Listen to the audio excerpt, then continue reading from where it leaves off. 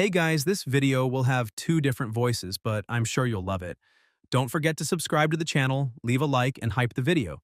If we get 1,000 likes, I'll bring a new part for you. Without further ado, let's get to the video. By order of the Supreme Lord, he will reincarnate as a solitary soul and must make the most of life. The protagonist wakes up inside a coffin, wondering where he is. He thinks the last thing he remembers was playing a video game. After 2 days without sleep, he finally finished the game.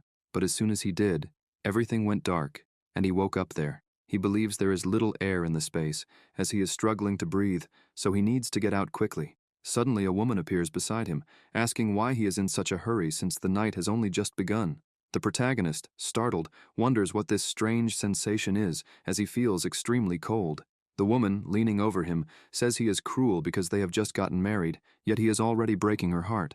The young man, confused, asks what the hell is going on, who she is, and where she came from. She gives a slight smile and asks if he has no heart, and if he has already forgotten his own wife. He wonders if she really is his wife. Embarrassed, the protagonist says he has no time for this, and asks her to stop joking and tell him how to get out of there because he has school tomorrow. He thinks this must definitely be a prank from his classmates, but even if it is, she is incredibly beautiful, and he doubts he has ever been with a girl as stunning as her before. She moves closer, placing her finger on his chin, saying that her husband is a man destined for great things in the future, and asking what he is doing lying there. He is confused as she approaches and says, 7 deaths, 7 stars.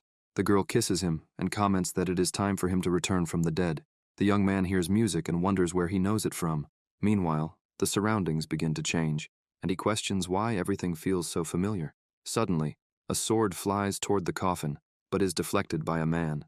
Le Che, a disciple of the 13 sects, tells Patriarch Chen to let him do his job. He states that the Patriarch has made many mistakes and demands that the coffin be opened so he can perform an autopsy. Patriarch Chen, standing beside his wife, asks if Le Che has no respect and reminds him that his son has just died. He also warns that if Le Che continues down this path, he cannot be blamed for responding with violence. Le Che questions whether the Patriarch understands the situation and declares that they are now useless, as their spiritual power is equivalent to that of an ordinary person. He asks if Chen still believes himself to be the Patriarch, and pointing his sword, calls him trash, ordering him to know his place. Walking toward the coffin, Le Che announces that he will cut Chen's son's body into pieces and then deal with the rest. Suddenly, a golden light bursts from the coffin, sending Le Che flying. The spiritual wave is so powerful that it shatters the palace ceiling where the coffin is located. Everyone, shocked, wonders what is happening, and where such immense spiritual pressure is coming from. Moments later, still stunned, they order an immediate look inside the palace. In disbelief, they exclaim that it is Chen Wujin and ask how he is still alive. The protagonist steps out of the coffin, trembling all over, thinking that the experience was extremely overwhelming. Kissing that girl felt like downing 10 cans of energy drink at once. He senses that something is about to come out and ends up vomiting. Suddenly, someone calls his name. His mother quickly embraces him, calling him her son. Crying, she says she was very sad, but now she is extremely happy. His father, in disbelief, calls him son and asks how it is possible that he is alive. Wujin steps away from them, completely confused. His parents call out to him while he begs them not to come any closer, wondering how any of this is possible. He must be dreaming. He realizes that this is the game he was playing. The immortal cultivators dominated the world. Unable to believe it, he comes to the horrifying realization that he is the villain, Yi Chen Wujin, the one the protagonists defeat. Disappointed, he thinks about how he spent 2 damn nights trying to defeat the villain that tormented all the characters. He was the enemy he hated facing the most, and now he wonders what kind of punishment this is. Why is he the villain? The men accompanying Le Che murmur that something is wrong with Chen Wujin. Le Che responds that they must not be deceived, as Wujin might be plotting something. Without hesitation, he lunges at the protagonist, swinging his sword and declaring that they will take advantage of his confusion to eliminate him. But Wujin instinctively blocks the strike using spiritual power. Le Che, in utter disbelief, exclaims that this is impossible. The protagonist, his finger glowing with spiritual energy, asks what they think they are doing and wonders aloud if Le Che fails to see that he is busy. He realizes that he still retains his spiritual power and recalls that his deep knowledge of the game gives him an advantage. He believes that the best way to unleash a cultivator's power is through spiritual text, as it contains the power of the heavens and the earth.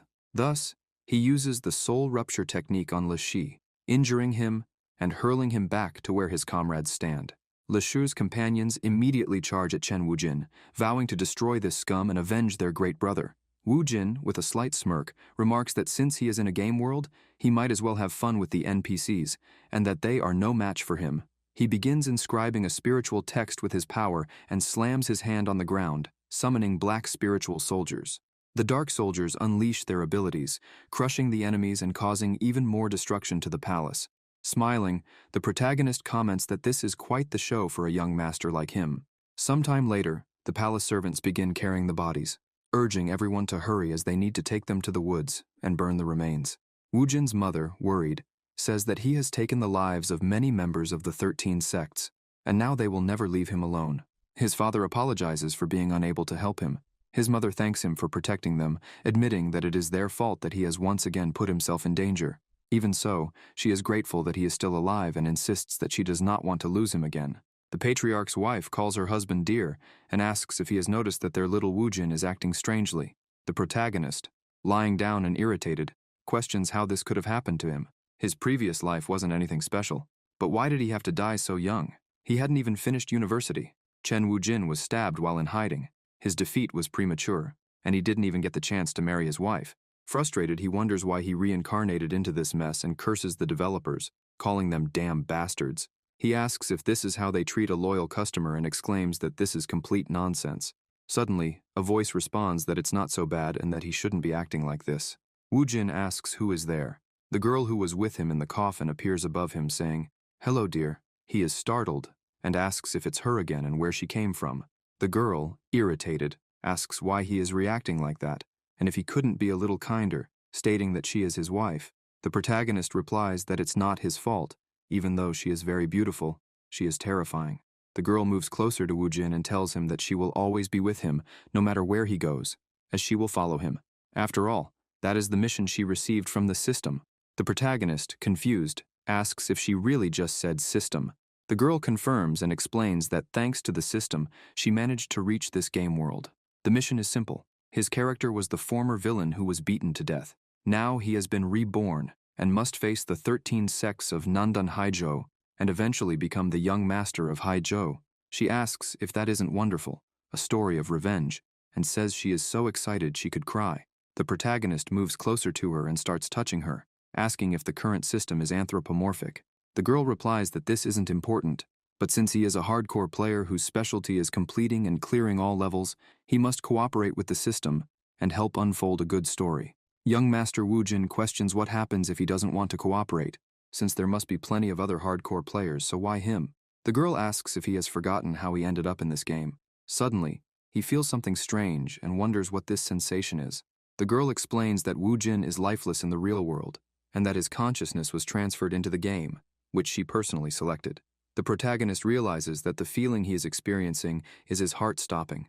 The girl tells him that if he refuses to cooperate, it will be useless, and the only thing waiting for him is the end. Then she asks if he will help. Wu Jin, scared, quickly agrees, saying he will help, so she can stop whatever she is doing. He comments that she is very beautiful and attractive, so he would never dare go against her wishes. The girl responds that he is very seductive. The protagonist thinks that she can wait. Once he figures out the rules of this damned game, he won't need to follow her orders. The girl tells him they will see each other later. Wu Jin asks if she is leaving already. She responds that yes, she still needs to prepare everything, and this will be the first step to dominating Haizhou. In the Bai family, people gossip about rumors that the disgrace has returned from the dead. Another mentions hearing that he even killed several disciples from the 13 sects. The eldest daughter of the Bai family, while playing her instrument, says that Chen Wu Jin had died.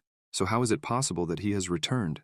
Her younger sister agrees, adding that not only did he revive, but he also eliminated some disciples from the 13 sects. She claims that Bastard must have used some forbidden technique, and asks her older sister what they should do, since Master Ye is away at a tournament, making it impossible to plan a strategy without him. Bai Xiaoqing, irritated, says she already knows what to do, and states that she will force Wu Jin to participate in the tournament. She adds that she is eager to see how many lives that bastard has. The next day, the protagonist tells his father and mother that he will enter the grand tournament, and that, to prevent people from seeking revenge against the family, he wants them to go to the state border for a while. Patriarch Chen apologizes to his son and admits that he was too harsh on him in the past. He says his wish is for Wu Jin to succeed, but above all, to remain with them. as he does not want to lose him again. The protagonist thinks that even though Chen Wujin was an obstacle in the past and lost his life completely, his parents always loved him. So in this new life, he will take care of them for Wujin. His mother encourages him to do whatever is necessary and assures him that she will always be by his side to support him. The protagonist declares loudly that they should not worry and comments that he knows better than anyone that if he does not work hard, he will be nothing more than a dog. If he backs down now, only the end awaits him. Their clan has been famous for hundreds of years, so how can they allow others to intimidate them? He tells his parents not to worry because he will not repeat the mistakes that led to his previous death. He will win the grand tournament and shine once more. Sometime later in Linyu City at the floating workshop, the young master, aboard a flying ship, starts vomiting as the girl helps him. He thinks that he looked cool in front of his parents, but now he is acting just like he did in his old world.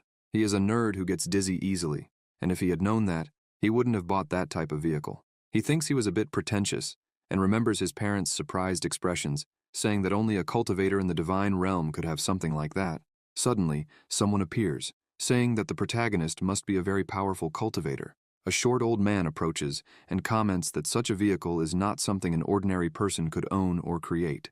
With a slight smile, he says that it is to be expected from Chen Wujin. The young master thinks that the old man is not just anyone, and replies that it seems his battle against the 13 sects has made him somewhat famous. Then, he asks if the man is there to take revenge on him.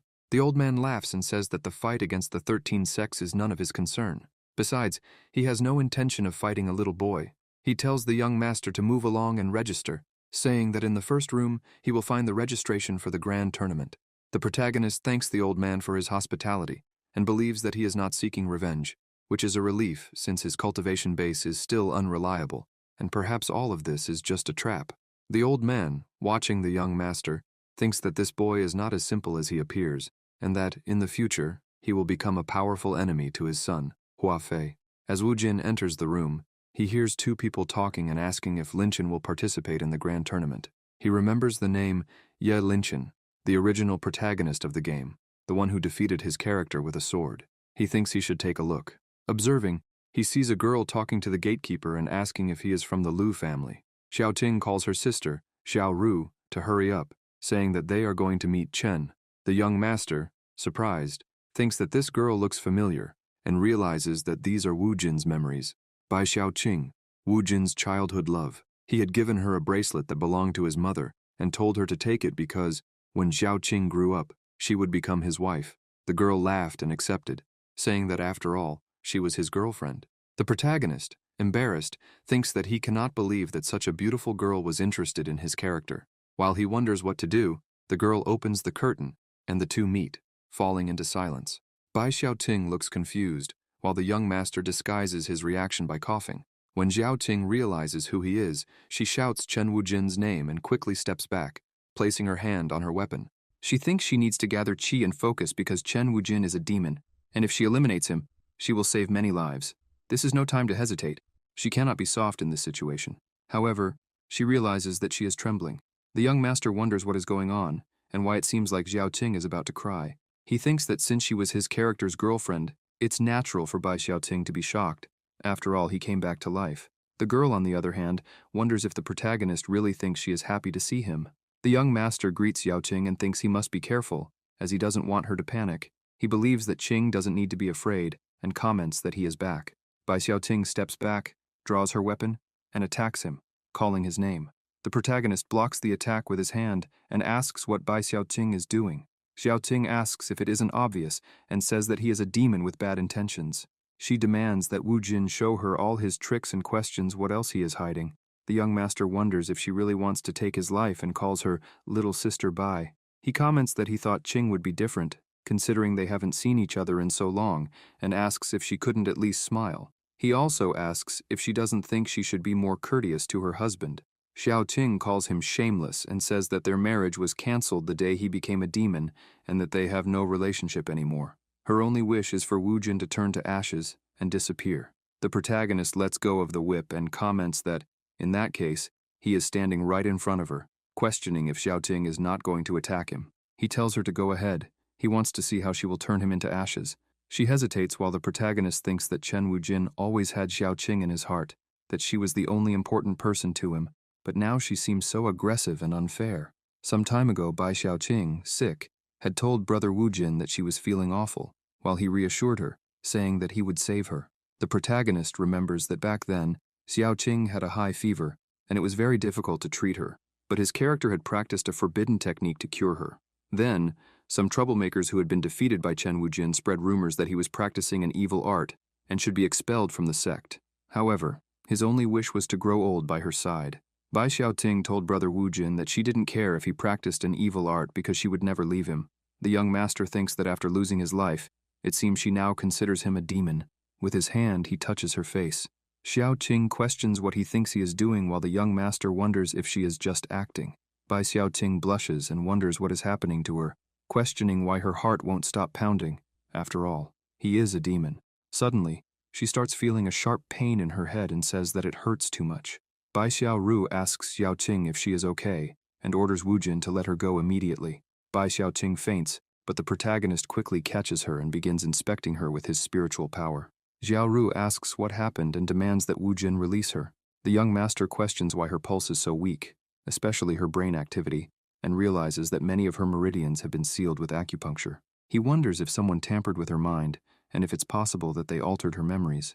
Bai Xiaoru questions what he thinks he is doing, and orders him to release her sister. The protagonist hands the gatekeeper 2 gold coins and requests 2 rooms. The gatekeeper acknowledges, informs him that the rooms are on the west side of the 2nd floor, and wishes him a good day. Xiao Ru insists that the young master let go of her sister.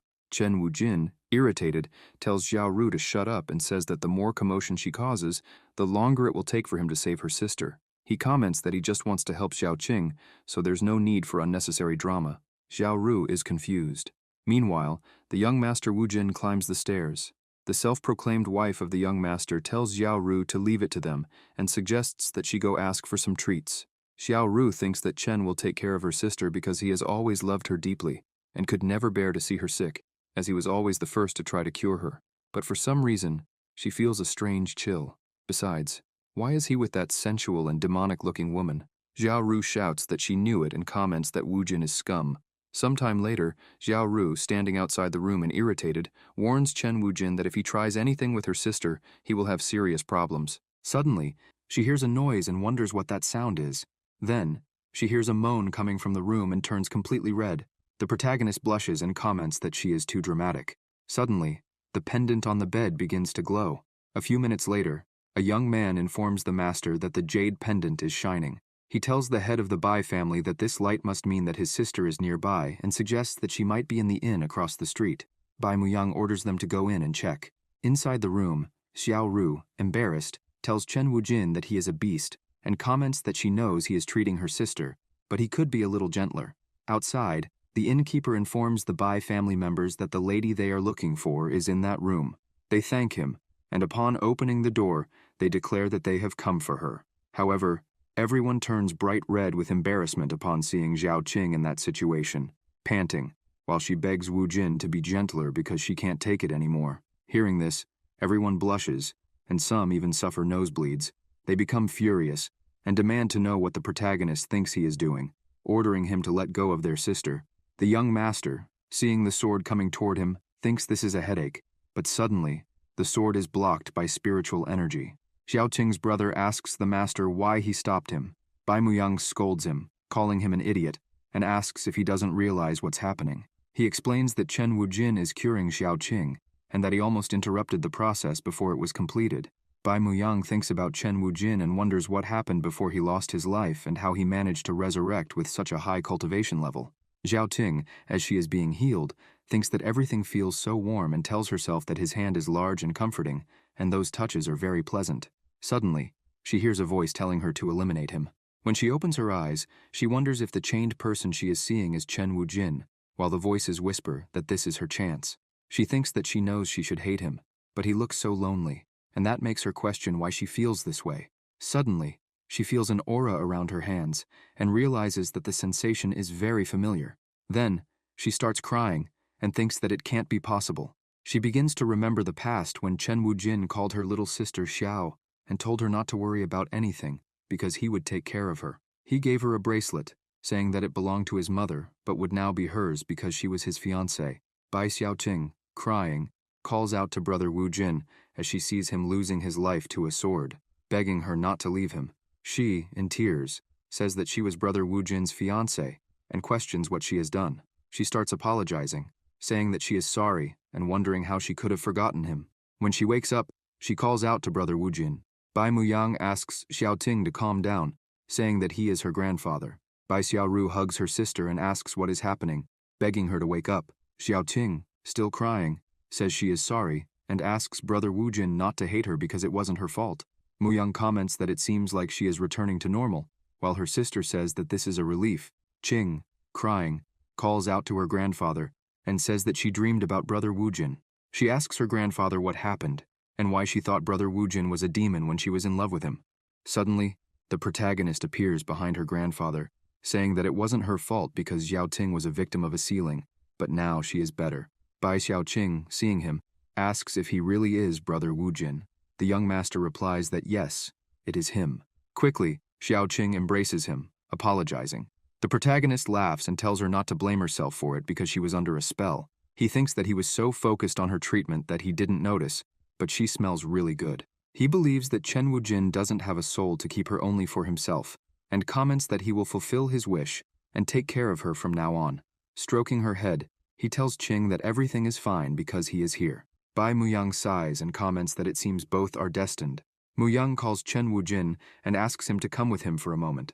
Xiaoqing asks why her grandfather wants to speak to Wu Jin in private. The protagonist asks her to stay calm because her grandfather just wants to talk. Bai Muyang, irritated, questions who he is calling grandfather. The young master replies that he is already right behind him. The protagonist notices that Muyang is firmly holding Qing's jade pendant and gives a slight smile. In the outskirts of the city, in the forest, the protagonist meets with Muyang. The young master calls him Grandpa Bai, mentioning that he was asked to follow him to the forest, but he hasn't said a single word since then. He questions his intentions and thinks that one of the reasons why the old man never liked him was because he got along too well with his granddaughter. Bai Muyang asks if he knows why he was brought to that particular forest and states that many people's remains lie there. He explains that the grand tournament is a fair competition where everyone participates, but unfortunately, not everyone respects the rules. In competitions like this, there are always those who try to take advantage of others. The forest serves as a reminder of this, as many innocent lives rest there. Many promising cultivators were silenced by old men like him. With spiritual power in his hands, Bai Muyang comments that he never agreed with this, but he will do whatever it takes to save his granddaughter, even if he has to become a villain. He tells Chen Wujin that now that he has returned to life, he wants him to prove how strong he is. Then, he challenges him to see if he is worthy of being with his granddaughter and attacks with his water technique. The protagonist, seeing this, comments that Grandpa Bai used spiritual tidal wave and realizes that he is going all out because that technique is extremely powerful. In the past, his character could not withstand a single blow from it. However, he is no longer that loser. He begins to invoke his strike with spiritual text and comments that it is impossible to face that move head-on, but he needs to challenge it. He decides to be careful and uses Sea of Death. Bai Muyang is surprised to see this. The two techniques collide head-on, generating a massive energy wave visible from the middle of the city. Upon seeing it, people comment that the spiritual color is blue and question who the Bai family is fighting against.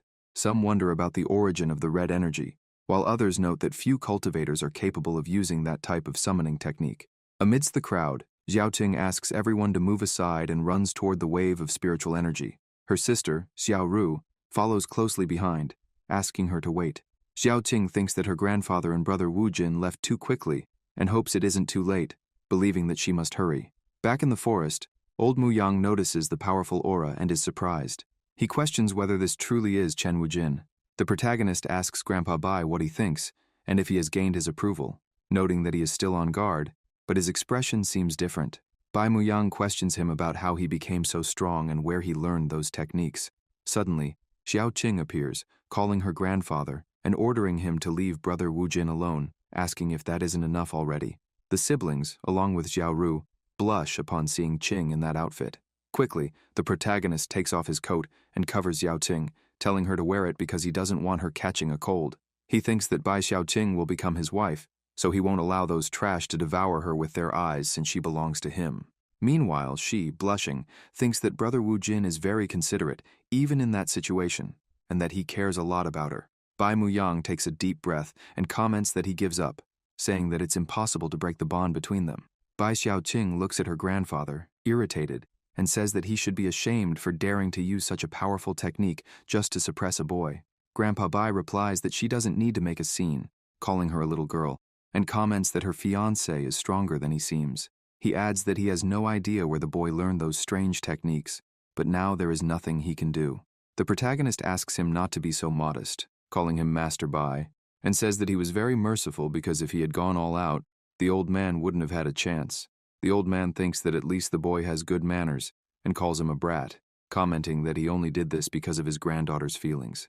He explains that when the sect was after him, after he lost his life, for his granddaughter's sake, he sealed the meridians in her body with his spiritual power to suppress her emotions. Surprised, the girl questions how her grandfather could do that. Bai Muyang replies that not only did he come back to life, but he also managed to break the seal on his own, which must be the will of the heavens. The grandfather asks him to extend his hands and comments that he will teach him spiritual tidal wave as a reward for his explosion of power. He explains that the protagonist's body is rich in spiritual energy, but very disordered. With that technique, he will be able to stabilize it, and with his ability, in a few days, he will be able to master it. Master Bai comments that the young man's understanding and comprehension are incredible, calling him a genius. Xiao Ting, admiringly, says that Brother Wu Jin is very powerful. Suddenly, his wife says that this is obvious. After all, he is the man she loves and personally chose. She also adds that he is their best player. The protagonist questions why she always appears at the worst moments. Suddenly, Xiao Qing calls out to Brother Wu Jin. Startled, he thinks there's trouble. Xiao Qing, with a serious expression, watches silently. The young master tries to explain that it's not what it looks like. Qing reassures him, telling him not to worry because she understands. She comments that the woman has been by his side because she was the one who saved his life. The protagonist and Cha Haiyin can't believe what they just heard. Xiao Qing explains that when she saw the woman's body become invisible, she already understood that her abilities are extraordinary. Cha Haiyin thinks that this shouldn't be possible because she is the system. Xiao Ru tells her sister that she is too naive because it's obvious that the woman is a rival.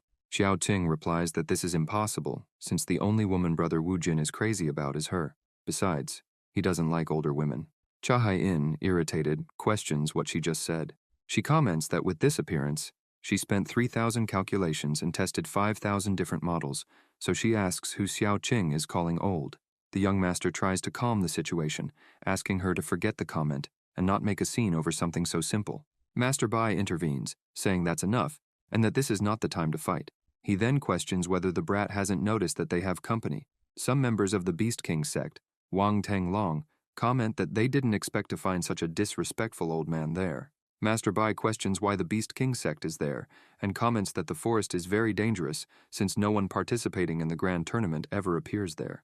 Wang Teng Long laughs and thanks Patriarch Bai for the warning but questions if he really thinks he is the only one allowed to use the forest. A member of the Bai family responds that he will not allow him to bother their master, but Bai tells them to let it go. He comments that if he were Wang Teng Long, he would be careful with his words because he is not only the patriarch of the Bai family, but also won the grand tournament when he was young. Bai asks if he really thinks he is afraid of a pair of rude brats, and comments that Wang Teng Long never even participated in the grand tournament.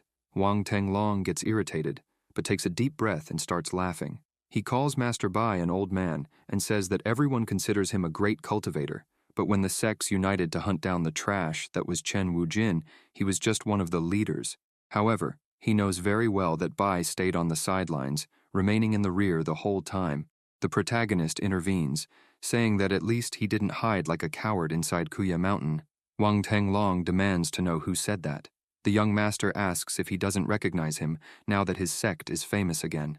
All the members of the Beast King sect are shocked, saying the name Chen Wu Jin. The protagonist asks what's wrong and comments that they look like they've seen a ghost. He steps forward, saying that he's just trash and that he sees they pitied him when they accepted him into the sect. He declares that he never expected to be betrayed in such a way and comments that their actions were truly heartless. Wang Teng Long, irritated, calls him a disgrace, while one of the members comments that the rumors about his resurrection were true. He adds that it's not a good idea to mess with Chen Wu Jin, as he eliminated several disciples.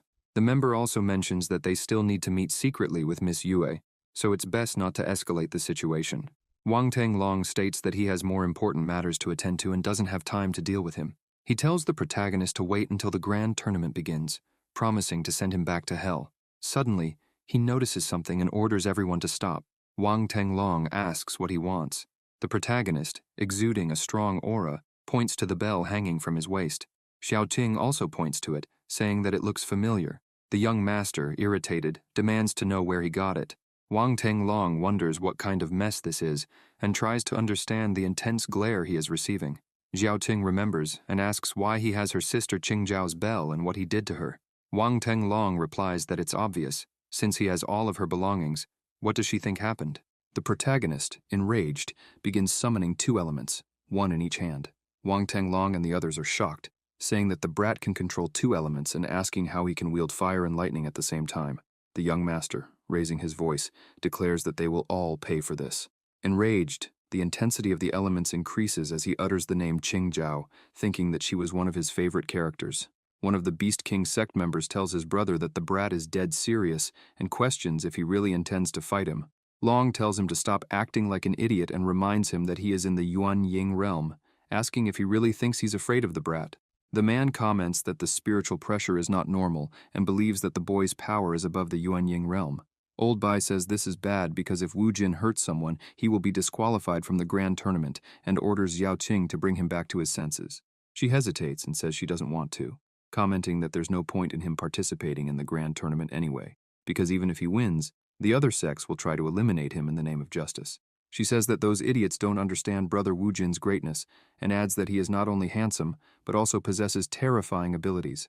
Master Bai comments that this girl doesn't seem like his granddaughter, and says that the qi energy flow is too intense, certain that someone will eventually step in to stop the fight. Wang Tenglong begins writing a spiritual text and says that if the brat wants to lose his life so badly, he is welcome to, as he will grant his wish. He thinks that he can't believe he has to use this, but with this technique, he will be immune to the brat's attacks. The protagonist comments that he sees he is using a defensive spiritual scripture and says it's not a bad idea. Spiritual scripture is a technique that can be used both offensively and defensively, and its power depends on the user's comprehension. The young master remarks that it's a pity Long is his opponent and tells him to watch and learn. Wang Tenglong is in disbelief as the protagonist launches his technique, Serpent of Death. He declares that no matter how many tricks Long tries, an ant will always be an ant, and that he was never his rival. Wang Tenglong and the others are terrified, saying that this is the end for them. Long activates his defensive technique, saying that he will eliminate him, but Serpent of Death collides with the defensive technique, shattering it effortlessly. Long, unable to believe it, asks how he managed to break his defense so easily.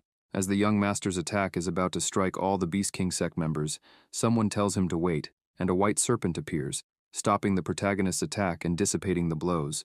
The voice comments that it was an excellent attack and that he expected nothing less, but says that he is still very young and must learn to control his emotions. Wang Tenglong demands to know who he is. Hao Lianshan from the Bitao sect responds that he is a friend of the boy. The young master, surprised, asks what the elder is doing there. The short Lianshan says he is happy to see him again, calling him boy. Master Bai calls the old man by his name, Hao Lianshan, and the two stare at each other seriously for a while. Suddenly, Bai slaps the short elder on the shoulder, and both burst into laughter. The protagonist wonders what the hell is happening, feeling completely confused. Master Bai questions Hao Lian if it hasn't been 10 years since they last saw each other and asks how he has been. He says that avoiding drinking is harder than negotiating with other sects. Lian responds that it's his own fault, because if he left Zhongzhou once in a while, they could see each other more often, as he passes by there every day. He also mentions that in recent years, he has had a lot of work because managing the Bitao sect is no easy task. The protagonist asks Yao Ting if her grandfather knows that old man, and she replies that they are probably friends. Master Bai says that now that he is here it doesn't matter. They have to drink like in the old days. Hao Lian agrees, saying that's the spirit. Master Bai comments that he is still an old fox and reminds him that he is the sect leader, questioning whether he shouldn't be managing it and asking what he is doing in the forest. He says he is sure that Lian was studying the other competitors. Hao Lian laughs and says that Master Bai never misses a thing. He got him. He comments that their fights in the past are now just memories and that they are too old for that now. Hao Lian explains that this time he is only in charge of organizing the grand tournament and that someone reported a fight in the forest, so he had to investigate. The protagonist asks about the report, while Xiaoqing questions what happened. He responds that it's nothing, but the situation seems a bit strange. He comments that, as they know, fights before the tournament are forbidden and could disqualify a participant, or in the worst case, eliminate them. Hao Lian explains that whoever reported this missed a great opportunity, because if they had waited a little longer, the participant would have been disqualified for breaking the rules. What he means is that there was a good chance of eliminating him from the competition. The protagonist asks Elder Hao who made the report and comments that he didn't expect to find such a noble person there. A voice responds to Chen, saying that he is very kind and that they just wanted to lend a hand. After all, it's been a long time since they last met. The protagonist remains silent and asks if he knows him. The young man laughs and says that it seems Master Chen has forgotten, but he doesn't blame him because the life of nobles is complicated. He introduces himself as Zhao Shu Ruo, a disciple of the Yue sect, and says it's a pleasure to meet them. Master Bai asks if he just said Yue sect. The young Master Wu Jin thinks that when the sects hunted Chen Wu Jin, the Yue sect was one of the most active, and he realizes that this guy is very suspicious. Elder Hao starts coughing and says that now that everything is settled, everyone should head back, as the grand tournament will begin in a few days, so it's best for everyone to prepare. Zhao Shuruo says that he was worried about Chen Wujin's safety, but now that everything is fine, he will take his leave. Bai Muyang questions whether they should trust someone from the US sect and asks how they can be sure that he is not pretending. Shuruo merely looks at the young master. The protagonist thinks that this sensation is very familiar and feels like he has seen him before. He questions Chahayan about the connection between him and his character, asking why he cannot access Wujin's memories. She, annoyed, questions how a man can be more charming than her, and tells him to figure it out himself because she won't give him spoilers. The system won't help him with this. Tenglong thanks Master Hao for assisting them and comments that it would be best to return to the sect since they don't want any more trouble. The young Master Wu Jin orders them to stop, exuding a powerful aura. Long asks what he wants and if he intends to provoke him again. The protagonist tells Master Hao that the reason behind this conflict is the sudden disappearance of a friend, Qing Zhao, and mentions that Wang Tenglong has her bell, which is suspicious. He comments that he hopes Master Hao will remain impartial in the grand tournament and not use this as an excuse to threaten him. Then he asks him to accompany him to the Beast King sect to help rescue her. At the Beast King sect, Long announces his return. The gatekeepers ask the elder brother what happened. Master Hao explains that he is one of the administrators of the grand tournament and that, unfortunately, it is common for other sects to try to gain advantages through dubious methods, so he is there to ensure that everything is in order. Teng Long tells Master Hao that they are merely assuming that Qing Zhao is there, but he never confirmed anything. Then he asks the young Master Wu Jin if he really thinks he can blame him for having that bell, claiming that he simply found it in the forest. Lian Shan comments that if that is the case, there should be no problem in letting them search. Long allows them to enter, but warns that if they find nothing, Chen Wu Jin will have to kneel and call him master. The protagonist asks if he is sure, but warns that he fears the only loser will be him. Master Hao declares that they are going in. The young Master Wu Jin orders Xiaoqing to search the eastern zone while he searches the west. Long thinks that they can search all they want, but since this is his territory, they won't find anything. He laughs internally, calling Wu Jin a brat, and thinking that he has everything under control since that bitch belongs to him and will never be found. In the underground chamber, Qing Zhao, holding her stomach, thinks that she is very hungry. Suddenly, the door starts to open, and she notices the movement. One of the Beast King sect members comments that he bets she is starving and taunts her, saying that all she has to do is submit to their elder brother, and it will all be over. He mocks her further, asking if she doesn't smell the food and if she really doesn't want some. The girl, gripping a dagger, trembling, screams at him not to come closer. She warns that if he takes one more step, she will end her own life. The man, irritated, smashes the plate of food on the ground, insults her, and asks if she doesn't understand her situation. He tells her that if she continues with that foolish temperament, she is doomed. As he leaves the room, he tells her to go to hell, and says he wants to see how long she will last without eating. Another sect member questions why he is so irritated, saying that she is just a girl and shouldn't be a problem. He suggests using a non-lethal poisonous incense so they can capture her easily. The man asks if he is new there and questions if he really thinks they haven't tried that already. He says that the girl is an expert in medicine, so no poison or aphrodisiac will work on her. Otherwise, they wouldn't be in this situation. They just have to wait until hunger does its job. Once her body is completely weak, they will capture her. He believes that she won't last much longer, and that the elder brother will soon be able to enjoy her. Qing Zhao, lying on the floor, thinks that she must resist. She cannot give up. With a determined look, she promises that she will not succumb, and biting her lip, curses them, and says that they have betrayed the young master. Sometime later, the search teams inform Brother Wu Jin that they found nothing. Xiao Qing says that there are no traces of Sister Zhao. The protagonist thinks that it's impossible. She has to be here since he can sense a faint energy trace from her bells. Long asks if he is tired of searching and questions if the young master will kneel and call him master. Outside the Beast King sect, people hear Long ordering someone to kneel and call him master. A crowd starts gathering in front of the sect, with some asking who that Chen Wujin with them is. Tang Long questions the young master about what is happening and if he is going to run away, reminding him that they made a bet and he gave his word. He orders Wu Jin to call him master immediately, intending to humiliate him in front of everyone and make him pay for his insolence. The young master says that if he has no other choice, he will do it, but he comments that since that bell doesn't belong to Long, he might as well return it, as the protagonist will still be its true owner. Long questions why he should return it. Master Hao intervenes, saying that Long is right, but that bell has nothing to do with his sect, and if he is a decent man, he should return it. Teng Long remains silent, hands the bell back to Wu Jin, and orders him to call him master already. The protagonist, holding the bell, says that he knew it. The closer he gets to it, the stronger Qing Zhao's spiritual energy becomes, and he is certain that she is definitely there. Long asks what the problem is, and if he is going to continue with this. The young master Wu Jin responds that a disgusting person like him is not worthy of her and warns that this is his final warning. He demands that Long answer honestly and asks if he kidnapped Qing Zhao. Long, irritated, remains silent.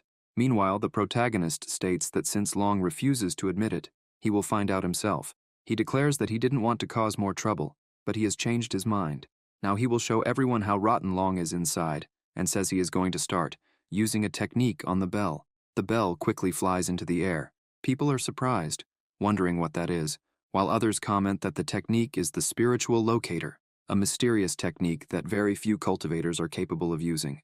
Chahayan thinks that she knew she made the right choice because, among the hardcore players, he is the best and knows how to use most tricks perfectly. A man points his finger and tells the crowd to look, saying that the technique is recreating the scene. The vision shows Wang Tenglong and his men carrying the girl in a cage, giving her some water, and telling Qing Zhao that he doesn't want her lips to be dry when they kiss. Qing Zhao, with a dagger pointed at herself, threatens him and warns him not to come closer. Long, irritated, calls her a bitch. He tells her to listen and stop thinking that he won't do anything just because she is threatening to take her own life with that stupid knife. He says that once she is too weak to resist, he will have a lot of fun with her and tells her to wait because he is sure she will love it. He throws the water on her, saying that they will remove that plague first, and orders her to stop being shy and stop covering herself. Long comments that once they are married, he will make sure she stops being so timid. Wang Tenglong orders the protagonist to stop and not to continue showing the scenes. The crowd outside starts saying that they didn't know Long was such a depraved person, and comments that they aren't surprised since he has always been trash. They remember that, to gain influence and enter his current sect, he betrayed Chen Wujin, and someone who betrays his former master for power can never be a good person. The young master says that he warned him before and comments that he would rather die than call Long master. With a serious look and exuding spiritual energy, he declares that if Long laid his hands on Qing Zhao, he will make him suffer. Teng Long orders his men to open the secret door immediately, but the protagonist breaks the door down and calls for Qing Zhao, saying that he has come to save her. Suddenly, he hears the voice of a man calling her a bitch and saying that she has finally lost her strength. The man near her says that he will take advantage of the situation and be the first to enjoy her. Hearing this, the protagonist rushes in and, upon arriving, delivers a full-force punch to the man, breaking his neck. The other man, witnessing this, begins to tremble in fear. The protagonist, exuding a sinister aura, calls him a piece of trash, while the man falls to the ground, shaking uncontrollably. The young master picks up Qing Zhao, who is trembling, and tells her not to be afraid because her master has arrived. Long says that Chen Wujin is too arrogant and comments that he just took the life of one of their disciples, which is highly unethical. The young master mocks them, saying that they, of all people, are talking about ethics and morality, and asks if Long really thinks he has the right to question him. He states that he ended the man because he insulted his sect and tried to take advantage of his friend. He declares that Long is lucky because the elders are there, and he cannot take the life of any participant before the tournament. Otherwise, Long wouldn't be alive. But once the grand tournament begins, he won't escape and will meet a miserable end. Teng Long calls him a disgrace, Sometime later, in another place, Tanglong smashes a teacup and swears that he will eliminate that little bastard. He wonders where the hell the young master's teacher is and comments that they were supposed to meet there. Suddenly, a voice calls his name and comments that he seems upset. Zhao Shu Ruo says that it seems his little arrival wasn't enough to ease Long's frustration and asks if he didn't like the decor. Long says he doesn't have time for this and proposes revealing Chen Wujin's location on the condition that they eliminate him. That little bastard came back from the dead and is ruining his plans, and Long questions why he is still alive. Shu Ruo says he's sorry but can't help, as it was the great warrior Yelin Chen who eliminated him the first time. If Long wants to blame someone, he should blame Yelin Chen and his incompetent magic. However, Shu Ruo tells Long not to worry because the patriarch left a message. Since the Beast King sect and theirs have a good relationship, they won't abandon them. Zhao Shu Ruo questions whether Long should be happy since he saved his ass and the sects in the forest, telling Long to just focus on the grand tournament since everything will be resolved once it begins. He orders him to prepare the sect's participants because that is his mission, and comments that he won't let Chen Wujin take the lead. Sometime later, Xiao Qing wrings a warm water cloth, places it on Qing Zhao's forehead, and says that she is stable and her fever should go down now. She asks Wujin not to worry, because Qing Zhao will be fine. The protagonist strokes Xiao Ting's head and says he knows that with her taking care of everything, he has nothing to worry about, and thanks her. Outside, a voice orders Chen Wujin to come out immediately, warning that they won't allow him to bring disaster and calamity to the world. Qing Zhao says that voice sounds familiar, while the young master thinks that tone belongs to his character's arch-nemesis. One of Master Bai's disciples enters the room, asking Wujin where that girl came from and commenting that she is a rare type. At first he thought she was an enemy, but then she started shouting that she would bring disaster and calamity with him.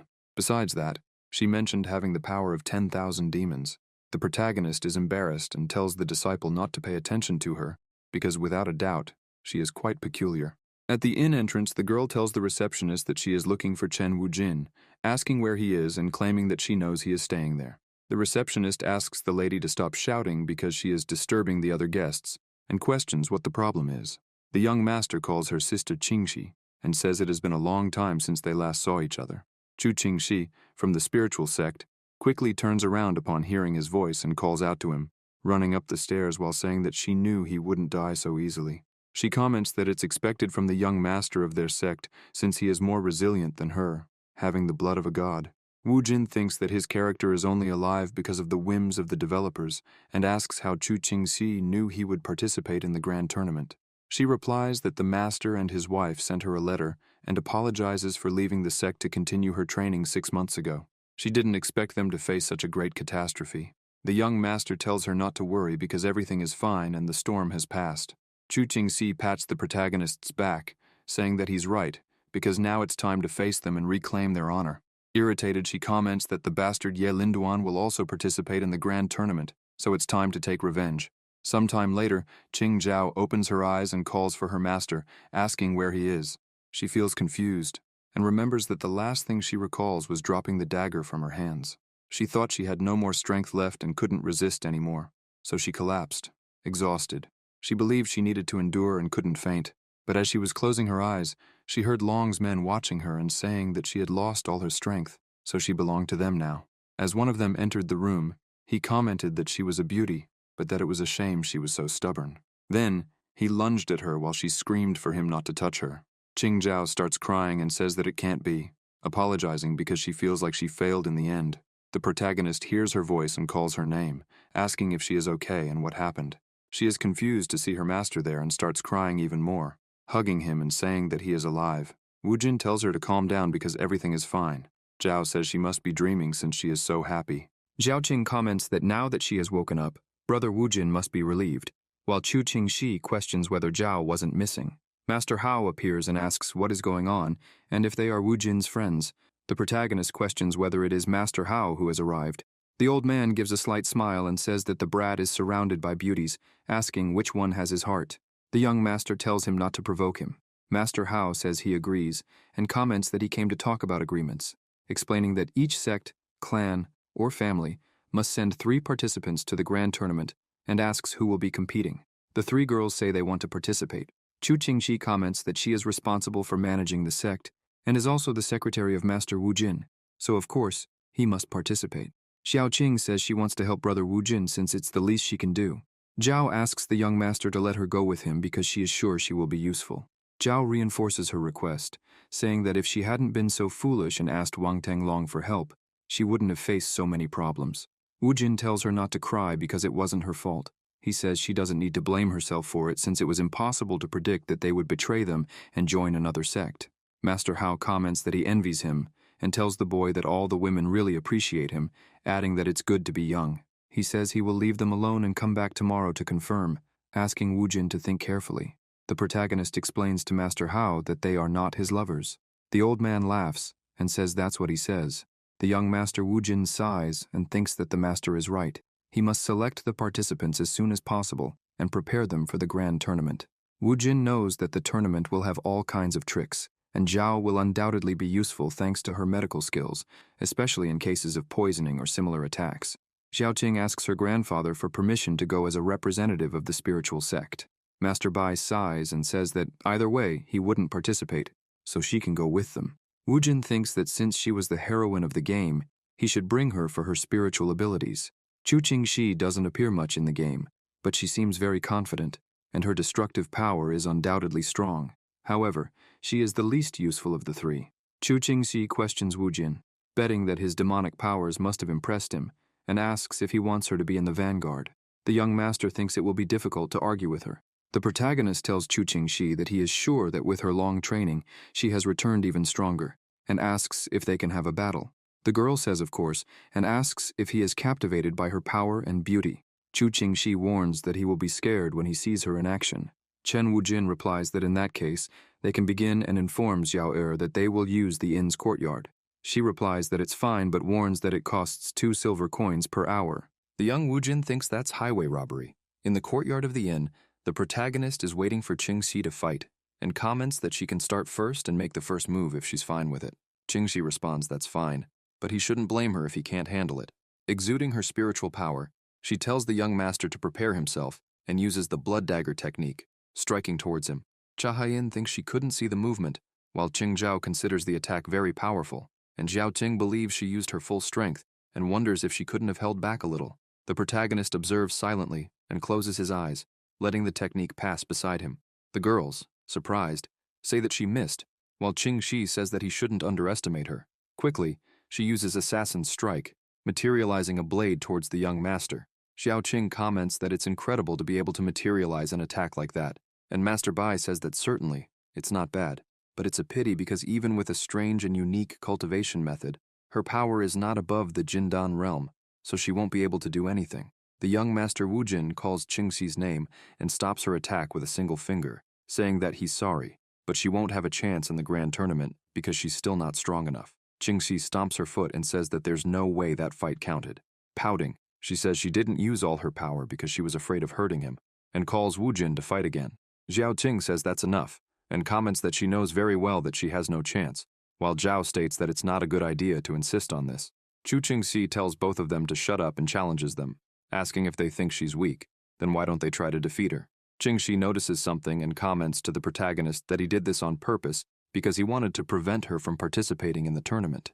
Wu Jin asks her to calm down and confirms that it's true. He doesn't want her to participate in the tournament. Qingxi gets irritated, but Wu Jin says that he has a very important task for her and that only she can do it, making her irreplaceable in his plans. Qingxi asks if it really has to be her, and he answers that yes. He explains that the tournament won't be decided only in the arena. There will be many dangers outside of it. It is inevitable that they will encounter people from the Beast King sect, and they will do anything to win, including breaking the rules and setting traps. Participating will be extremely dangerous, so he needs her to be their guardian, ensuring that everything goes in their favor. Wu Jin pleads with her and mentions that she has the power of 10,000 demons, and he is sure that she will be able to suppress their enemies. Qingxi is confused, but Wu Jin calls her name again, and placing his hand on his chest, says, "We have given our hearts for the sect," and asks if he can count on her. Qingxi, excited by the young master's words, responds that he can count on her. Cha Haiyan, unable to believe it, thinks that she is surrounded by idiots. The protagonist gives a slight smile and sighs. On the day the grand tournament begins, the young master Wu Jin hands the list of participants to Master Hao. Hao laughs, wishes him good luck, and comments that he hopes he can win. Chen Wujin thanks him for his words. The tournament organizers start beating the drums, and Master Hao announces the beginning of the grand tournament. Everyone is euphoric and excited. Xiao Ting starts waving the flag, saying that victory will be theirs and that Brother Wu Jin is the best. The protagonist is embarrassed. Cha Hai-in appears beside him, and Wu Jin tells her that the tournament is about to start, so she cannot follow him. She responds that he doesn't need to worry because she is the system, and if he doesn't remember, it means that she is omnipresent. She comments that she will follow him wherever he goes. The young master just takes a deep breath. Suddenly, someone points to the sky, telling the others to look and declaring that it has finally begun. Master Hao announces that the first round consists of surviving inside the secret realm. He orders the participants to form a group of 3 and pass through the dimensional mirror. He explains that they will need to survive for 7 days and prove their worth in a hostile environment. He wishes them all good luck. Xiao Ting, surprised, asks Brother Wu Jin what that is. All participants receive an amulet, and Master Hao comments that everyone must take care of that piece of jade. Once they enter the secret realm, if they lose it, they will be disqualified. He also explains that the missions are simple. Protect their jade pieces and take the ones from other teams. They will earn 1 point for each extra piece, but will lose 5 if any member loses theirs. Well, now everyone can enter the dimensional mirror, says Master Hao, wishing everyone good luck. Thus, he begins moving everyone through the dimensional mirror. The young Master Wu Jin holds Qing and Zhao, telling them to hold on tight. Master Hao says that they can use external objects, but if they try to damage others on purpose or with bad intentions, they shouldn't blame him for disqualifying them. Before they land, the young master throws a green slime on the ground, making their landing easier. Qing notices something and tells Chen Wujin that the aura on that island is very strong. Zhao warns the master to be careful because she is sure that the test is not just about facing others and that there must be something more. Wujin reassures her, saying that he thinks the same. It must have a hidden test. Otherwise, with the current level of cultivation, it would be too easy. Master Hao Lian Tibetan comments that Chen Wujin is very presumptuous and questions the second brother if that was the variable he had mentioned. Hao Lianshan confirms and says that the boy is very interesting. He mentions that the sects have produced few geniuses in recent years and that, without a doubt, Wu Jin will surprise him. Lian Tibetan agrees and comments that the boy should be dead. Without a doubt, he will be an interesting variable. Finally, he says that enough talk. It's time to observe what happens. At the betting house, the owner calls everyone to place their bets. Many start betting on Wang Tang Long from the Beast King sect, while others bet on Xiaoxing Yue from the Star sect. Later, some comment that if Ye Linchen is participating, he will be the winner, but others question whether he is really competing. One of the gamblers comments that now that it has been mentioned, he still hasn't seen Ye Lincoln. This causes murmurs among the crowd, and some lament, saying that without him, the competition will be boring. Sometime later, one of the participants, terrified, runs from a giant tiger, screaming for help and saying that he surrenders. Long declares that there is no one who can face him, and his men comment that they can't even handle their mascot. One of the members suggests that now that they are prepared, they should get rid of Chen Wujin. Wang Teng Long tells them not to worry because he has already sent Xiao Jinpeng to capture him. He comments that nothing escapes his eyes. As soon as they discover where Wu Jin is, they will take care of that trash, and this time, he will eliminate him personally. Xiao Qing alerts Wu Jin to look at the sky. Sometime later, the protagonist comments that the eagle looks delicious. He praises Zhao, saying that her cooking is wonderful. Zhao asks if they haven't violated any rules by doing this, but Qing explains that there is no prohibition against killing a bird, only against taking the lives of people. Wu Jin adds that, technically, those aren't just birds, but spiritual beasts, and the Beast King sect has many of them. Suddenly, a voice says that it sees Wu Jin is still taking lives indiscriminately, and that he is the same demon as always. A young man perched on a tree comments that Chen Wujin is incredibly lucky. He jumps down, says that Wu Jin remains a mystery, and questions what he truly is, and how he managed to come back to life. The protagonist, surprised, wonders if that guy is really the protagonist and why he is so different from the game. Xiao Qing calls out Ye Linchen, and comments that it has been a long time since she last saw him. He questions Qing about why she is with that trash and asks if he is forcing her. Wu Jin wonders how he could have forgotten something so important, and remembers that those two are the heroes of the game. Zhao asks the young master if he is okay, and he tells her not to worry, saying that he is just a little dizzy. Ye Linchen tells Xiao Qing to come with him and forget about that bastard. The protagonist gets irritated, questions what he thinks he is doing, and asks if he still thinks he is dead. He declares that he will not tolerate such insolence and uses spiritual writing, but Qing commands her snake Linguer to take care of him, leaving Wu Jin and Ye Linchen confused. Linchen dodges Linguer's attack and asks what she is doing. The girl questions if he thinks she is the same fool as before and declares that he will pay for everything he has done, promising to send him to hell. Ye Linchen responds that she is as impulsive as ever and, using his flute, says that he understands. In that case, he will teach her a lesson, and she will pay the price for her recklessness. Outside, on the large screen, everyone is watching in shock. They comment that it is undoubtedly Ye Linchen.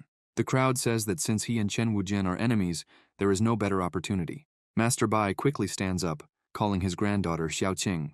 Master Hao tells him to calm down and reminds him that he knows the rules. Nothing can interfere during the tournament. Bai Muyang responds that he cannot sit idly by because she is his granddaughter. Hao says that as long as she does not surrender and does not drop the piece of jade, he cannot do anything. Muyang insists that he must act before it is too late and orders Hao to get out of his way. Suddenly, an explosion occurs in the mirror. Master Bai, shocked, calls for his granddaughter and runs, saying that if anything happens to her, everyone will pay the price.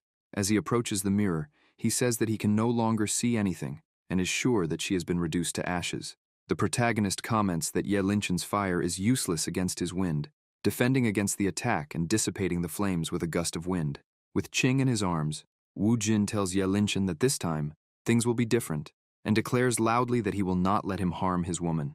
The spectators watching through the mirror comment that it was incredible. Someone asks if Chen Wujin really managed to block Ye Linchen's attack, while another questions what kind of techniques that boy cultivates.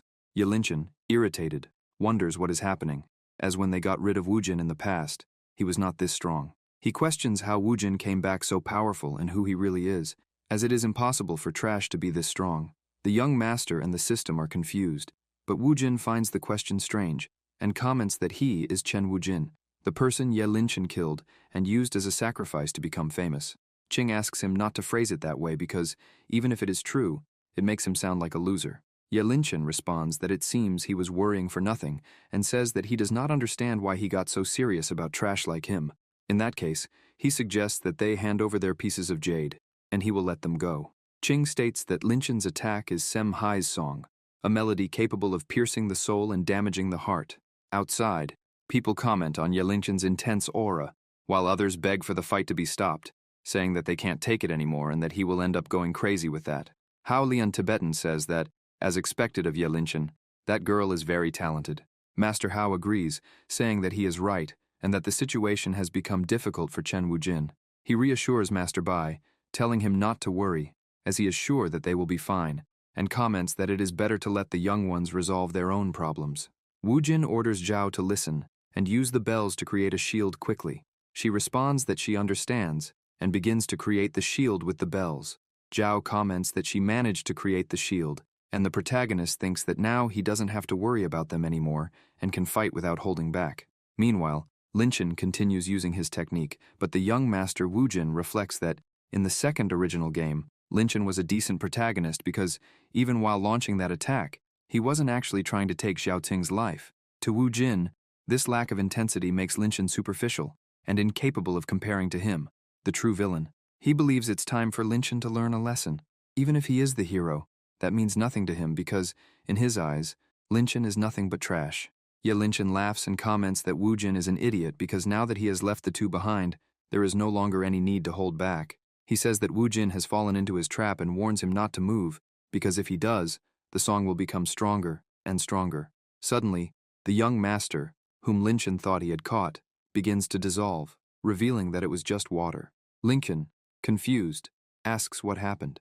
The water that had been falling to the ground suddenly rises and surrounds him, trapping him inside a sphere of water. Ye Linchen can't believe what he's seeing and wonders if that is a spiritual transformation. The spectators, shocked, comment that the situation is bad and ask what Wu Jin is doing with his hands. Master Bai, in disbelief, thinks that the brat managed to master his technique because the Shanhai style is one of his most powerful moves. Zhao Qing, excited, tells brother Wu Jin that he did it and that the spiritual song is over, while Zhao comments that the master is incredible.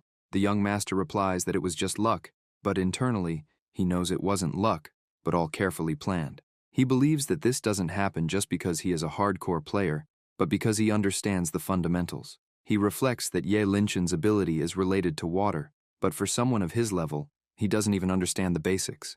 Suddenly, a spiritual shark appears and attacks Ye Linchen, while Long tells him that he is useless and orders him to withstand the hit. The spiritual beast strikes Linchin and activates its explosive ability, landing a direct hit, seriously injuring him and sending him crashing into a rock. Wang Tenglong's group members comment that he is incredible because he even managed to defeat Ye Linchin. Tenglong explains that the little eagle used its feathers as a message to transmit Chen Wujin's location. Otherwise, they would have lost a great opportunity. He orders that when they return, the eagle should be rewarded and well fed for its excellent work. One of his men tells his brother that he can't find it anywhere. The protagonist calls Linchin, showing a roasted eagle, and asks if he is looking for that. Everyone, shocked, screams for the little golden eagle. Long, furious, grabs a spatial pouch and says that Wu Jin will pay for this. He summons a saber-toothed tiger and orders it to take care of them. Wu Jin tells Yao Qing to use the silver serpent dance, but then remembers that the current Yao Qing probably isn't capable of doing it yet. She and her snake look confused, while the young master thinks that it doesn't matter how well he knows the game, because with the palm of his hand, he only needs to teach her how to develop her abilities. He tells Yao Qing that he will show her how to do it and asks her to concentrate. Repeating after him, the plum blossom and the willow are about to bloom. It is time to open the petals. Zhao Qing begins to recite the young master's words. When she finishes, her snake grows and attacks the tiger. Qing orders Lingguo to take care of it. The serpent lunges at the saber-toothed tiger, but it is quickly knocked out. The young master and the girls cannot believe what just happened. While the tiger lowers its guard and advances toward them, the snake suddenly uses its technique and traps the tiger. Long is incredulous, while Wu Jin and the girls sigh in relief, saying that it worked in the end. Xiao Qing's snake takes on a humanoid form, transforming into a serpent woman. When Lingguo attacks the saber-toothed tiger, she realizes she has reached her limit and begins returning to her original form. Xiao Qing thanks Lingguo and says that she did a good job. The protagonist comments that her first transformation lasted very little because it was her first attempt, but he is sure that next time, she will be able to maintain the form for longer. Long, irritated, says that Chen Wujin will pay for this. He takes out a spatial pouch and comments that the saber-toothed tiger was just a warm-up. He then declares that he will not allow anyone to underestimate the Beast King sect and releases several spiritual beasts. Wang Tenglong starts laughing and comments that this is the end for Chen Wujin. The spectators say that the Beast Clan has released all their beasts just to finish him off. One of them comments that Wu Jin has already faced the beasts before and that they are very dangerous, claiming that he is in trouble. Qing calls out to brother Wu Jin and asks what they will do, as there are at least a dozen beasts surrounding them, each with a piece of jade attached to their collars. Long comments that it cost him a lot to acquire all those beasts and that he had to promise the elder that they would win, so he cannot fail. But in the end, he says it was worth it because he will finally get rid of that trash. Xiao Qing, surprised, says that there are so many beasts, and it's terrifying, but she also comments that they won't have to struggle to collect the rest of the jade pieces. Zhao agrees, saying that with the master there, they don't need to worry because the beasts aren't a problem. The protagonist thanks them for their trust but questions whether they are being a bit too carefree. Long, irritated, calls him a bastard and declares that he will not let him underestimate him, saying that his arrogance will be the cause of his demise. He gives the signal for the beasts to attack them all. The protagonist tells Yao Qing and Zhao that this is a good opportunity and that it will help with their training, asking them to pay attention to his movements. Suddenly, a voice orders him to stay quiet, saying that that little bastard belongs to her. When he looks to the side, the young master Wu Jin is surprised to see a storm of chi blades cutting through the spiritual beasts. Ye Linchin uses a chi sword and continues defeating the beasts, which begin to explode. The members of the Beast King sect are in shock. Then, Ye Linchin uses the storm to attack the sect's members, creating a hurricane that sends them flying. The young master watches the scene as Ye Linchin states that this will take care of those pieces of trash, but now it's her turn to settle things. Wu Jin thinks that she is more resilient than he imagined. Ye Linchin calls out to Wu Jin to finish their fight and asks what he is looking at. When she realizes that her clothes are torn, she turns red with embarrassment and yells at him not to look, calling him a pervert. Meanwhile, the members of the Beast King sect, confused, ask what she is doing since she has already defeated them. Ye Linchin, embarrassed, orders everyone to leave and throws them away. Long and his men shout that they shouldn't think they've won so easily and promise that they will return. Suddenly, the jade plates begin falling from the sky. The young master comments that that was easier than he expected. Suddenly, an attack passes near him, and Linchin calls his name. She says that no matter how many jade pieces he has, it will be useless because he is destined to lose. No matter how much he struggles, she declares that there will be no more opportunities for him. Suddenly, an earthquake shakes the ground, and Chen Wujin questions what she is trying to do. asking if Linchin is going to use her isolation technique again. She, confused, asks what he is talking about, and comments that she has no idea what he is saying. Suddenly, a massive dust storm rushes toward them. A voice emerges, asking what they are doing standing there. A man, running in despair, orders them to hurry and flee because a demonic wolf is attacking them. They comment that demonic wolves can smell the blood of their prey and always go after them, making them extremely dangerous to face. The demonic wolves begin eliminating the tournament participants while howling. A member of the Moon sect asks Kuki what they should do. He responds that no matter how powerful it is just a beast, a mere demonic wolf, and that it is no match for them. He then begins using spiritual writing, creating a mass of plants and trying to immobilize the wolves, but the demonic wolf easily dodges the attack. Kuki, surprised, asks how this is possible. Suddenly, the wolf lunges at him in the middle of the forest. The spectators continue watching through the mirror while Master Bai asks if they shouldn't do something since that beast is eliminating the tournament participants. Master Hao responds that as long as the participants don't surrender, they cannot interfere because it must be the will of the heavens, and says they can only trust them. He comments that the island was originally home to these creatures, and that when the beast sect released their pets, it may have awakened the rest of the beasts that were dormant beneath the ground. In other words, when the blood of the pets touched the soil, it caused the demonic wolf to awaken. As Kuki from the Moon sect runs toward the protagonist and his group, Wu Jin, using his spiritual power, creates a barrier to defend against the demonic wolf's attack. The protagonist says that the wolf has been accumulating demonic energy for 1,000 years, and if they only defend themselves, they will be in serious trouble, so they need to find its weakness and defeat it as quickly as possible. Yelinchin, with her flute, tells the young master that just this once, they will work together. However, when she raises her arms to use her flute, her shirt tears even more, leaving her completely embarrassed. Yelinchin remains silent, completely flushed, but Chen Wujin throws his coat at her and tells her to put it on. He comments that he knows they are enemies, but asks what kind of man he would be if he let a woman fight in that condition. He orders Zhao and Xiaoqing to take care of maintaining the protective shield because he will be busy fighting. They respond that they understand.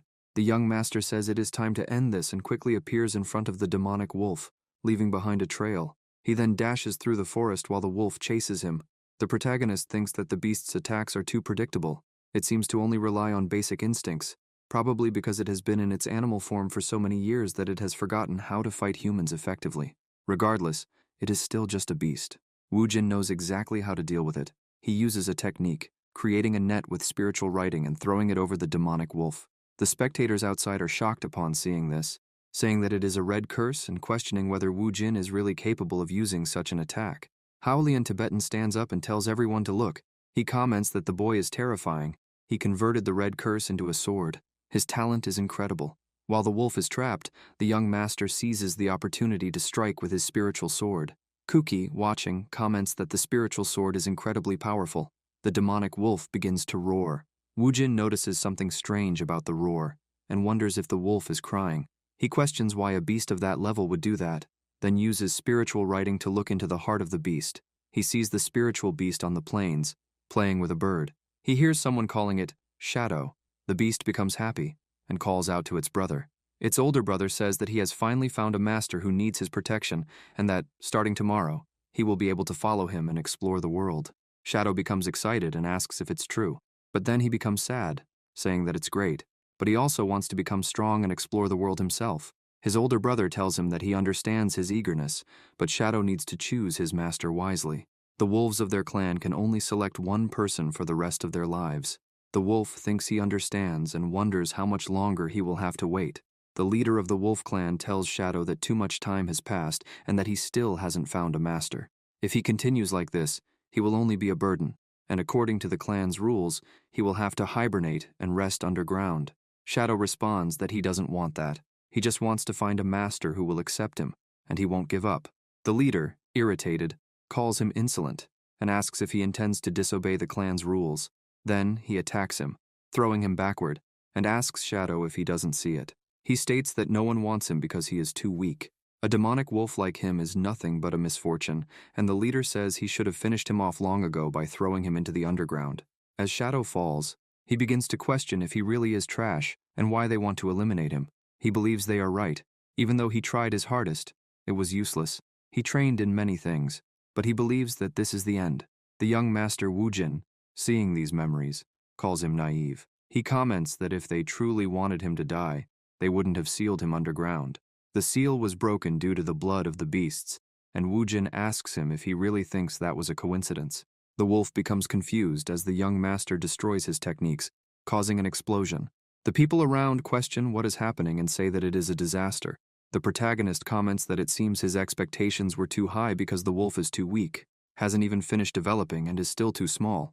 A warrior asks if he really thinks that beast is small and comments that Wu Jin must be delusional. Wu Jin gets an idea and tells Shadow that he is very lucky because fate is on his side.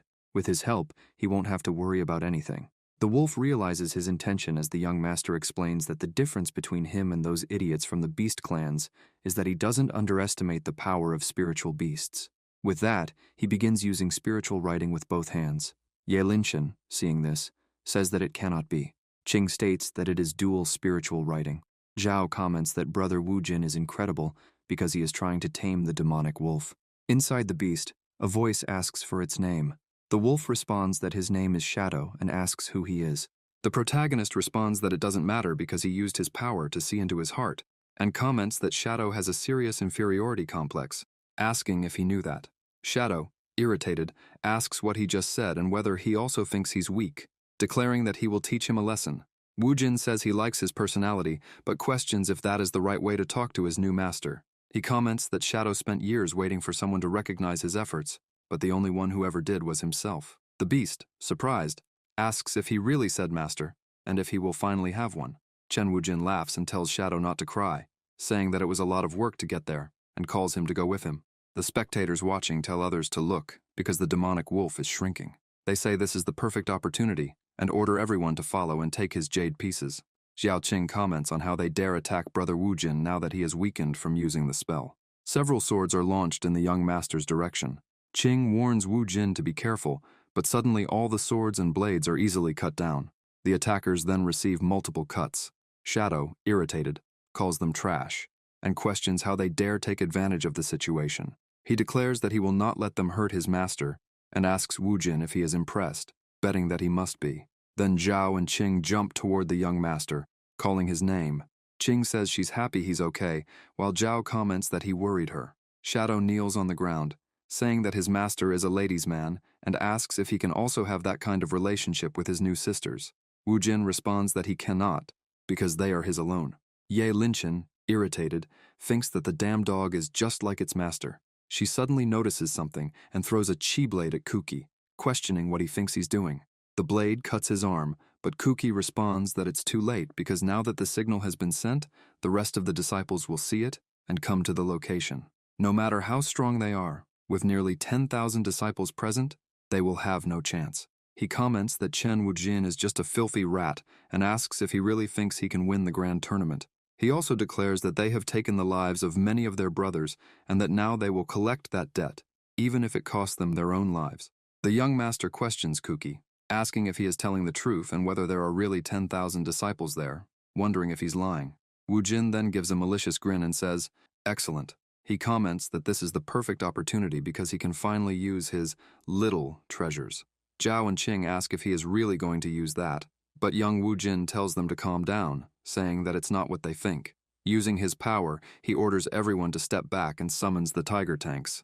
Some disciples start running while Kuki questions what those things are because he has never seen anything like them.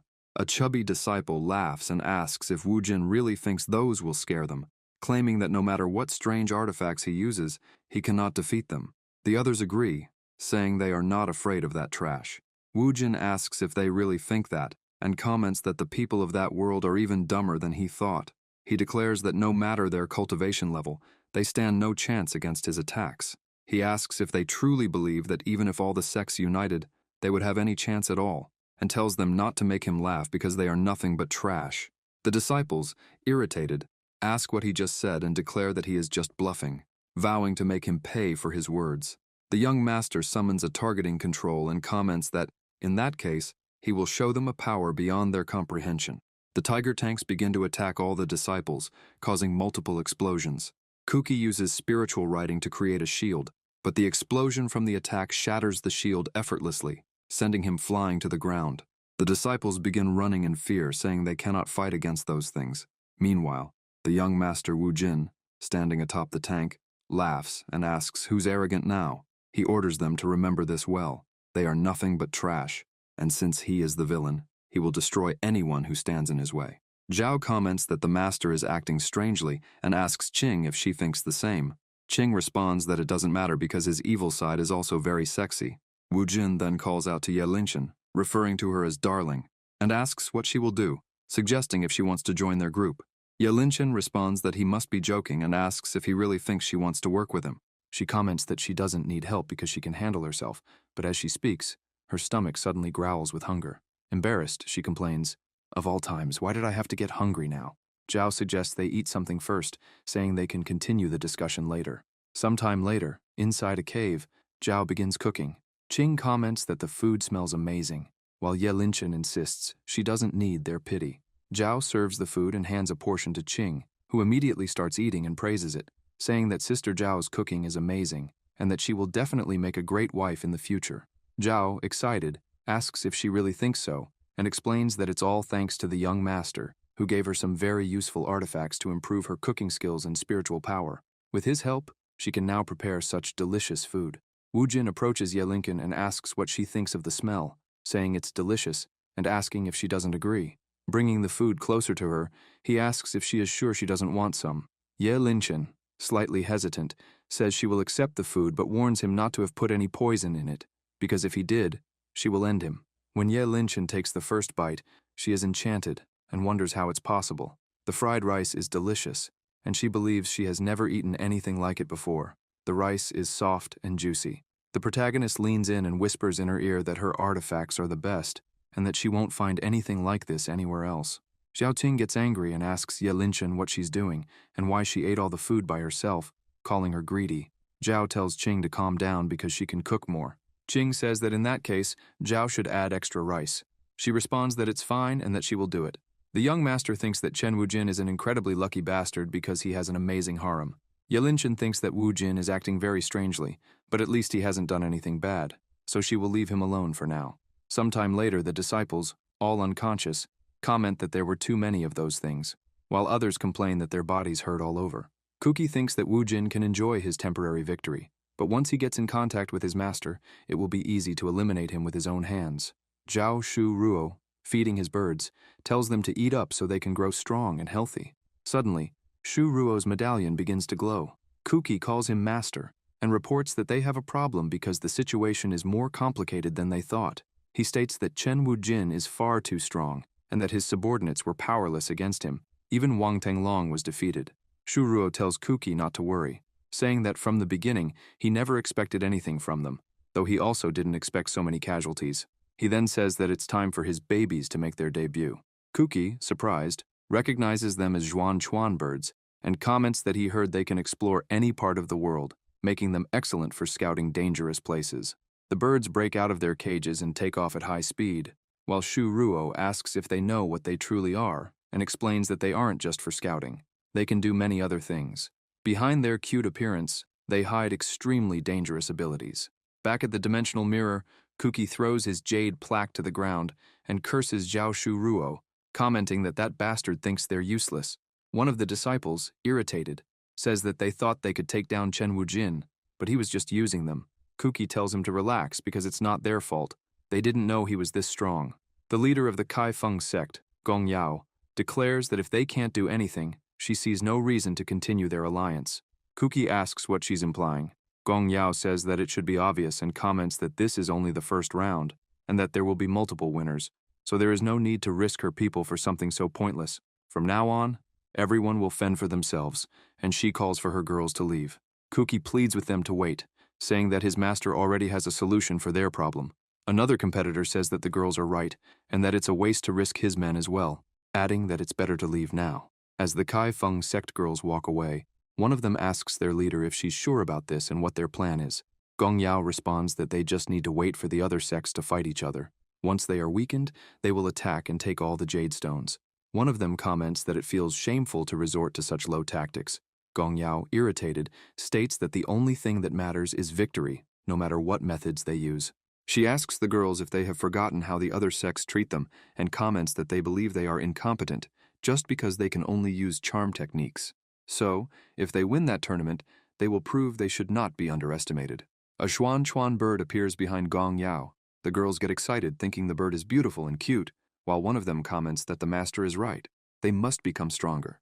That way, they all get excited and say they won't let themselves be underestimated just because they are hot, and they will teach those gorillas that women can also be strong. Suddenly, the Xuan Chuan bird bites the master, making her feel strange. The girls ask if their leader is okay, and she replies that she feels very hot. At that moment, several Xuan Chuan birds fly toward all the girls, and they scream, asking what kind of demonic birds those are. As the birds attack them, the girls start saying that it hurts a lot, while others scream for the birds to get away. Even so, the birds continue their attacks, and they keep screaming for help. Sometime later in the cave, Qing hits the young master while dreaming and says she won't let anyone bother Brother Wu Jin. The protagonist strokes her hair and calls her silly, saying that no one can hurt him now. Qing, still dreaming, says that she loves Brother Wu Jin. The young master comments that even in her sleep, she worries about him and says that his fiancée is adorable. He thinks that being in this body has its advantages, as so many girls care about him. Chen Wu Jin hears a voice calling for help. He goes outside the cave and comments that it's strange, because he swore he heard a woman's voice. Suddenly, a hand grabs his leg, begging for help. Gong Yao, under the effects of the birds, pleads for help, saying she feels too hot. Zhao wakes up asking what that smell is. Then, Qing wakes up, saying that it's a sweet fragrance and that the scent is too strong and irritating. Zhao comments that she doesn't see the master anywhere and asks where he went. Xiaoting wonders if Brother Wu Jin would dare betray her. Lingguor asks if she thinks the young master is with another woman. At that moment, outside, Qing starts shouting loudly for the young master. Suddenly, she is shocked to see the protagonist with his hands raised to the sky, begging for help, while the girls from the Kaifeng sect cling to him, asking why their cutie doesn't want to play with them. Wu Jin insists that it's not what it looks like. The leader, Gong Yao, questions Chen Wu Jin and asks what's wrong, wondering if he doesn't find her attractive. She comments that he is the first man who doesn't look like a gorilla and says she won't let him escape. The young master Wu Jin comments that this woman's charm is too strong and wonders why she is crying. He decides to see what's wrong using spiritual writing and discovers that they have been poisoned by the Xuan Chuan birds. He believes this explains the strange behavior since anyone bitten by them becomes a puppet. The poison has already spread through all their spiritual veins, and their meridians are too weak. If he uses spiritual writing to free her, her body won't be able to withstand it. He thinks to himself that he hopes Qing and Zhao don't kill him. Wu Jin says he feels sorry and comments that he can't avoid it, as their charm is too powerful. He wonders if he should add them to his harem after all. It's not every day that he gets assaulted by so many beautiful women. Zhao and Qing begin exuding a sinister aura and call him by name. Xiao Qing, furious, says that they are not even married yet, and he already wants to sleep with other women, asking if she has been too kind to him. Zhao comments that the master already has them, so he must not let the charm defeat him. Qing grabs Zhao by the arm, angrily, and says that she will kill those hussies. Then, she throws Zhao, ordering them to stay away from her man. As a result, Zhao crashes into Wu Jin, hitting him hard.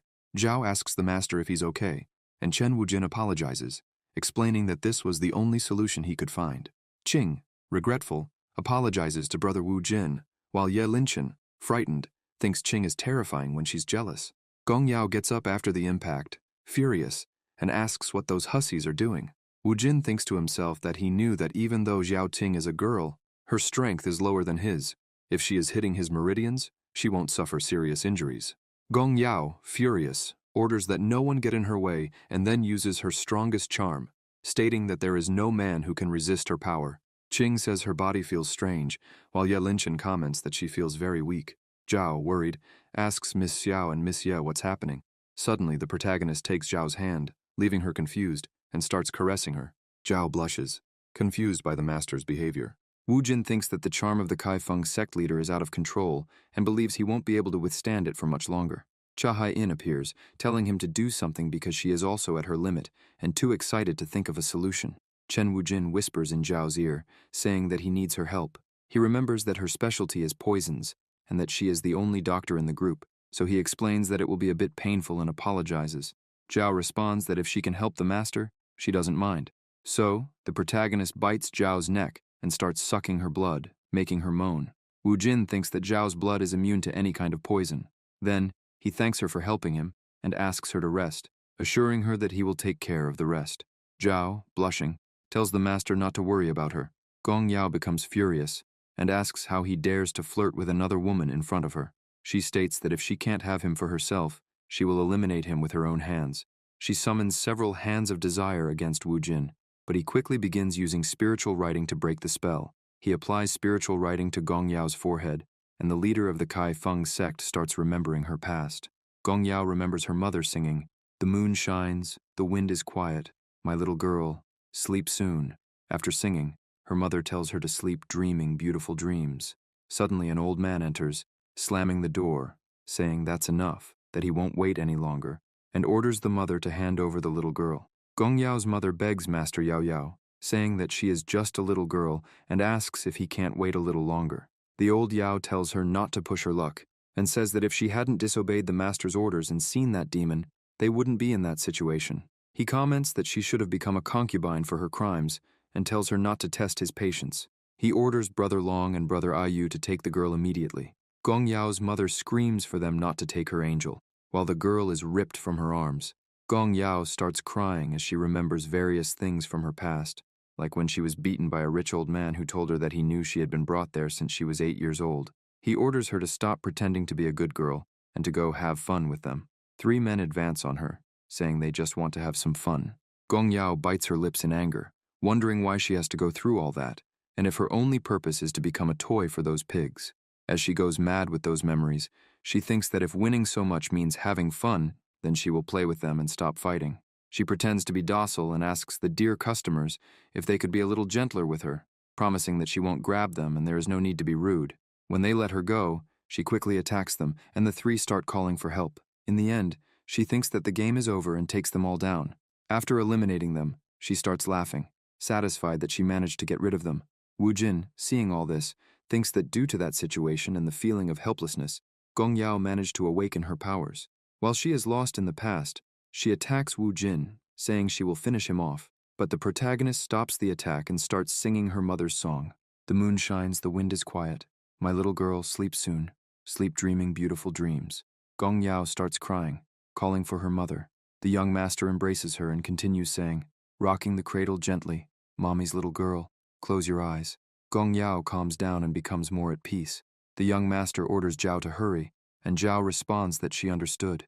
She uses the healing technique, butterflies of life. Then the young master activates spiritual writing and combines his techniques with Zhao's, extracting the poison from Gong Yao and the other bewitched girls. Zhao comments that she absorbed all the poison into her system and will now get rid of it using the disperse technique. Feeling very tired, Zhao is caught by Wu Jin, who asks if she is okay.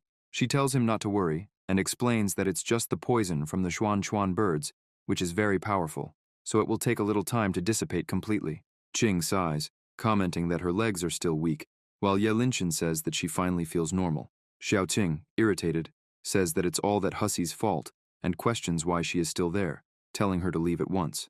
Gong Yao asks her to wait because she just wants to talk. Qing, furious, says that she won't let her get close to Brother Wu Jin. The protagonist asks her to calm down, explaining that everyone is cured. Gong Yao says she just wanted to thank him for saving her, even when he could have attacked them but held back.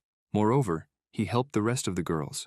She says she knows they are enemies, but would like him to accept them as allies, and comments that the Kai Feng sect will withdraw from the tournament, hoping he will take this action as a demonstration of loyalty.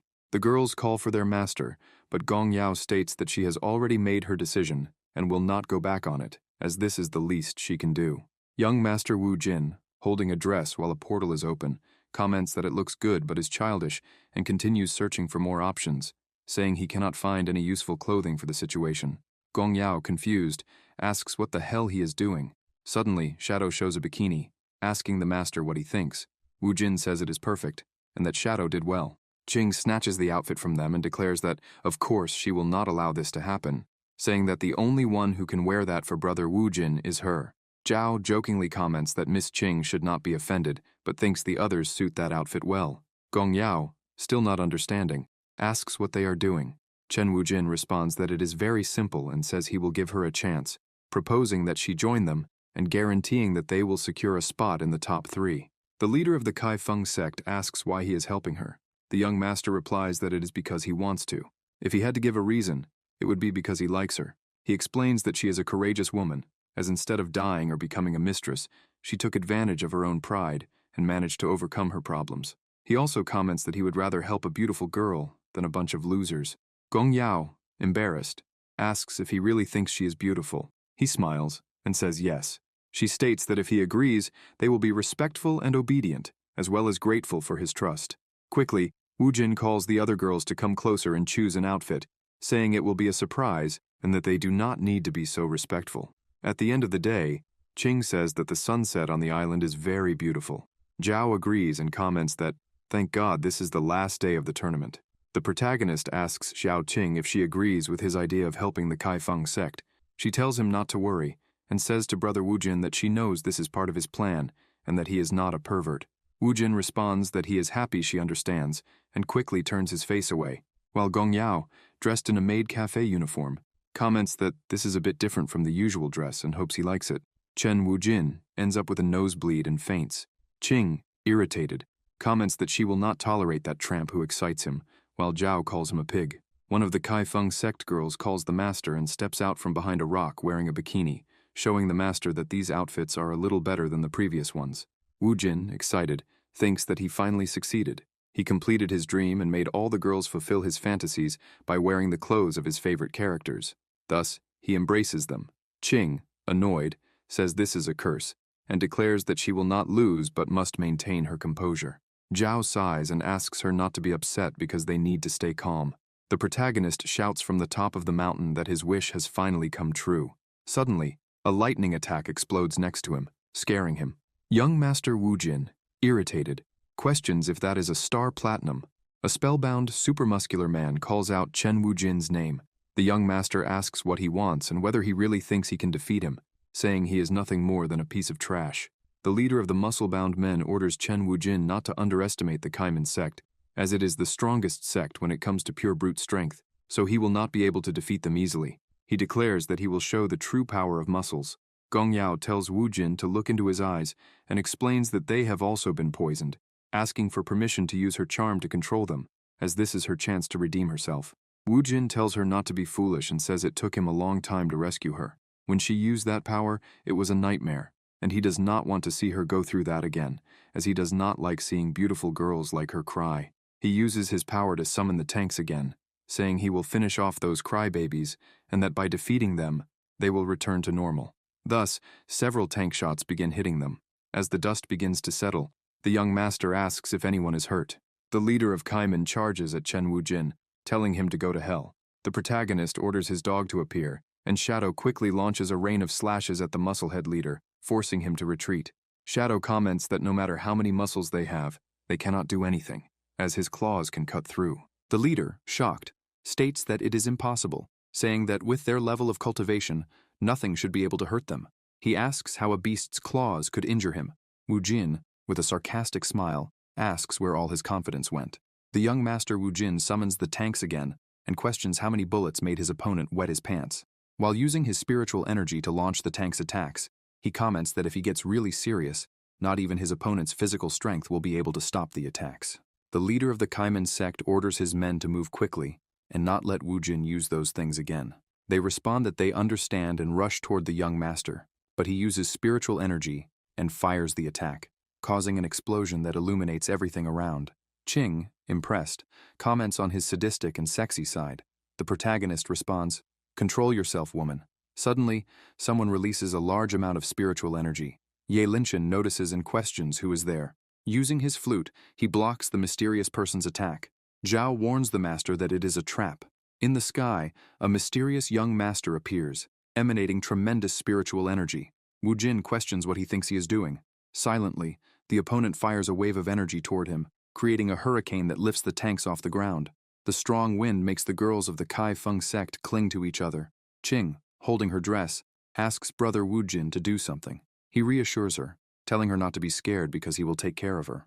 Outside, people watch the energy storm and wonder what is happening and why they can't see anything.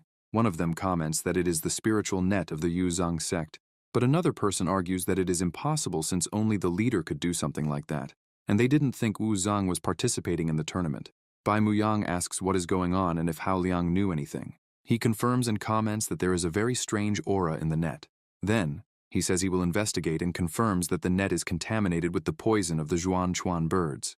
Hao Liang Tibetan questions if he is sure, arguing that the Zhuan-Chuan birds are demonic creatures and would never use something like that in the tournament. Hao Liang Shan comments that someone must have deceived them. One of the Hao brothers states that they need to stop it immediately and have no other option. He suggests suspending the tournament to save the kids. Lian Tibetan, however, opposes.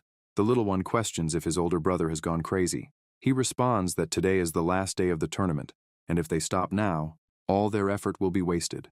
Then, he proposes that once they determine the winners, they punish the people responsible for it. Bai Muyang retorts, saying that he has lost his mind because the net is contaminated with the poison of the Zhuan-Chuan birds, which is too much for the children to handle. Suddenly, someone orders everyone to look.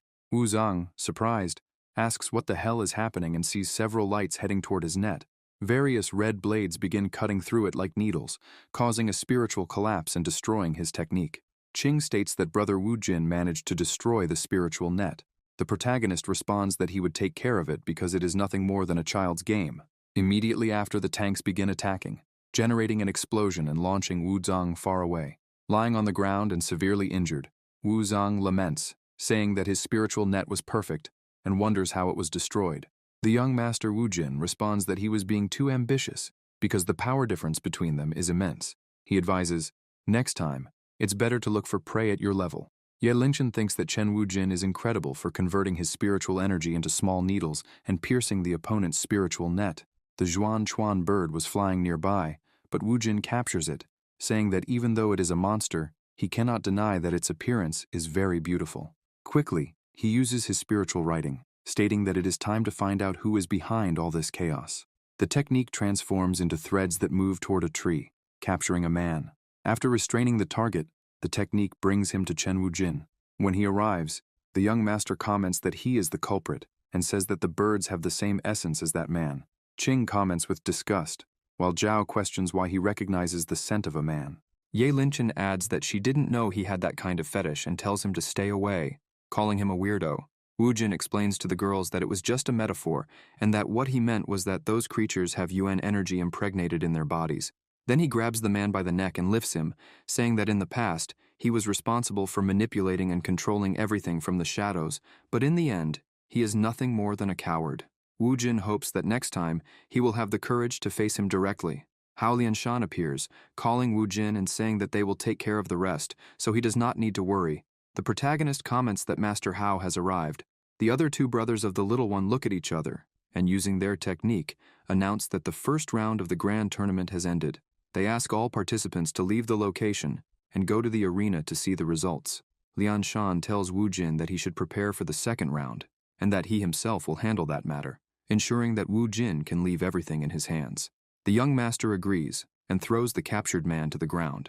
With the end of the first round, the dimensional mirror begins to crack and shatter. Several portals appear, and the people watching the tournament comment that the participants are returning. The survivors begin to make their way back to the arena.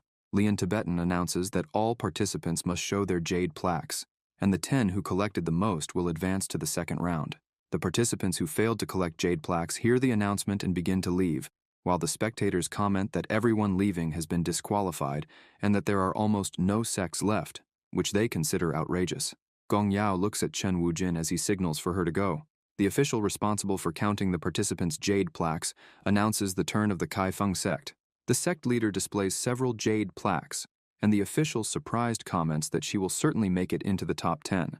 When it is Ye Linchen's turn, she shows numerous plaques, leaving everyone shocked and commenting that, as expected of her, the quantity is impressive. Lian Tibetan informs Wu Jin that they have already counted the jade plaques of all the sects, with only him left. Suddenly, someone calls him ancestor. A young man steps out of a portal and claims that his count has not yet been registered. Spectators wonder where that boy came from. While a woman questions if anyone knows him, one of the spectators responds that they don't, but notices that his clothes are from the Bitao sect. Lian Tibetan asks if he belongs to the Bitao sect, and the boy confirms, explaining that he joined the sect 2 days ago, and in fact, did not expect to participate in the grand tournament. Lian Tibetan agrees but questions how he doesn't know him despite wearing the sect's clothes. The young man apologizes and explains that he forgot to mention that he was recommended by a man from the Huo Yun sect. Lian Tibetan says that, in that case, the young man can show his jade plaques. The boy responds that's fine and wonders if that is Chen Wujin. Then, he displays an enormous number of jade plaques, stating that he thinks he surpassed Ye Linchen and asking what they think. Spectators comment that the boy must be strong but wonder why they don't know him, given the impressive number of plaques. Lian Shan tells Wu Jin that only he is left and asks if he thinks he can win. The mysterious boy laughs and asks if he really won the first round. Chen Wujin replies that he wouldn't be so sure and orders Shadow to appear. Shadow grabs a dimensional pouch and starts pouring out jade plaques on the ground non-stop. Spectators, seeing the absurd quantity, comment that it is ridiculous and that, although they knew Wu Jin was strong, that number of plaques is unimaginable. Lian Tibetan announces that the winner of the first round is Chen Wujin and states that as a prize, he can choose 2 sects to be his companions.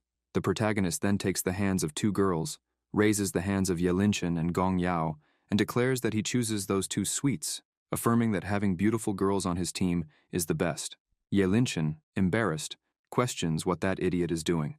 Suddenly, a voice manifests, saying that Wu Jin is making a mistake. The boy from the Batao sect, who came in second place, asks why they are not on the same team, since that would increase their chances of victory, and questions if Chen Wujin does not agree.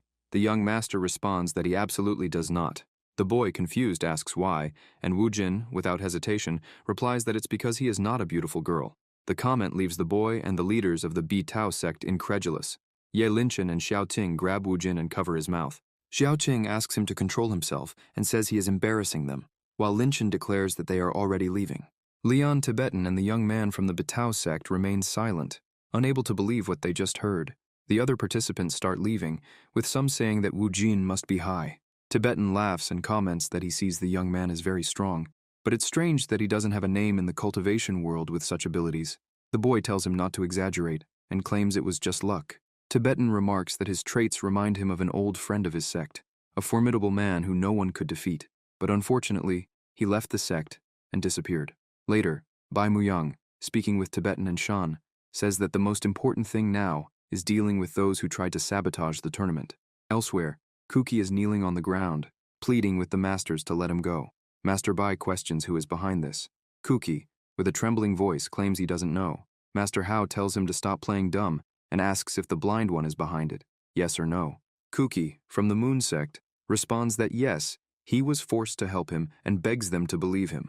Tibetan uses his finger blade technique and says that was exactly what he wanted to hear. He orders Kuki to deliver the message to his master, to get out of his sight, and to warn him that they will take care of him personally. Kuki says he understands and leaves with a cut arm. Shan asks if they should act. Tibetan tells him not to worry, saying he knows Shan is impatient, but he wants to test Wu Jin a little more. He comments that Wu Jin is a boy with great potential, and if they helped him now, they might hinder his progress. However, this time, his enemy might be difficult, and when the moment comes, they will intervene. After all, death is not an easy enemy to deal with. A servant informs Shu Ruo that Master Shang is waiting for him. Shu Ruo carries a basin of water. As he walks, he hears his name being called. Shang tells him to come quickly and stop acting like an idiot, reminding him that he knows the rules. While Shu Ruo washes Master Shang's feet, Shang comments that this time, he caused a commotion, so the elders are watching them. Ruo apologizes, saying he hasn't been a good subordinate. While massaging his master's feet, he pleads for mercy and forgiveness for his failure. Shang questions what he should do with him and asks if he is sure he didn't fail on purpose. Shu Ruo immediately denies it, saying he would never dare. Shang orders him to stand up and grabs him by the neck, stating that he does not tolerate lies. He comments that he knows Ruo is very intelligent and a great strategist, but feels that he is not putting in his full effort. Shu Ruo begs for his life and admits he didn't expect the enemy to be so strong. He swears he won't fail again, and insists that he has always been loyal. Shang releases him and says that he notices Ruo is still good with words and, indeed, has been very useful, proving to be a valuable subordinate. That is why he holds great consideration for him. However, he grabs him again, stating that as the sect master, he cannot make exceptions, and that Ruo must be punished. Shu Ruo pleads for him not to do it. Master Shang throws him onto the bed.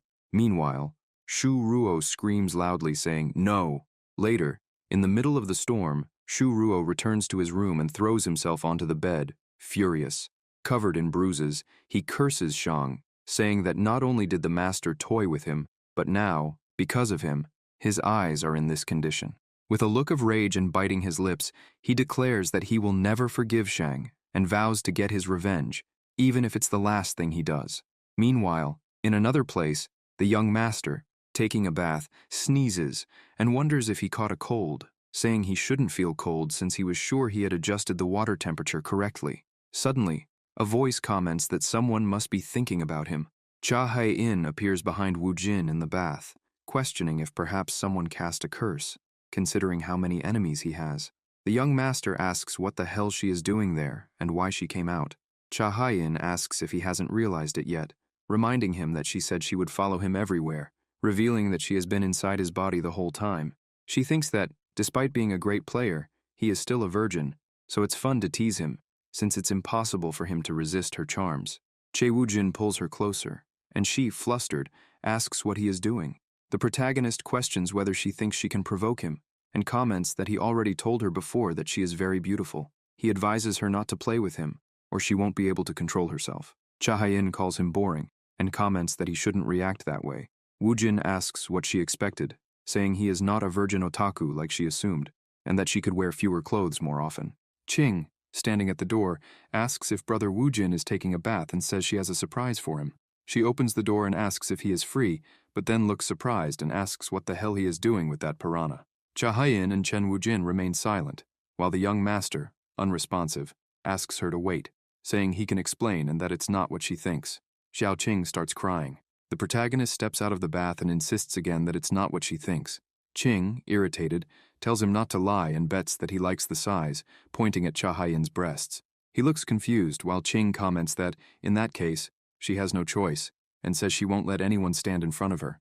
She adds that since he likes them so much, he can take a look at hers.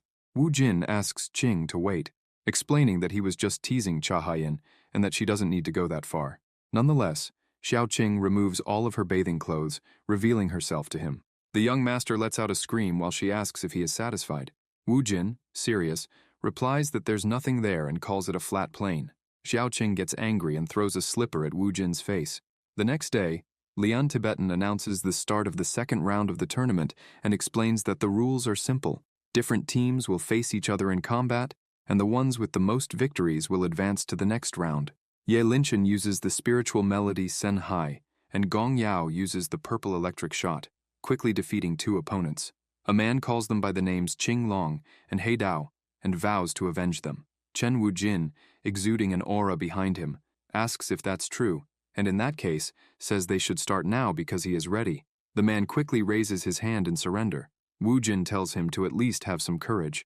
Gong Yao, emanating electrical power, comments that it's incredible. Chen Wujin says it seems the lessons were a success, and that she already knows the basics, and will soon be able to master everything completely.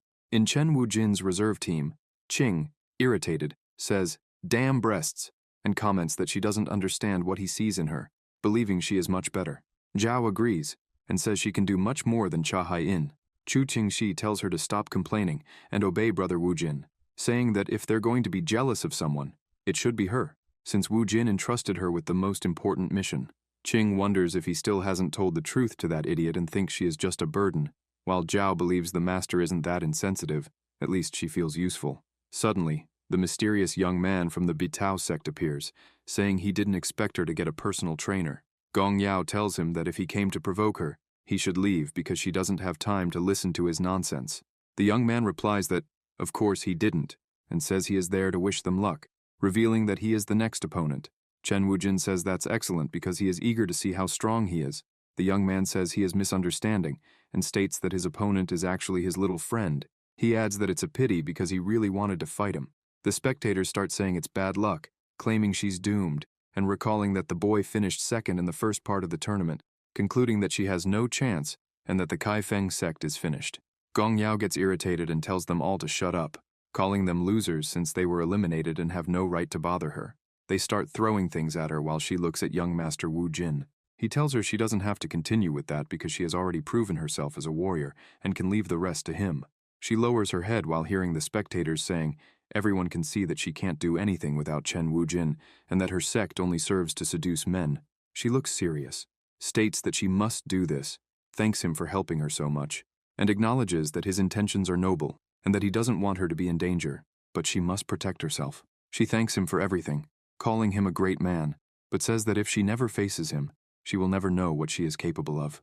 Quickly, she performs the spiritual writing, summons purple lightning into her arrows, and fires an electric shot, creating several purple beasts in the shape of arrows. The spectators, surprised, comment that they are dragons, that she managed to master spiritual transformation, and admit they didn't know the Kai Feng sect had someone so strong, highlighting that her spiritual power is overwhelming. The mysterious young man from the Bitao sect finds it interesting and says maybe she can entertain him a little. When the attack is about to hit him, Zekken jumps over the dragons and says that, for someone with a much lower cultivation base than his, the attack is not bad at all. He then delivers a knee strike to the last of the dragons. Ye Linchen thinks it's impossible and wonders how he blocked such a powerful spiritual attack so easily. Gong Yao says she is not done yet and launches 2 more attacks toward Zekken, causing an explosion on the ground and raising a cloud of dust. The leader of the Kai Feng sect wonders if she succeeded. Zekken says that no matter how many tricks she uses, all her attacks are useless, and no matter how hard she tries, she is no match for him. He promises to honor her efforts with his next attack, tells her to prepare, and holding her arrows, says he is coming. While controlling the arrows, he warns that if she doesn't want to be seriously injured, she should leave the arena immediately. Gong Yao thinks she needs to dodge, but as she moves, she realizes the arrows are following her. Quickly, young Wujin interferes in the fight, protecting her from the arrows. Zekken remains silent. Gong Yao gets angry and questions what he thinks he is doing, saying she still has many techniques and can defeat him. Wujin says that's enough, tells her to stop acting like an idiot, explains that he respects her will and desire to fight, but if that attack had hit her, her meridians would have been destroyed. He asks if she wants to become crippled just to prove to some idiots what she is capable of. Suddenly, someone calls her Yao Yao. Qing tells her to stop being so stubborn and listen to Brother Wujin, asking if she still doesn't understand, and pointing out how worried he was about her, yet still let her fight.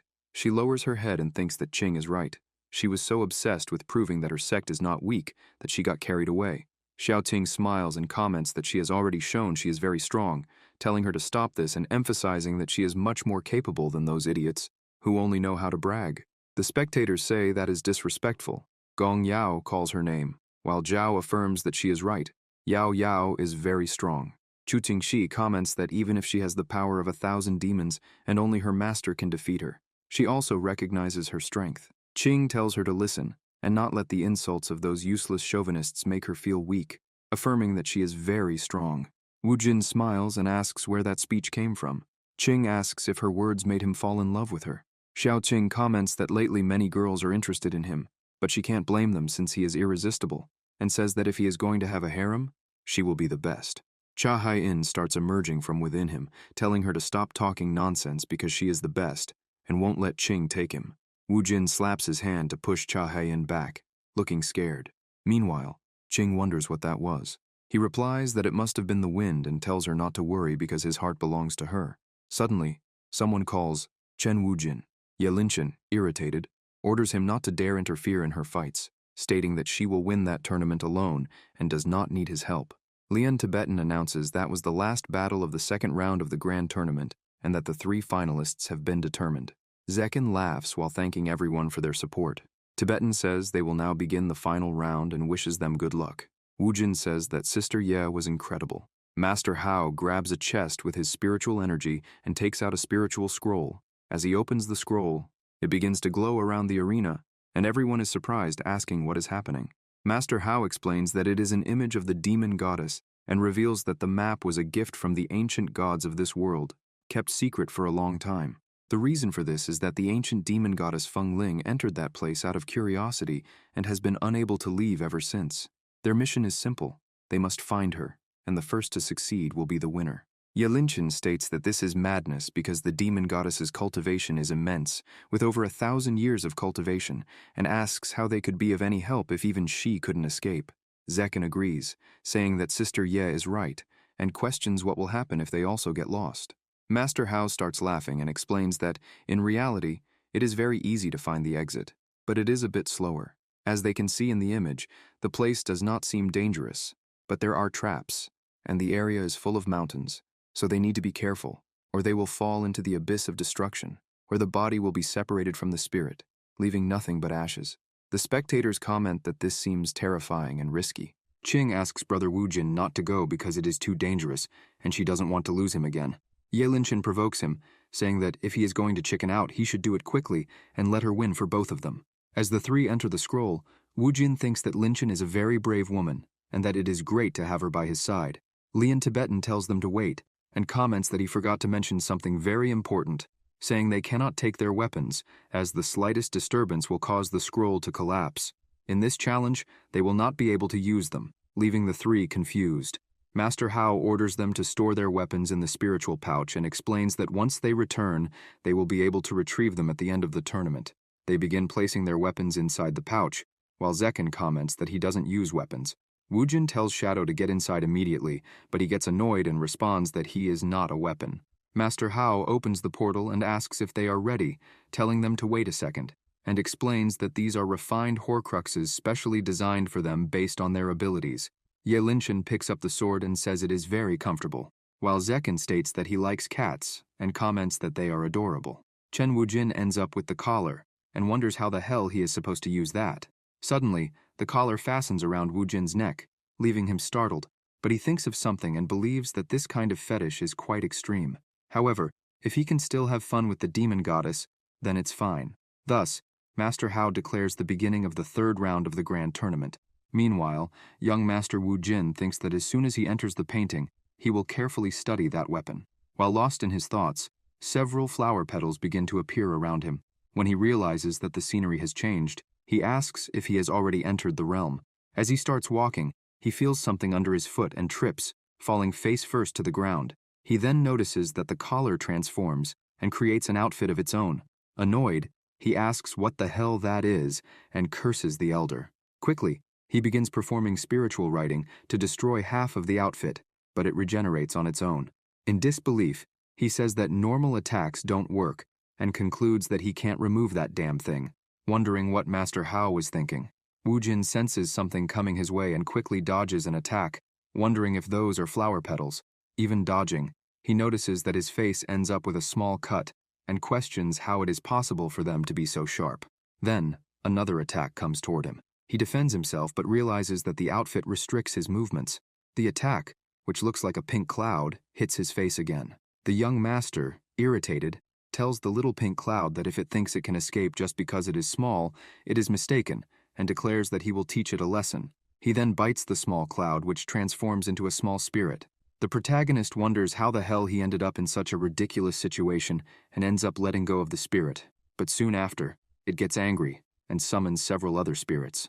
Seeing this, Chen Wujin comments that the thing has a bad temper. They start attacking him, while Wujin asks if they are using their hair to attack him, and comments that it might be made of steel since it is as hard as it. Annoyed, he says that's enough, stating that the creature has exhausted his patience, but warns it not to think that he will let it go just because it is pretty. However, he believes he cannot hurt it because it is too adorable, and thinks that when it comes to beautiful women, he can't fight properly since he is very bad at dealing with them. He wonders how Ye Linchen is doing, and thinks that if she were there, she would handle it easily. Elsewhere in the realm, Ye Linchen is fighting a giant green monster. After defeating it, she takes a deep breath and says she needs to find Chen Wujin, wondering where the hell he is. Suddenly, in the swamp where she stands, the water starts moving and bubbling. Another swamp monster appears, and Ye Linchen, irritated, curses and comments that these things just won't stop appearing. She believes it is too late to defend herself with spiritual writing and finds it difficult to use that sword since every time she wields it, it gets heavier. Suddenly, Zekken's cat appears, effortlessly slicing the monster in half, and then a powerful spiritual force explodes the creature. Zekken comments that it is shameful for the sword sage, Ye Linchen, to have to be saved by someone, saying that Wujin and he are beyond her level. She tells him to shut up and explains that the sword is too heavy, so it's not her fault if the elder gave them defective weapons. She asks why his cat seems normal.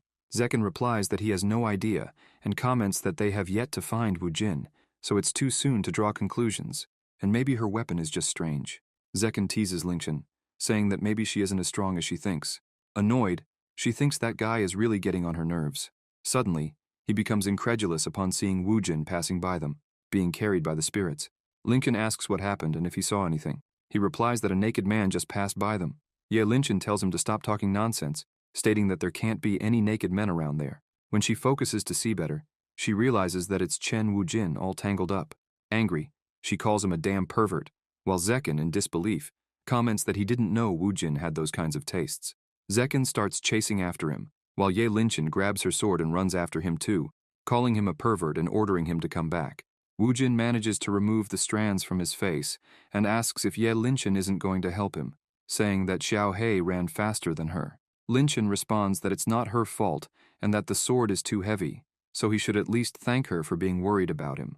Zekin asks if Xiao He is him, but Linchin explains that Xiao He is a feline spirit. Furious, Ye Linchin says he has a lot to explain. She begins using spiritual writing and launches a technique that traps the spirits, telling Wujin to hold on a little longer because she will free him immediately. When she uses spiritual writing again, Chen Wujin calls her name. She asks what happened, and he asks her to be careful. Ye Linchin blushes, saying that this isn't the time to worry about her, calling him an idiot and reminding him that he is the one in trouble. The protagonist explains that he wasn't referring to that and asks her not to hurt those little beauties because they are too adorable, and he doesn't want to see them harmed. Lincoln and the spirits look confused. Suddenly, she stops running and starts laughing, saying, "So that's it." Then, exuding a sinister aura, she comments that she had been worrying about him like an idiot, but tells him not to worry, as she will take very good care of those little beauties. Chen Wujin says Ye Linchin did it, and the spirits finally untie him. Then, Ye Linchin delivers a sword strike infused with wind, transforming the spiritual attack into an Oni shape. When it hits, the strike sends Wujin flying. As he falls toward a tree, a woman is leaning against it. Linchin warns the protagonist to be careful and look behind him, while Zekin, watching the scene, comments that the woman is huge. Chen Wujin, confused, asks what they are talking about, but in doing so, he crashes into the woman. Dazed from the impact, he comments that the sensation is very soft and that his neck is killing him. A voice says that this is shameful, leaving Wujin puzzled. The giant woman comments that her breasts are weaker than that little one and says she thought they were firmer. Ye Linchin asks what the hell is going on, tells the woman to watch her mouth, and calls her a pervert. Wujin thinks that she is enormous. The giant asks if she was called a perverted woman, and comments that it has been a long time since anyone has said that to her. She says that all the creatures in this place revere her as a queen, and, while holding Wujin's collar, remarks that poor creatures don't realize they are inside a painting. She starts examining Chen Wujin and asks if he is her food, saying that it has been a long time since she has seen such delicious meat. Ye Linchin tells Chen Wujin to do something and asks if he is going to let that vulgar woman have her way with him. He asks if she thinks he enjoys this, and comments that the damn collar is suppressing him. He says he thought he would be the one in control and declares that he is not a sadomasochism fanatic, much less wants to play the submissive role. The demon goddess tells him to struggle as much as he wants, but explains that those weapons were deliberately made by old Hao, so he won't be able to do anything. She says he is very skilled, has a beautiful body, and that she will have fun with him before finishing him off. Zekin comments that he wouldn't be so sure and throws his Xiao He. The cat scratches her, making her release Wu Jin. The goddess tells the cat to stay away, but it returns to Zekin, who questions if that is all her weapon can do.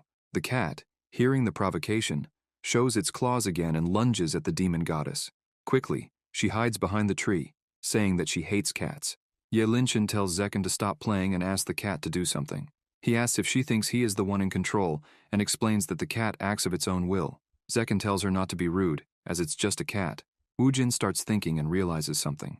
He remembers when Master Hao gave them those weapons and how none of them worked as expected. The only one behaving unpredictably is that cat, and maybe, if he thinks of the weapon as just a simple piece of iron, he can do something. Thus, he begins using spiritual writing. Lincoln asks what he is doing, while Wujin thinks he just needs to adjust his body's temperature. Now that it's hot, he needs to cool it down. Ye Linchin, watching the scene, comments that it's incredible and acknowledges that he is using the Jinghai technique. The protagonist realizes that he succeeded. The goddess's control is weakening, and his outfit is returning to normal, breaking the collar. Chen Wujin celebrates, saying that he did it, and is finally back to normal. Lady Ye asks if he broke the Horcrux. The queen then strikes the cat with a whip made of vines and says she won't let a bunch of brats humiliate her, asking if they really think a stupid cat can stop her. Zekin runs to the cat and asks if it's okay.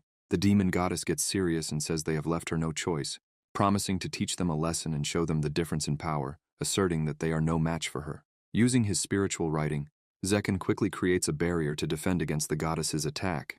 Yelinchen also starts using spiritual writing to protect herself, but realizes the sword is getting in the way, as it drains too much spiritual power. Her technique is broken because of this, and when the demon goddess's attack is about to hit her, Chen Wujin reflects it. Meanwhile, Linchen wonders if the sword is regaining control. Suddenly, the sword begins to explode. Yelinchen asks if she is finally free, but she feels exhausted and says the sword drained too much of her spiritual power. Chen Wujin picks her up in his arms and apologizes, asking her to put her hands around his neck. Linchen, blushing, wonders if he is helping her replenish her spiritual power. The demon goddess's attack comes towards them, surrounding them, but Wujin uses his spiritual energy to repel the attack and asks what happened to the sword sage Yelinchen, questioning if she can't handle a dumb sword. He comments that besides being beautiful, she is also strong and cannot give up so easily. She pouts and starts lightly punching Wujin, telling him to put her down and not to treat her like a princess because she doesn't need his pity. The goddess, irritated, glares at them and calls them damn brats, saying they are nothing more than her food. She begins exuding a powerful energy and declares that if they want to die so badly, she will fulfill their wish with pleasure. Suddenly, she notices something, realizes her power has dissipated and falls to her knees, saying it can't be. Zekken asks what the hell happened, and if it was because she carries those enormous things in front. The protagonist says he isn't 100% sure, but he believes that staying in the painting for so long has affected her cultivation, meaning she is out of practice. He also mentions that the herbs and trees there are sustained by her spiritual energy. The demon goddess replies that she won't say anything. The young master explains that they have no problem with her, and only want to leave the painting, then asks why she doesn't come with them. She questions what makes him think she wants to leave and, angry, says she understands now, blaming that old man. She says that every year Howlian never stopped bothering her and wonders if he enjoys torturing her. She starts exuding a strong aura again and shouts that she won't listen to them, saying that in that case, she only has to finish them off. Zekken comments that her demonic aura is very strong and that they are no match for a goddess who has been cultivating for thousands of years. Chen tells him not to give up and says that, fortunately, they are inside the painting, so they still have a chance. The demon goddess begins increasing her aura and declares that she won't let them escape. The aura grows so strong that the wind around them becomes intense, but suddenly, the goddess and her aura disappear, leaving the three of them confused and wondering if that's all. Suddenly, everything around them starts to shake. Yelinchen says they need to get out of there. The protagonist says they can't, as the energy the goddess released is causing the entire painting to shift, and if this continues, it could collapse at any moment. They need to work together to stabilize it. Zekken starts vomiting profusely, and Wujin holds him up, telling him this is not the time to get sick and ordering him to endure. The ground around them starts crumbling, but Chen Wujin is shocked to see a golem emerging from the earth. The golem asks what is happening and comments that 3 ants are bothering him. Yelinchen starts feeling dizzy due to her fear of giants, and Wujin holds her too, thinking, damn, not her too. The golem orders them to reveal themselves, while the protagonist covers Lincoln's mouth to keep her from vomiting. The golem asks if they think they can hide from him and says it's a pity, because now that they are on his body, they won't be able to escape. Suddenly, several other golems begin to rise, walking toward them. The golem adds that he hopes they can entertain him for a while. Suddenly, the part they are standing on starts to collapse. Chen Wujin leaps, holding Zekken and Linchen, calling the golems a bunch of crap and questioning what kind of cosplay this is, wondering if they think they are a Cthulhu or a mountain giant. He comments that he has seen many monsters like them in his games, and that being mere NPCs, they stand no chance against him, the villain of this story. The golem tries to crush them, but the protagonist leaps to the top of the mountain. The leader of the golems commands his brothers to finish them off and not underestimate them. Chen Wujin says that the other 2 are out of commission and that he needs to do something. He asks Yelinchen to listen and put her arms around his neck, telling her to just follow along and not argue. He also orders Zekken to snap out of it, calling him useless and slapping him multiple times, telling him to react. Zekken opens his eyes and asks if the earthquake is over. Chen replies that they don't have time for that and need to face that thing. Zekken asks what thing, and then they notice a punch from the golem coming their way. They barely dodge it, and Zekken comments that the golems think they can win just because they are big. He then uses spiritual writing to deliver multiple strikes to the golem's arm, causing an explosion, and asks if that's all they have. The protagonist, observing, thinks that Zekken knows how to use spiritual scriptures and is incredibly strong. believing that only a few had mastered them in the game, and among the Bitao sect, their numbers are even fewer. He comments that he might have underestimated Zekken and admits that he is much stronger and more talented than he initially thought. Zekken asks what he is talking about, and Chen Wujin responds that it's nothing important, saying he was just praising him, and that now it's time to finish this. Chen explains that only those who have reached the heavens can use this technique and summons the lightning storm. Zekken tells him to stop boasting and attack already. Thunder begins to appear in the sky, and lightning strikes down upon the golems, causing them to fall apart. Zekken realizes what happened and understands that lightning is the golem's weak point. He wonders why he didn't think of it earlier and calls himself an idiot. Chen Wujin warns him to be careful, and Zekken quickly uses the earth technique, creating a barrier to stop the demon goddess's vine attack. Reassuring Wujin that he is always alert, he then uses the ice technique. The goddess calls them damned ants. Suddenly, Wujin appears whispering in the goddess's ear, asking if she really thinks he can't see through her facade. The protagonist, using a technique and creating several tentacles, comments that a painting will always be a painting, and that it is inevitable for it to fade with time. He asks why she continues this farce. Hearing these words, she recalls something. A white-haired man had appeared in the forest in the past, saying that this place was nothing more than an illusion, a dream world, and questioned what was the point of continuing with it, asking what meaning there was in clinging to an empty shell. The small fairies within the painting were beautiful. She thought, just an illusion, all of it in vain. If that was the case, then that strange man entered her life. His aura was that of a god. He saw her, found her adorable, and asked why she didn't smile. In response, she bit the man's finger, and he commented that, in the end, she had some character. He said he had a little time before his soul returned to the void and asked if she wanted to keep him company, calling her little one. Using spiritual writing, he said he would help her evolve, so it was time for her to grow. Thus, he made her grow and commented that he hadn't expected her to get so big. After growing, the goddess asked what he had done to her and demanded that he return her to normal size. He responded that her race was born from those strange flowers, so he had only helped her evolve faster. He also said that she needed a name, and it would be Tinghua. The ancestor commented that he would stay in that mountain for some time and told her to consider herself lucky, as she would be accompanied by a benevolent and powerful god. Although his words were confusing, she felt a powerful energy in him. At first she only wanted to devour him, but as time passed they grew closer, and she discovered that he also had a very kind heart. While the golems tried to attack her, he helped her, ordering them to stay away from her. He was very powerful and easily destroyed the golems, but she, embarrassed, told him not to interfere and that she could take care of herself, adding that she never asked for help. The god laughed and said he wouldn't complain, but his body was covered in bite marks because of her, so she should control herself a little when feeding on his blood.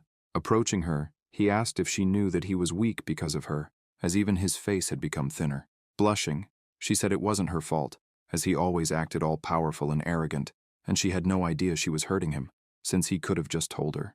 The god called her silly, and said it was his duty to take care of her because she would always be his little devil, and if he couldn't do that, what kind of master would he be? He told her not to feel guilty and to look ahead or ask for help if she needed it. While feeding, she called him a fool and said she could do it alone. Amidst the mountains and landscape, the ancestor asked if she didn't think it was beautiful, and commented that he had lived for over 10,000 years. But this was the first time he had felt at peace. Tinghua was the happiest creature in the world until it happened. Crying, she begged her master not to leave her, saying that he was abandoning her, and calling him cruel because she didn't want to be left alone there. The god, before leaving, told Tinghua that he was proud of her because she had truly grown.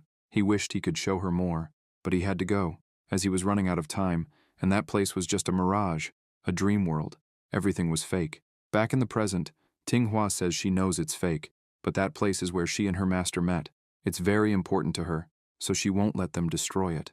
Wujin calls her a poor demon goddess, and comments that basically her master patted her on the back, made her grow, and then left her alone, suffering for thousands of years.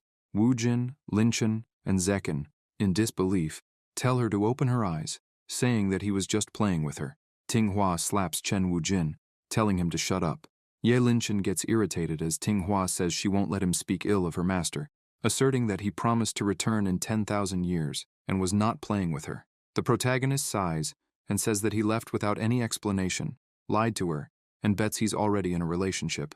Linchen comments that he has a lot of nerve to say that.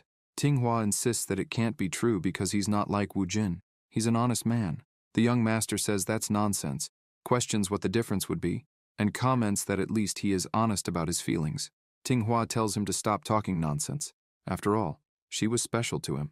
He chose her among all the fairies, and he even used his spiritual energy to help her evolve. Wu Jin asks if she really thinks it took a lot of energy to help her and calls her naive, asking if he did it using spiritual writing on the spirit, thus making the little fairy evolve. He asks what Tinghua thinks. The fairy evolves, ending up nearly naked and incredibly beautiful. Zekken, smitten, comments that she is exactly his type. The fairy shrinks to the ground, calling him a pervert. Chen Wujin says that the method is actually very simple, and that she was just too inexperienced to know that. Tinghua falls to her knees, saying how could this be possible? The protagonist says it seems it's time for her to wake up and comments that there are things she won't believe if he's the one saying them. Then, he uses spiritual writing and tells her to let the rest of Qinghong's soul in that painting explain it to her. Tinghua calls his name and quickly rushes toward him, relieved that he's still there. Qinghong says he never thought he'd see her again, gently stroking her head. Somewhat confused, he wonders if he got it wrong and starts calling her by various names, such as Yuhua and Jiahua. She asks what's wrong with him and says her name is Tinghua.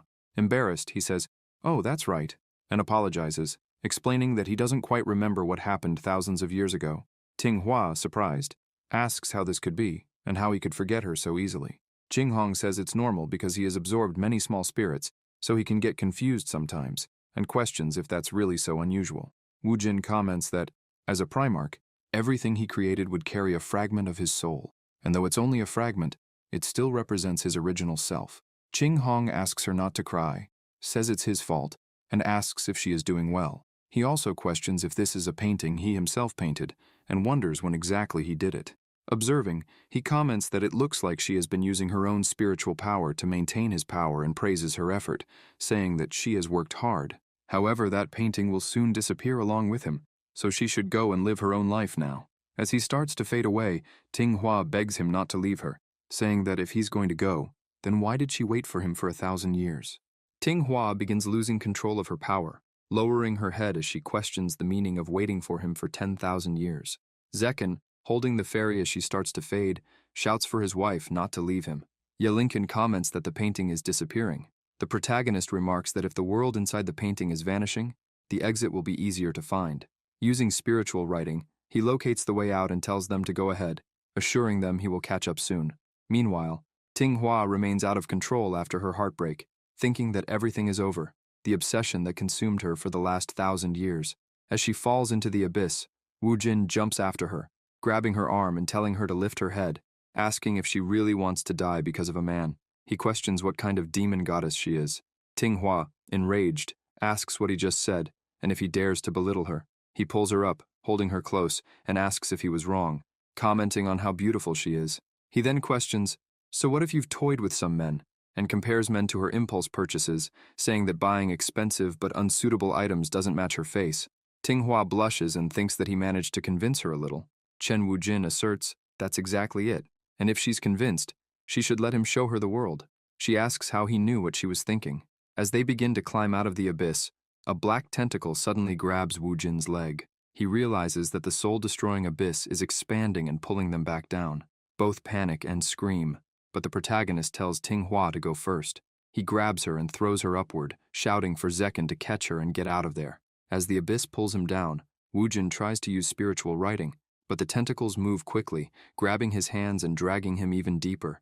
Ye Linchen says she wants to save him, but Zekken stops her, saying that the soul-destroying abyss is below, and she'll die if she goes after him. He thinks about how they haven't even decided who the winner of the tournament is, and wonders if he should let Wu Jin's life end just like that. Then, he orders the two to leave first. Falling deeper, Chen Wujin mutters that it's over, that he will lose his life before even reaching his goal, and regrets dying as a virgin. He wonders why he was such a noble knight before, and assumes this must be karma. He really wanted to live longer. Suddenly, someone calls his name, and he asks who it is. Imagining it to be Yelinchen, he gets emotional and remarks that she really is the female protagonist.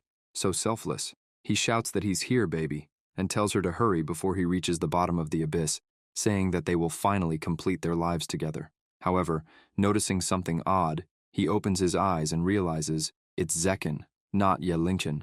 He starts screaming desperately and pushes Zekken away, yelling that he doesn't want this. He exclaims that he knew Zekken was gay, and asks if he wants his body before he dies, telling him not to even think about it. Zekken tells him to shut up and asks if it's his fault for trying to save him. Annoyed, he demands that Woojin make a choice: die or be saved. Zekken thinks he doesn't like dealing with difficult men like him and tells Woojin to stay still, then headbutts him. The young master, confused, recalls the situation and gets angry, shouting at Zekken not to touch him. Zekken, in turn, asks if Woojin really thinks he wants this and orders him to stop moving. As they continue struggling, their situation worsens. The young master grabs Zekken's face and orders him to back off, resulting in both of them falling to the bottom of the abyss. Sometime later, both are lying on the ground. Woojin wakes up and questions what's in his hand, thinking he accidentally peeled off some tanned skin, and gets startled, exclaiming, "What the hell?" Zekken, his voice trembling, says it hurt a lot when Woojin pulled. Chen Woojin, terrified, tells him not to blame him and apologizes. With his hair covering his face, Zekken starts making a strange sound, while Woojin, scared, begs for mercy, not realizing something is off. Zekken suddenly starts laughing and asks if Woojin is scared, saying that his act worked perfectly. When Woojin realizes what's happening, he wonders where that beauty came from. Zekken asks what's wrong and if Woojin isn't supposed to be a straight man, questioning if he fell for his beauty the moment he shed his old skin. Woojin, in disbelief, murmurs, "An Amazonian beauty." Zekken comments that, unfortunately, he is out of Woojin's league. The young master asks if he isn't Hua Feiwo from the Bitao sect and questions what's so impressive about that. Hua Feiwo, surprised, asks how Woojin knew his true identity. Chen responds that aside from Zhao Shiruo, the only other female face in the game was him, and that he hated seeing that even more when pulling cards. Hua Feiwo, confused, asks what he means by game and cards. Woojin says that he has to die alongside the person he hated most in the game, and comments that the system will have to pay for what it owes him. Cha Haiyan questions if Woojin is saying she owes him, and comments that he is the worst she has ever guided, saying that he ended up there alone. The protagonist, irritated, asks why Cha Haiyan is everywhere. She replies that she already told him she is inside his body, and asks if he is deaf. The young master asks what difference it makes whether she is there or not, and says that other people's systems give them cheats, but all she does is laze around all day, questioning what the point of having her there is. Cha Haiyan starts crying and asks if he just called her useless, questioning who he thinks has been clearing the way so that the spiritual qi in his body can flow. She asks if he thinks it's easy to simplify everything and take only the essence, telling him to look at her and saying that she is getting fat from all the overwork. Woojin tells her to stop acting like she contributes when she is simply stealing that essence, and asks if she was swimming inside his body, commenting that it's no wonder his heartbeat has been irregular in recent days. Cha Haiyan exclaims, "What the hell?" and comments that he saw through her excuses. Chen responds that he never believed them. Hua Feiwo starts pounding his chest, and the protagonist asks what he is doing. He replies that it's strange because he managed to obtain a beauty, but he doesn't understand why he cannot. That shouldn't be possible, and questions if he is weaker than Chen.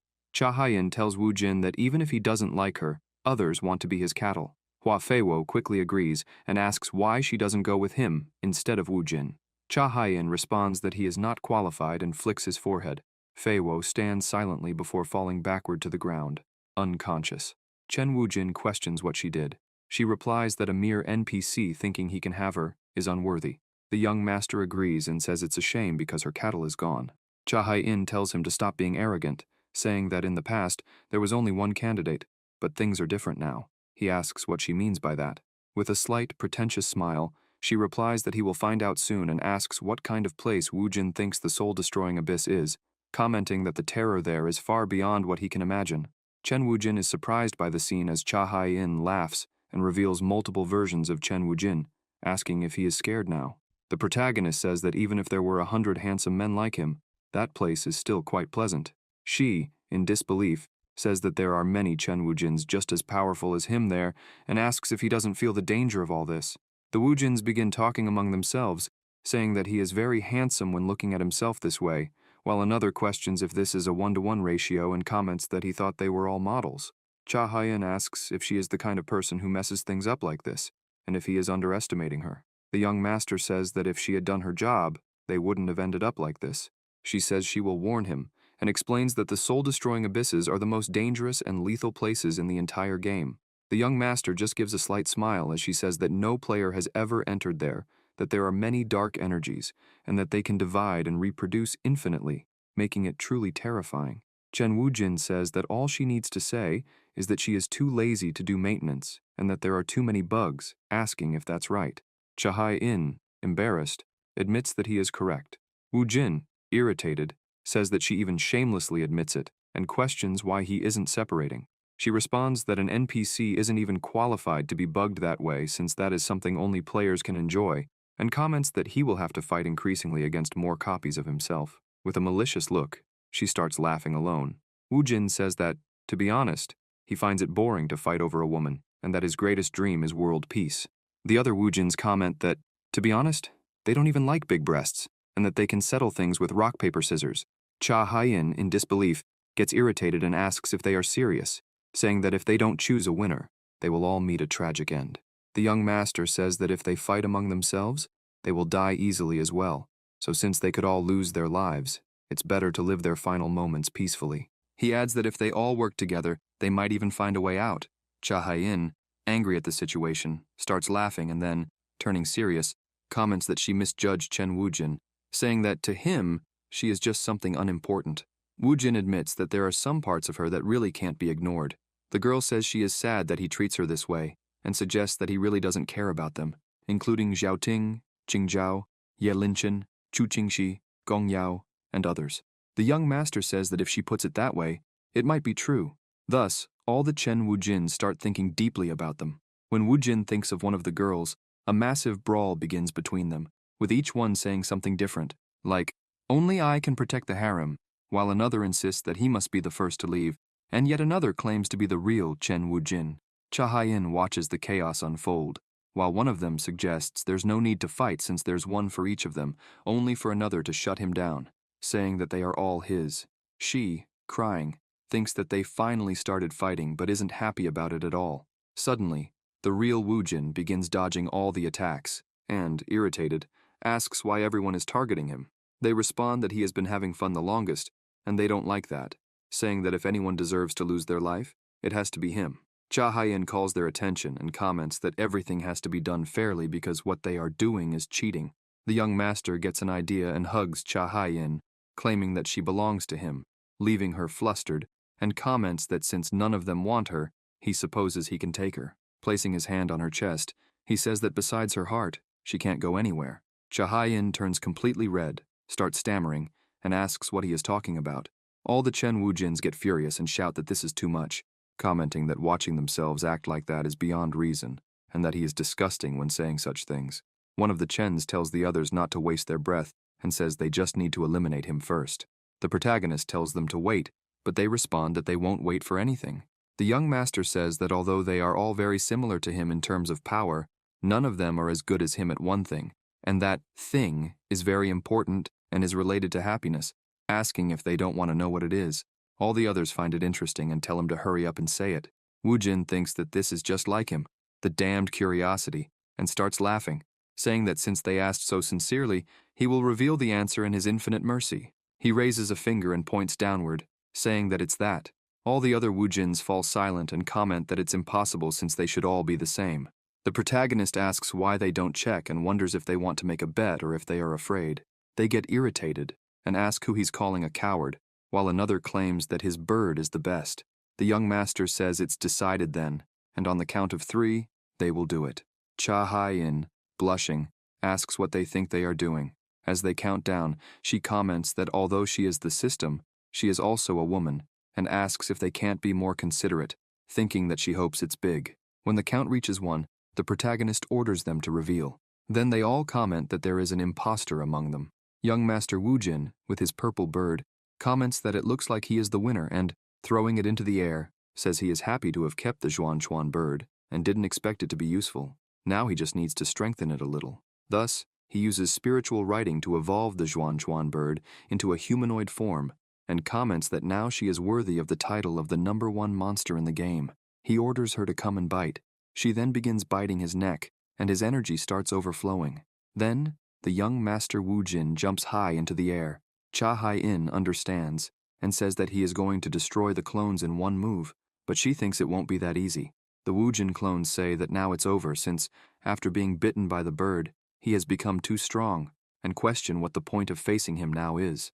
Cha Haiyan admits that she underestimated him and realizes she doesn't know him well enough. The protagonist apologizes and comments that he wanted to give them a decent ending since, after all, they are the same person. But his energy is out of control because of the Zhuan Chuan bird's bite, and he declares that it's the end for them, commenting that it's a waste and a shame that it has to end this way.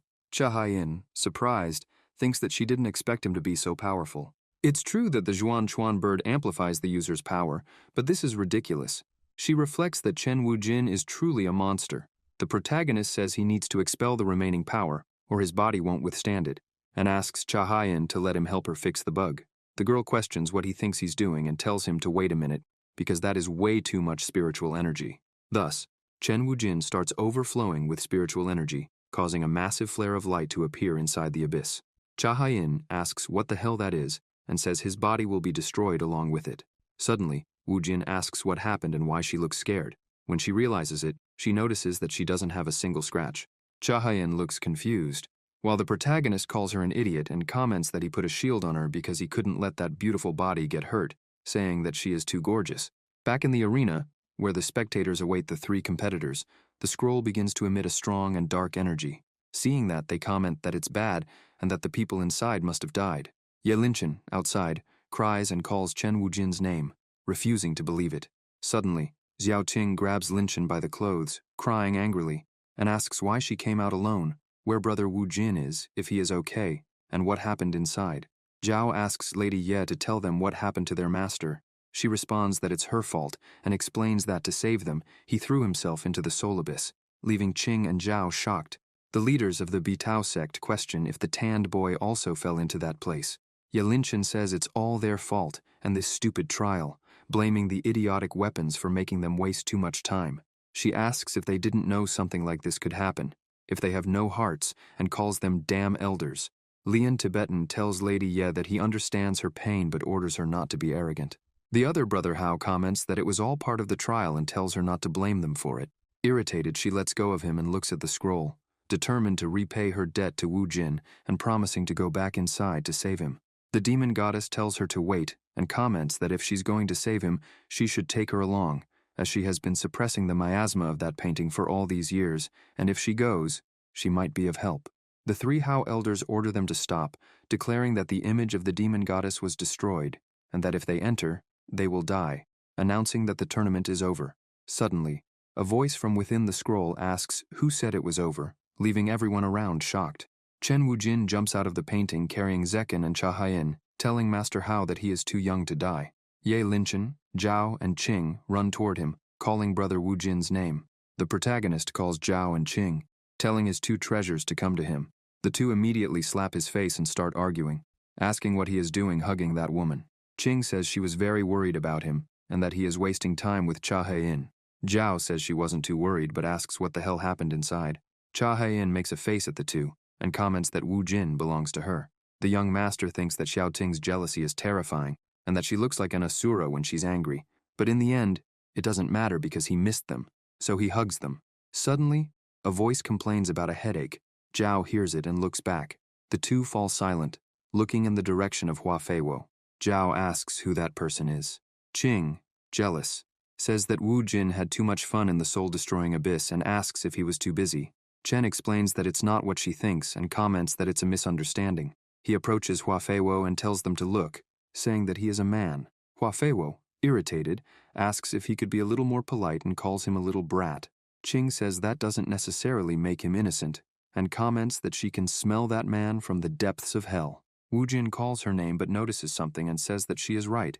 He can smell it too, but the scent isn't coming from him. Suddenly, a voice asks if he's talking about him. The protagonist is surprised and questions what he is doing there.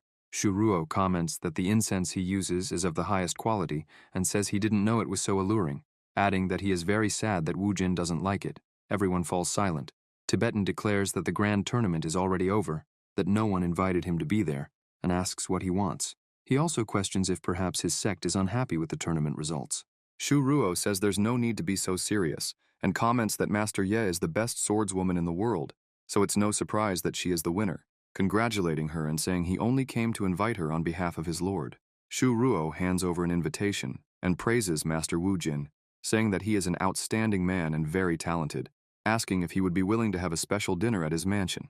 Bai Muyang tells Chen not to listen to him and comments that the Yue sect is too bold and should not be trusted. Zhao Qing says that her grandfather is right and tells the protagonist that they are not trustworthy people, stating that she is sure their lord is just like Shu Ruo, a worthless brat, and that they do not deserve his time. Lian Shan comments to Wu Jin that although the others are right, the Yue sect has a lot of prestige, so it would be discourteous to refuse such an invitation. Qing tells the old man to shut up and says that because of their weapons, she almost lost the person she loves, and now they want him to go to that sect and risk falling into a trap. Master Hao says that he did not mean it that way and tells her not to be an insolent brat. Wu Jin tells Qing not to worry and asks before accepting the invitation whether it is for just one person or if he can bring someone else. Zhao Qing calls out to brother Wu Jin. Shu Ruo responds that if that is his wish, they can adjust the invitation. Brother Wu Jin then comments that, well, he is not interested.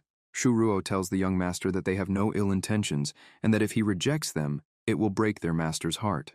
The protagonist comments that if they are so desperate, he will go, but only on one condition. They must invite all the disciples from all sects to the banquet, and he wants to be a VIP guest, received with honors. That is his condition. Later, in the lunar sect, Ken Shang starts laughing and comments that the boy is very interesting. Shu Ruo says he is ungrateful because it is an honor to be invited to dinner with their lord, yet he dared to set such ridiculous conditions. Shang calls him an idiot, grabs Shu Ruo by the collar, and asks if he has not realized that the boy is using them to improve his reputation. Shu responds that it is impossible because he is just trash that met his end, he cannot be so magnificent, and there must be an explanation for how he managed to return so strong. Ken Shang tells Shu not to underestimate Wu Jin because he has already trampled on several sects and must be a very wild man. Shu Ruo says he does not understand and asks what he sees in him.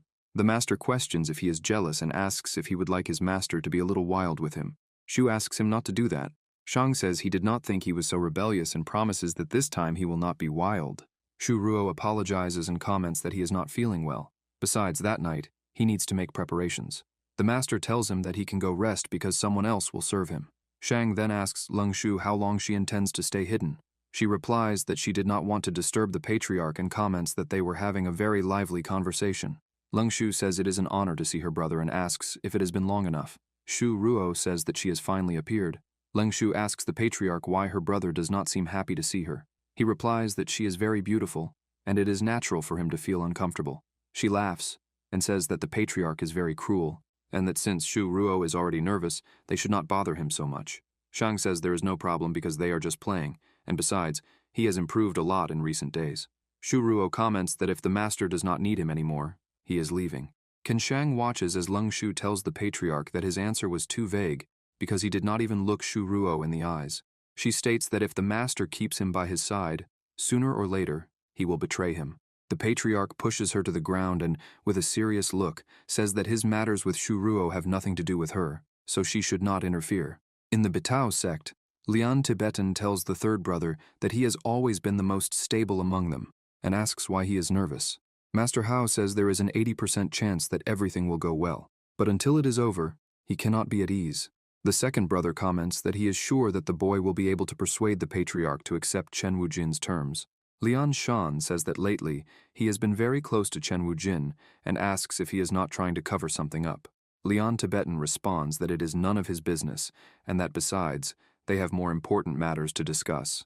He says that the Moon sect is a problem and that they must destroy it. He comments that they themselves cannot do it because, with the prestige they have, it will seem like they are bullying a bunch of kids. The other brother tells Shan not to forget that the boy is a demon and that he should not let his feelings cloud his judgment, stating that it is better to use him. Tibetan comments that now that the Moon sect is an open enemy, they only need to speed some things up. Everything is going well. Either way, Chen Wujin is not just a genius, but also very clever, so he will not be easy to manipulate. Suddenly, a voice says that after all, they have already failed once. The elders are surprised. A young man appears and says that it has been a long time since he last saw them. They ask who he is. The young man, irritated, says they don't recognize him and comments that he is Hua Fei. The second brother says that if he remembers correctly, he used to have yellow hair. Master Hao says that his eyes and nose are very similar. Hua Fei comments that they are so blind it's despairing. Tibetan recalls that he made a vow 10 years ago when he left the Bitao sect and asks why he has returned. He replies that he truly despises them and comments that he was already used by them once. Hua Fei orders them to stop causing trouble and asks if he has made himself clear. Sometime later, as Hua Fei walks, he says that Wu Jin owes him one and that he saved him, fulfilling his word. The three elders, all injured, comment that the boy is fiercer than he was 10 years ago and that he must have planned something. Later, Hua Fei, returning to his sect, tells the young master not to have dinner with the lunar sect because the elders want to use him. But upon seeing the situation, he blushes at the sight of the girls massaging Chen Wujin. Wujin asks Shang what he thinks and whether this place isn't better than his mansion. Shang replies that he is certainly surprised and says that Wujin has some tricks. He also comments that the most important thing is the beautiful view and the extraordinary harem, saying that he feels jealous. Wujin laughs and comments that he is happy they are getting along. Hua Fei shouts Chen's name and asks what the hell he did to his house. The young master asks why he is so nervous. Hua Fei replies that Wujin turned his house into a giant cat sandbox and tells him to look at what his disgusting pet has done. Shang and Chen remain silent, and Shang asks if Hua Fei shouldn't be asking why he is there. Hua Fei says he doesn't care because his mansion is more important than Shang, commenting that he didn't know Wujin had a good relationship with the patriarch of his sect. He also warns that the guy is dangerous and that he doesn't trust him. Wujin says he thought the same but now realizes that Shang is actually quite friendly. He then loudly announces that tomorrow, they will tell everyone that he and brother Shang have a good relationship and that their sects have several plans together. In the city, the rumor spreads quickly, and people comment that they didn't know the great revelation of the tournament. Chen Wujin had such a good relationship with the lunar sect. The elders wonder what they will do if those two evil geniuses unite, believing that the cultivation world might change. Lian Tibetan comments that all their plans have been ruined and that he didn't expect Chen to be so difficult to control. Lian Shan adds that the boy is somewhat rebellious and suggests they need to be honest with him. However, he didn't expect him to ally with Can Shang. Tibetan says that if those two become allies, he fears that the sects will have no peace. Meanwhile, Chen Wujin and Shang are drinking. The young master proposes that the first one to vomit will be the loser. Drunk, Shang praises the wine, saying it is excellent and that he has never had anything like it. He comments that when he goes to his mansion the next day, he will prepare the wine he has stored for 10 years, so they can get drunk again. He also mentions that he has many women, and that Wujin will certainly enjoy that. Suddenly, someone enters the place and calls Chen Wujin to come with her. Shang just watches as the two leave, slamming the door. Shuru tells the patriarch that it seems Hua Fei is trying to prevent him and Chen Wujin from becoming friends. Shang states that he won't let him ruin their dinner and comments that Chen Wujin is a great genius with impressive abilities. Although Hua Fei is a close friend, he cannot match Wujin in power. Shang explains that if they can get Wujin and his harem to side with them, they will be invincible. He reveals that the elders of the Bitao sect were trying to sabotage this relationship and even took measures against Wujin. However, since Wujin took the initiative and asked for a truce, Shang wouldn't refuse something so beneficial. He states that they will treat him as an honored guest. Finally, Shang comments that their goal has been successfully achieved and that now both sides are in good relations. As he begins to walk, he stumbles, and Shuru catches him. Shang apologizes and admits he is a little drunk. Sometime later, in another place, Chen Wujin, lying on Cha Haiyan's lap, tells her not to move and, being drunk, asks her to let him rest on her a little longer. Hua Fei questions Wujin if he has gone crazy and asks why he wants to associate with that bastard. Chen questions if they have no manners and if they can't see that he is enjoying himself. Hua Fei says he has no time for his stupidity and tells him he can play with her later. Wujin responds that he talks too much. He sighs and comments that he misjudged the young master because he always knew he wasn't a good person, but at least he thought he was decent. He then questions how Wujin dared to associate with that human trash and states that he shouldn't consider him a brother. Wujin, drunk, asks since when they have been so close. Hua Fei calls him a little brat and says that he treats Kan Shang like a brother, but doesn't treat him the same way. The protagonist asks if he is jealous and explains that he is only interested in beautiful girls. Furthermore, he says he was just being polite to Shang and doesn't truly consider him a brother, thinking that Shang is just acting and that he doesn't trust that guy. However, he admits that Shang's house is full of rare and exotic things, and he needs to gain full access to the mansion to investigate. Additionally, the main reason he is there is because his second favorite character is in that house, and he can't let such a beauty escape. Hua Fei lowers his head and comments that he means nothing to Wu Jin. Hearing that, Wu Jin looks confused. Fei says he thought he had some place in his heart, but now he sees he doesn't. The young master apologizes, but explains that he is only interested in girls and suggests that Fei come back when he has breasts. Hua Fei gets angry and comments that he doesn't care because he will use his spiritual power to save him in the soul abyss. Chen Wujin asks what spiritual power that is. Fei asks if he doesn't remember and comments that the big-breasted woman knocked him out. Chen says he remembers that. Hua Fei comments that at that moment, he saw many golden vultures trying to devour him. While experiencing unbearable pain, he opened his eyes and saw a purple light in that sea of suffering. It was like rain in the desert, something incredibly beautiful, and his body bathed in it. Wu Jin, startled, says there is no way he has those kinds of tastes. Chahayan asks if he really saw vultures and if he is referring to that. Fei comments that the most important thing is that from that moment on, Wu Jin became a god in his eyes and explains that he looked majestic with those wings. Chen Wu Jin tells him to leave and calls him a little rat. Chahayan says she was also captivated and would love to see his little purple bird and why it was different from the other copies. Wu Jin gives her a light slap and tells her not to worry. Sooner or later, she will find out why. Hua Fei says he doesn't care if Wu Jin hits or hates him because he will never be angry with him, as he was his savior. Throughout his life, he has had many achievements. He is someone very strong and respected, but he never cared about those achievements, and this is the first time someone has fought by his side and saved his life. Chen says he is misunderstanding. Fei quickly hugs Wu Jin and says that if he is moved, it's because brother Wu Jin was willing to live and meet an end with him. The protagonist says that's enough, and that he has no interest in any kind of brotherhood with him because he only cares about breasts.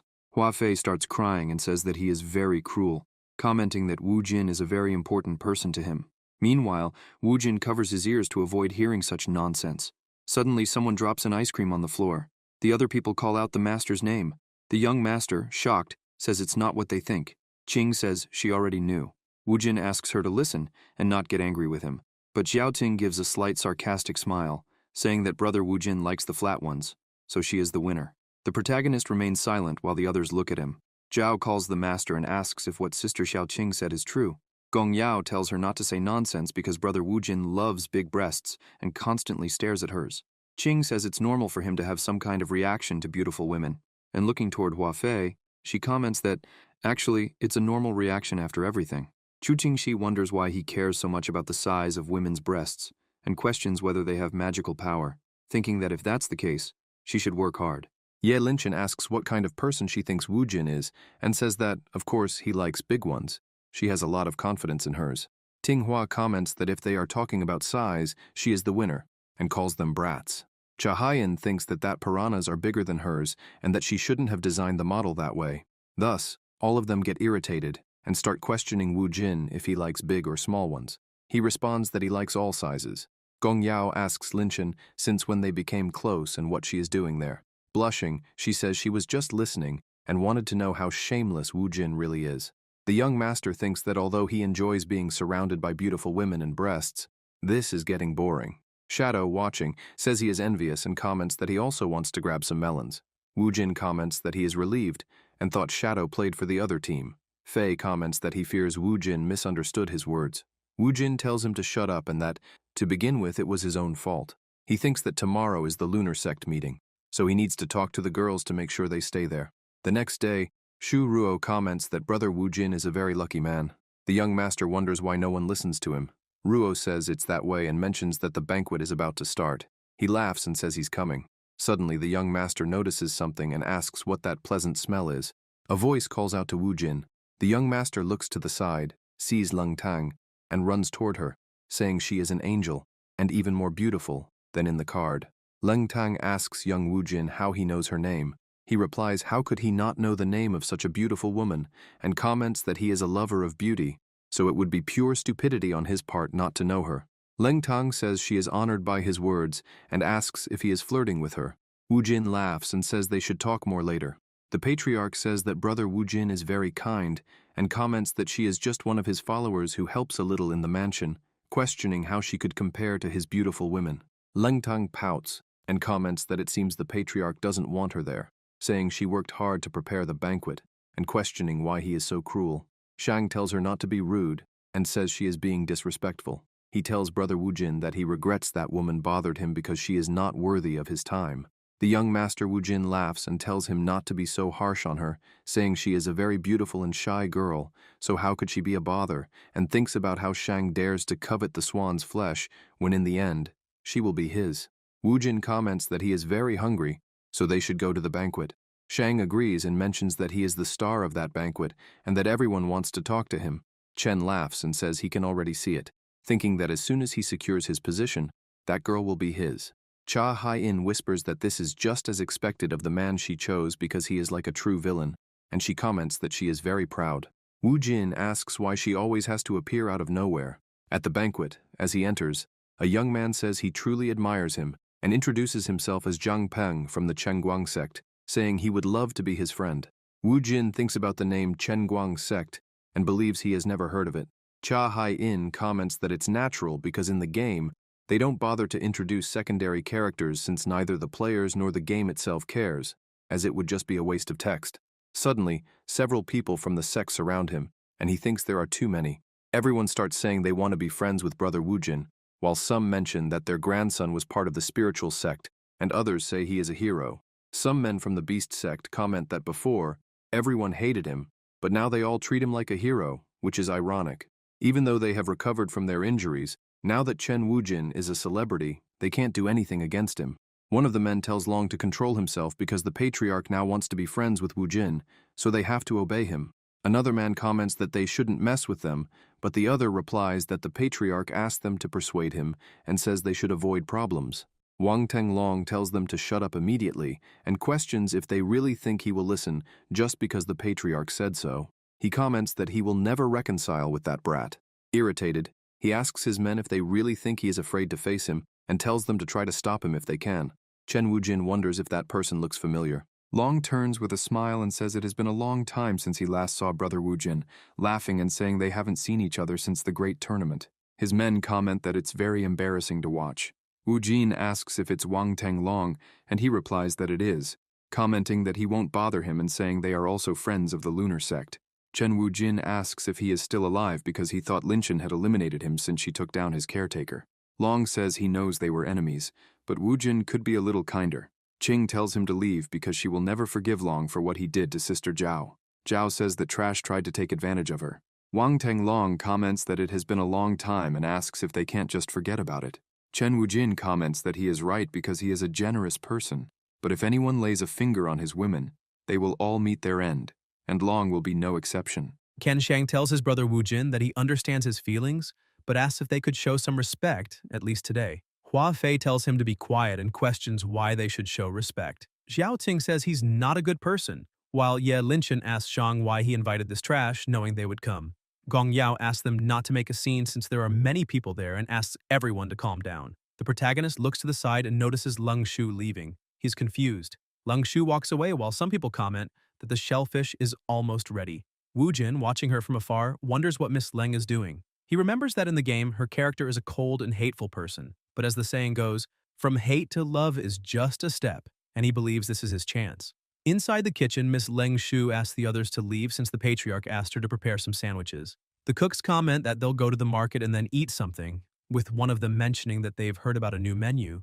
Leng Shu, looking at the food, gets irritated, opens the pot lid, takes a bottle and pours a few drops into the wine, commenting that this amount isn't enough. Suddenly behind her, Wu Jin says that his cultivation level is very high and with that option at maximum, he will only get diarrhea. Leng Shu hides the bottle and turns around, asking what Brother Wu Jin is talking about, as she didn't understand what he said. She comments that she's just making the wine richer. Chen Wu Jin questions if that's true and fills a wine glass, saying that in this case, why doesn't she try some herself? Miss Leng Shu, irritated, slaps the wine glass, knocking it to the floor and kicks it, asking if he doesn't know it's dangerous to be so curious. The protagonist quickly stops Shu's kick and throws her against the dresser. The lady is embarrassed and asks what he thinks he's doing. Wu Jin comments that he should be the one asking that question and wants to know why she wants to eliminate him with that poisonous potion. She answers that it's none of his business. Chen Wu Jin, still holding her, says that now Master Kanshang is his brother, and that a poisonous woman wants to eliminate him, so he should punish her. Leng Shu questions if he really thinks she'll let him touch her. The protagonist laughs while Leng Shu, blushing, asks what he's laughing at and what she needs to do to make him let her go. Wu Jin comments that it's so fun to provoke her and asks what Shu thinks he's planning to do. Leng Shu thinks that she can't let this become public and believes she has no other choice. The young master Wu Jin says that he only wants her to tell the truth. Shu is confused and asks if that's all. She comments that people say he's a demon and wonders if he won't ask her to do perverted things. Wu Jin answers that if that's what she wants, he won't oppose it. The protagonist pushes her against the wall again and asks if she has so many desires, questioning if Shu wants him to play with her. Leng Shu responds that she doesn't want to and wonders what that was, as this guy only mocks her. She believes he's very unpredictable and can't fully understand him. Suddenly, Master Kan Shang appears, saying that he's been looking for him because he left so quickly. He asks if Chen Wujin likes his concubine. Leng Shu feels awkward, but Wujin interrupts her, saying of course, and questions who doesn't like beautiful women. Approaching Shang, he says they are brothers and that she doesn't interest him, so he asks why he doesn't leave her to him. Shu, embarrassed and angry, asks what he's talking about. She tells the patriarch that it's not what it seems and explains that she just went to prepare the food and wanted to see if the wine was good since it seemed strange. She just wanted to make it more delicious for the guest today. The protagonist says it's true as, being a guest, Miss Shu wanted to surprise him. Kanshang says he understands and comments that in this case, it's Leng Shu's fault. Taking the jar in hand, he says that Wu Jin can drink all the wine he wants and tells him to go ahead. Leng Shu asks the patriarch to wait a moment, but Chen Wujin takes the wine jar and drinks it all at once. After drinking, he says it's been a long time since he had such good wine and comments to brother Kanshang that he has a beautiful collection of liquors. He thinks the wine smells like banlangen and assumes it's the poison's fault, knowing that drinking it could cause some problems. Shang comments that he's glad he liked it. Wu Jin says that his mansion must be full of treasures and invites him to take a walk. Ken Shang laughs and responds that, of course, commenting that they've just brought him a very rare coral from the Western Sea, and he needs to see it. Cha Hayin asks if Chen Wu Jin is okay since there's poison in his body. He questions since when she cares about him. Embarrassed, she says she guesses they're more honest with their feelings now. The young master tells her not to worry, as he hasn't actually drunk the wine. Cha Hayin is confused, while the protagonist explains that he has some tricks and can fool cultivators with them. However, he comments that he's glad she cares about him and says she deserves some affection. Shang asks if brother Chen Wujin is okay and why he's smiling and blushing. Wujin answers that he's excited because he can spend time with his brother. They stare at each other for a moment. Shang blushes and comments that he's happy too, but Wujin tells him not to make that face when saying it, as it sounds strange. Suddenly, someone starts calling for Wujin. Xiao Qing appears crying and running, saying that Linger is not well and hugs Wujin, saying it's her fault. The protagonist asks her not to cry, to calm down and explain what's happening, while wondering who Linger is, since he has so many women to remember. Chu Qingxi comments that it's Xiao Qing's fault as she shouldn't have let a snake drink. Zhao asks her not to be like that. Xiao Qing tells her not to say nonsense, as Linger is a spiritual beast and even 1,000 bottles of alcohol couldn't affect her, so something must be irritating her. The protagonist remembers and realizes she's talking about his pet, so he tells Xiao Qing to relax because he will use his spiritual power to find her. Suddenly, a villager appears running. Wu Jin, seeing him, comments that it seems that won't be necessary. The old man, panting, says there's a snake trying to bite people. Xiao Qing quickly grabs the villager, questioning what he's talking about and what happened to Linger. He replies that he only saw a snake that turned into a woman and tried to bite him. Wu Jin wonders about this woman and believes the villager has just been bitten, noticing his clothes. Lin Chen calls for Chen Wu Jin, while Xiao Ting calls the villager an idiot and slaps him in the face, saying that Linger is like a daughter to her, and asking how he dares insult her. Furious, she goes after him, but Zhao scolds her. The protagonist quickly holds Xiao Qing, telling her to calm down for now and saying he can catch this kind of bastard even if he runs. He comments that the most important thing now is to find Linger. Xiao Qing hugs Wu Jin and says she can't stand seeing Linger insulted like that. While crying, she says her Linger is a well-educated spiritual orb and would never bite without reason, wondering how the villager can say that about her. Wu Jin, irritated, kicks the villager and demands to know where Linger is. Sometime later, they search for Linger in the mountains while calling her name. Lin Chen asks how they still haven't found her, and Xiao Ting says the man claimed she was behind the rock. The protagonist notices something behind the rock and says she might be there. Qing runs to the rock calling for Linger, while Shang thinks that the rock formation is made of high-quality white spiritual stones and wonders how she could be there. As he gets closer, a snake's tail attacks him, but Wu Jin quickly appears and shouts for her to be careful. Xiao Qing lowers her head, but Chen Wu Jin says that Linger was probably stimulated by something beastly and that he will check it out. The protagonist walks around the rock to observe. As he gets close, he's surprised by the snake's tail wrapped around his waist and thinks it's very hot. Quickly, he uses the spiritual writing to make the snake release him. Near the rock, he questions if Linger is feeling well and comments that she's there when Suddenly, a hand comes out from inside the rock, startling him. He grabs the hand on the rock and realizes it's very strong. Then, he uses the spiritual writing towards the rock, destroying it into pieces. In the misty curtain, he believes he's found her and jumps to grab her, but ends up hitting his face on something soft, causing a raccoon spirit to scream. The young master, surprised, asks if it's really a raccoon spirit and then quickly apologizes, saying he mistook it for someone he knows. He calls himself an idiot because snakes don't have claws. However, he notices a strange tail behind the raccoon spirit and stares at it. The raccoon spirit gets angry and annoyed by him staring and tells him to go to hell, trying to slap Woojin. Quickly, he defends the strike, throws her to the ground and pins her down. Looking to the side, he sees Linger lying on the ground and questions how she managed to take this human form. He asks if she did it on purpose to attract more prey with her beauty, but believes he should first deal with the other spirit. Using the spiritual writing, he begins to create clothes for the raccoon spirit and soon ties her up. Walking over to Linger, Chen Woojin notices she is tied up and questions if that guy wanted to play with Linger by reaching her in her human form. She just shakes her head. The protagonist holds her for a moment and says he will check. After a few seconds, Woojin smiles slightly and comments that everything is fine because she is a healthy woman. Linger remains silent. The protagonist, blushing, says that the bastard didn't manage to do anything and questions how he dares to play with an innocent snake. He thinks he was lucky because he didn't expect her to be so beautiful and her appearance rivals the others. Lost in thought, he's interrupted when Linger, annoyed, hits his face with her tail several times, throwing him toward the other girls. Xiao Qing, seeing her brother Woojin flying toward her, runs to him, but he ends up colliding with her. She holds him and asks if he's okay. Chen Woojin asks her to promise that next time she'll let the demon goddess catch him. Xiao Qing gets furious hearing this and starts hitting Chen Woojin. A few minutes later, the protagonist apologizes and comments that hitting her or a wall is the same, as it hurt too much. Xiao Qing, irritated, punches him on the head again. Suddenly, Qing hears a noise and Linger appears, calling her. Xiao Qing runs crying toward her, asking her not to leave again. The snake apologizes. Ken Shang appears with the villager and tells Wu Jin to do whatever he wants with the man who tried to play with Linger. The villager, frightened, apologizes and comments that there was a misunderstanding. The protagonist, angry, tells him to shut up, and then says to Linger not to be afraid because he'll deal with this guy. Ye Linchin questions if he's not being too obvious.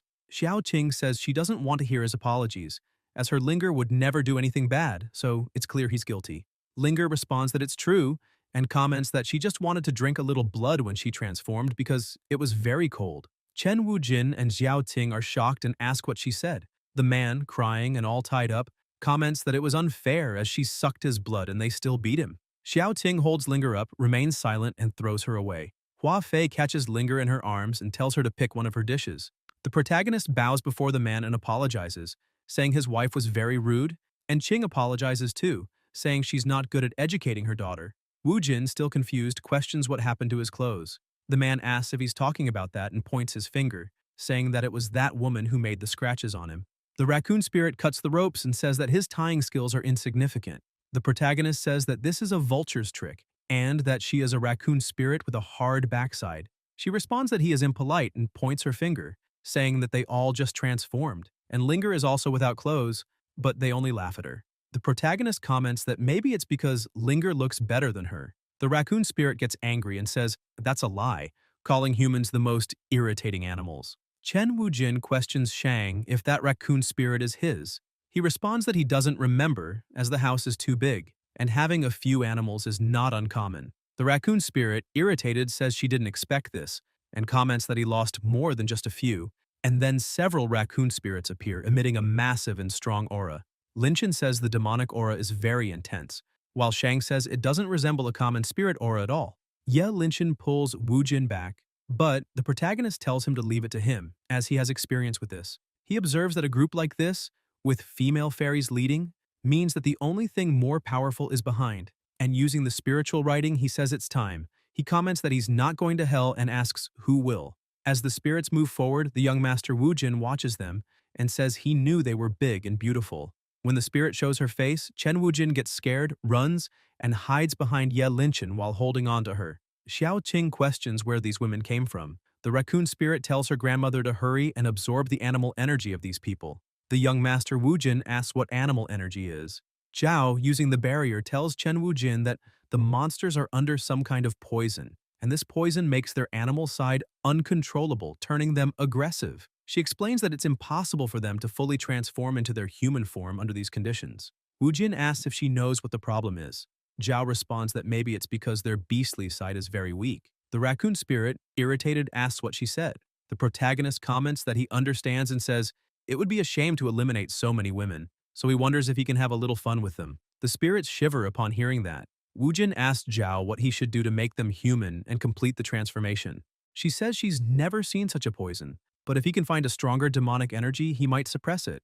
Woojin says he understands and asks if the demon goddess could help him with that. She asks if he really wants her to help with these low-level spirits. The protagonist grabs her by the arm and comments that he knows she's pretending to be arrogant, but he loves that side of her, as dominant women like her charm him. The demon goddess calls him an idiot and says she's not pretending. Suddenly, the young master starts taking her shoe off, and she questions what he's doing. Woojin comments that he's going to make her his and says she still has traces of that guy. He starts using spiritual energy on her feet, telling her to relax and enjoy, as this will make her much stronger. The demon goddess begins to feel the energy and lets out a few moans, thinking that it feels very good. His strong fingers are touching her. It's as if all of his aura is entering her. And if this continues, she won't be able to resist anymore. Zhao says that her demonic energy's purity is getting much stronger. Linchin asks if she's evolving. Xiao Qing, irritated, comments that this isn't fair as her body got smaller, but questions why her melons are bigger than hers and complains that it's unfair. Qing asks Woojin if she could also do that and questions why he never did that with her. The protagonist responds that she's already wonderful as she is.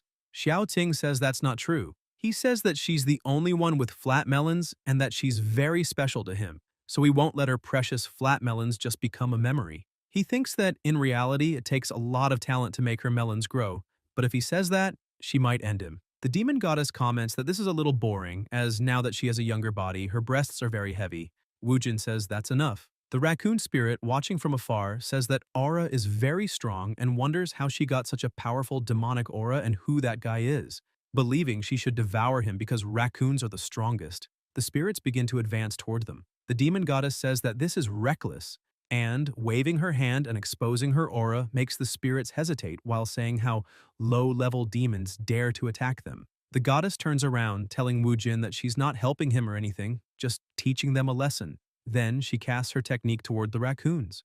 The protagonist tells her to wait and asks what she's doing. The demon goddess, with a slight smile, tells him to calm down, as she's not eliminating them, just commenting that the demon blood still holds some value. All of them place their hands on their faces, while the young master asks what she did to them and says they're even uglier now.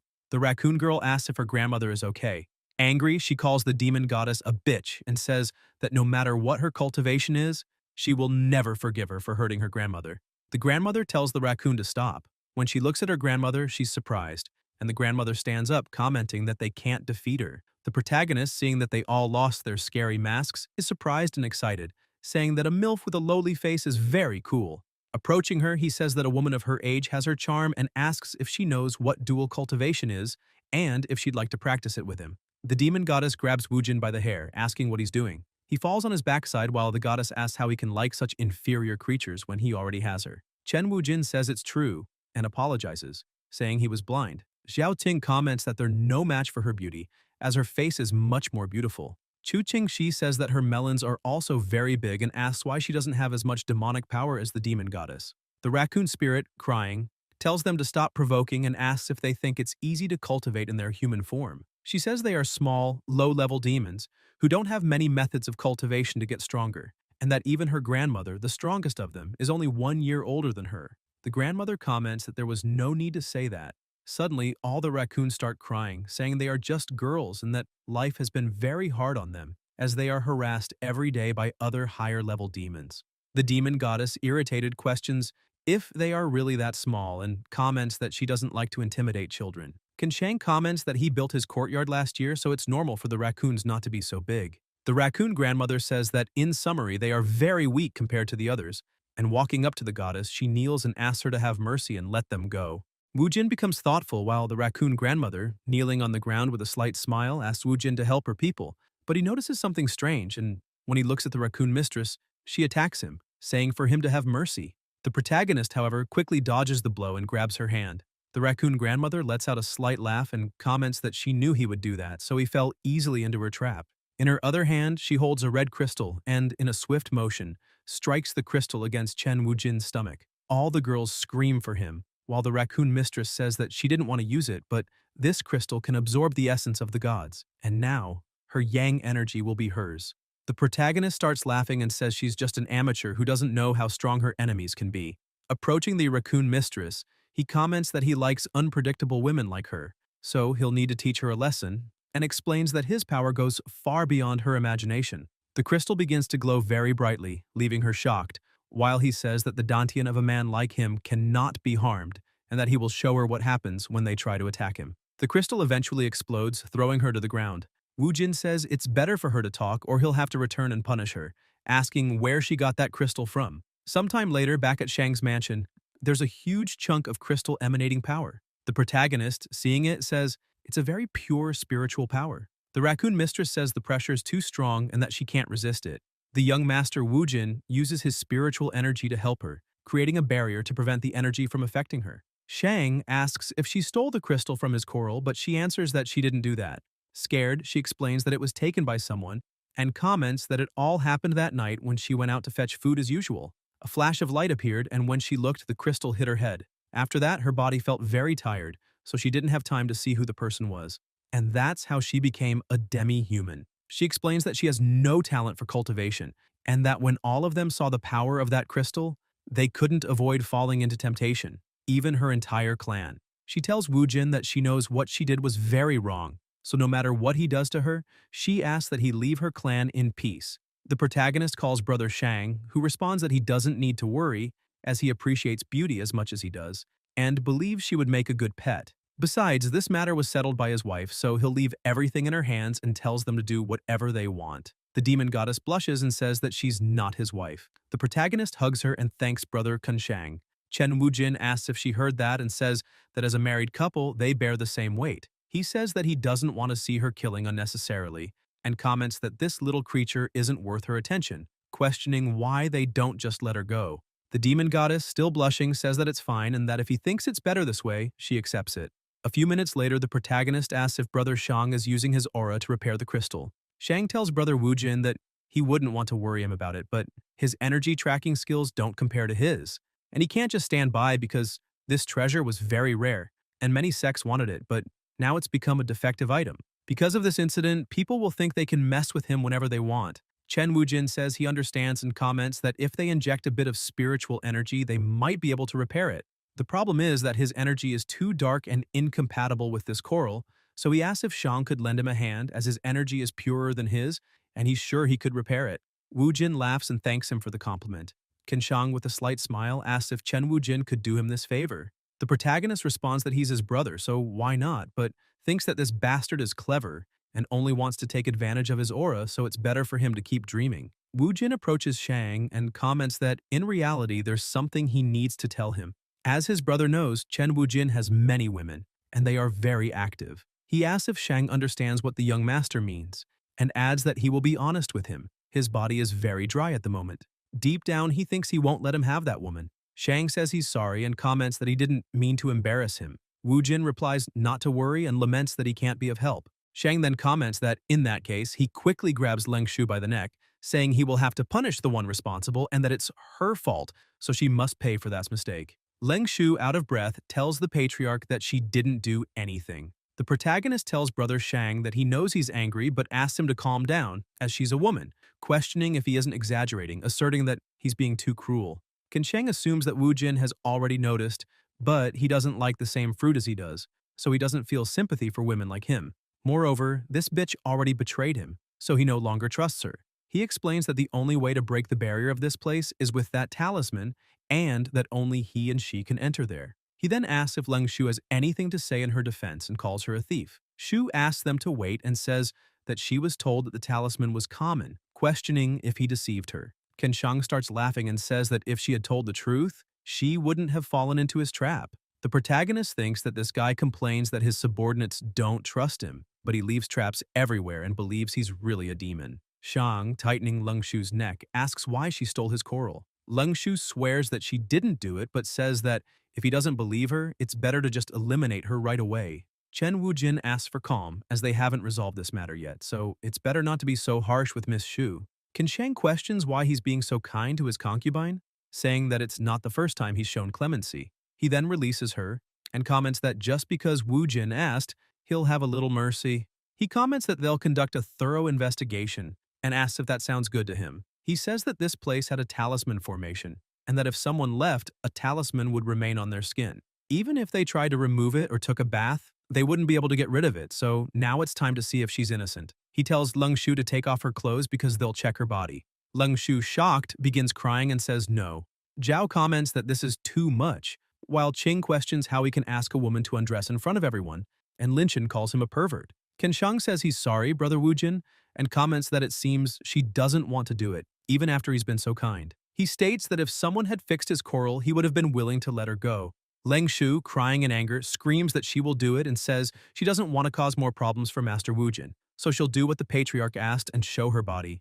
Thus, she removes her clothes, embarrassed, and comments that she's clean. Shang says not yet, as she didn't take everything off, and asks how they'll know if it's true that she's innocent. Leng Shu becomes irritated, but the patriarch comments that he'll give her a hand and, using his spiritual energy, cuts the other parts of her clothes. Shang, with a mischievous smile, comments that it can't be, as she doesn't have the mark, but quickly the protagonist throws his coat over Leng Shu. She's surprised while Shang appears bothered, but Chen Wujin starts using his spiritual writing on the coral. Thus, the spiritual writing begins to create an image of what happened. A ninja appears, breaking the barrier and entering the room. Qing questions if this is the person who stole the fragment, and comments that he broke the barrier with a single move. The protagonist and Shang watch the ninja in front of the crystal as he uses spiritual writing, but a barrier appears around the coral, breaking only a piece and causing a huge wave of energy. Thus, the coral fragment flies out, while the ninja flees the room. Zhao says that's how the coral was broken and stolen.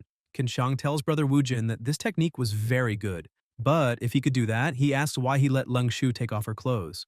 The protagonist says he didn't use it before because it wasn't useful for finding the culprit, and since the thief was disguised, he thought it would be pointless to use the technique. He comments that he knew Shang didn't like women, but didn't expect him to be so harsh with her, so he did that to help her. Thus, Wu Jin pulls Leng Shu by the waist to him and asks if Shang saw, but the melons of this girl don't compare to his, so he won't lose. He says that Brother Can is very intimidating and that women do not dare offend him, but questions if he's hurt her, as it seems that his toy no longer wants to play with him. Suddenly, Zhang Lao from the Gu Yen sect appears at the door, greeting Patriarch Shang, and, shocked, questions what Wu Jin is doing and how he dares to embrace the Patriarch's concubine in front of him, calling them immoral scoundrels.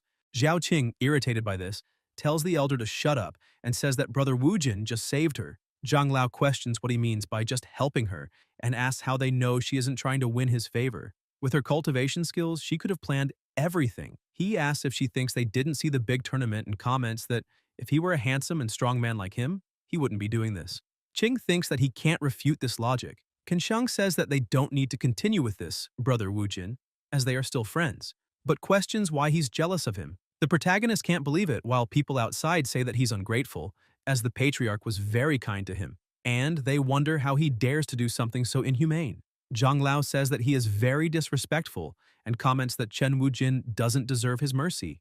Qin Shang sighs and comments that he doesn't care about the relationship between Leng Shu and Wujin, but says that his coral, which he's very proud of, was severely damaged. He asserts that no matter what Wujin wants with his concubine, the only thing he won't tolerate is him destroying his precious coral, and says that Chen Wujin must repair it with his own hands. Cha Haiyan starts to tell the protagonist not to do that, as the coral can absorb people's auras, and if he tries to repair it, it will be very dangerous.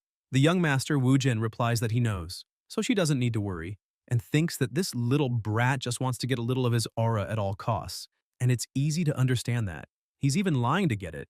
The protagonist asks Cha Haiyan if there are more of these corals in the place. She responds that yes, and says she saw it when she was creating parts of the game. Leng Shu asks who he's talking to, and Chen Wujin tells her to relax, as this will be easy. Chu Qingxi tells the young master that she believes these people were planning this and just want a little of his aura. He replies that he's surprised she knows this, and comments that even she can be smart when she tries. Wu Jin thinks their intentions are very obvious, and says to Patriarch Shang that he sees how concerned he is about this, but questions the purpose of fixing it. He comments that even if he uses all his spiritual energy, The benefits he'll get from this coral for cultivation will be limited. So, since everyone is concerned about it, he asks why they don't all contribute a bit of spiritual energy. Everyone becomes hesitant at this, while Woojin says that he'll be honest with them and comments that he's not a man of great ambitions like Patriarch Kan. But he likes beautiful women, and that of course includes his concubine, whom he's in love with. Shu says that if he keeps this up, he will get into trouble. The protagonist says that even though he tries to control his feelings for her, he can't, and feels guilty about it. For that reason, he made a decision and says that he will personally go find a new coral for them, as that should solve things. He then questions if that's not true. Everyone is shocked, asking if they heard him correctly. Shang is shocked in silence, while Zhang Lao asks if he's crazy and questions if he doesn't know the dangers in Shihai. In Zhihai Island, the fiercest and oldest beasts are there. No matter how strong he is, even if he can take the coral and its magical power, the ancestral beasts are not easy to face. This is madness. Woojin asks if that's all and comments that he doesn't see why not try it, so he asks Brother Shang what he thinks and if, should he succeed, he'll give him Leng Shu. She blushes furiously at these words. Shang says it's a very generous offer but questions how he will know if he will actually go there. Woojin says it's easy and asks why Shang doesn't go with him to Zhihai. Zhang Lao says that's very strange. The others, excited, tell the Patriarch to accept, as there must be many treasures there. Qin Sheng thinks they are idiots and, with a forced smile, says that since he's so willing, he'll accept the terms. However, he thinks that no matter what he does, he doesn't want to deal with creatures and monsters. In the worst-case scenario, he can get rid of him with the beasts and comments that they have a deal. Sometime later, Qing, with a wet cloth, tells Brother Wu Jin that she can't believe he's going to Zhihai to get the corals and comments that he's quite the man. She questions how he's feeling dizzy and asks if he really thinks he can find the things there. The protagonist, lying in the demon goddess's lap, acts like a fool, talking to himself. Cha Haiyin says it's his fault because if they hadn't all come, he could have ridden the flying carriage with her and wouldn't be in this state, mentioning that he knows traveling gives him nausea. Qing, irritated, says that she just wants to monopolize him and questions if he really thinks she'll let him get away with it. Chen Wujin says his chest is very hot and that he feels very warm. He sees Linger near him and tells her that reptiles have cold blood, asking her to come closer. Ye Linchen tells him to stop being ridiculous and punches him. Chu Qingxi warns Wujin to be careful because Shihai is a dangerous place. The evil will definitely be there, so he should prepare himself. Gong Yao asks why he's doing this and comments that this place is very evil, that he shouldn't risk it just for a coral. Wujin says they have a deal, and to be honest, he's also interested in the coral. He states that it's a man's duty to save his princess and questions why he should back down. Qing comments that she knew this was all because of Leng Shu. The protagonist watches the other carriage while Leng Shu uses spiritual writing on Shu Ruo and says that with her skills, this is all she can do. Shu Ruo says that she thought destroying this coral would irritate Shang, but it seems she was mistaken. Leng Shu says that they aren't strong enough to face Kun Shang, and if it weren't for Chen Wujin's help, even when he helped her when she wanted to poison the Patriarch, the situation would be much worse.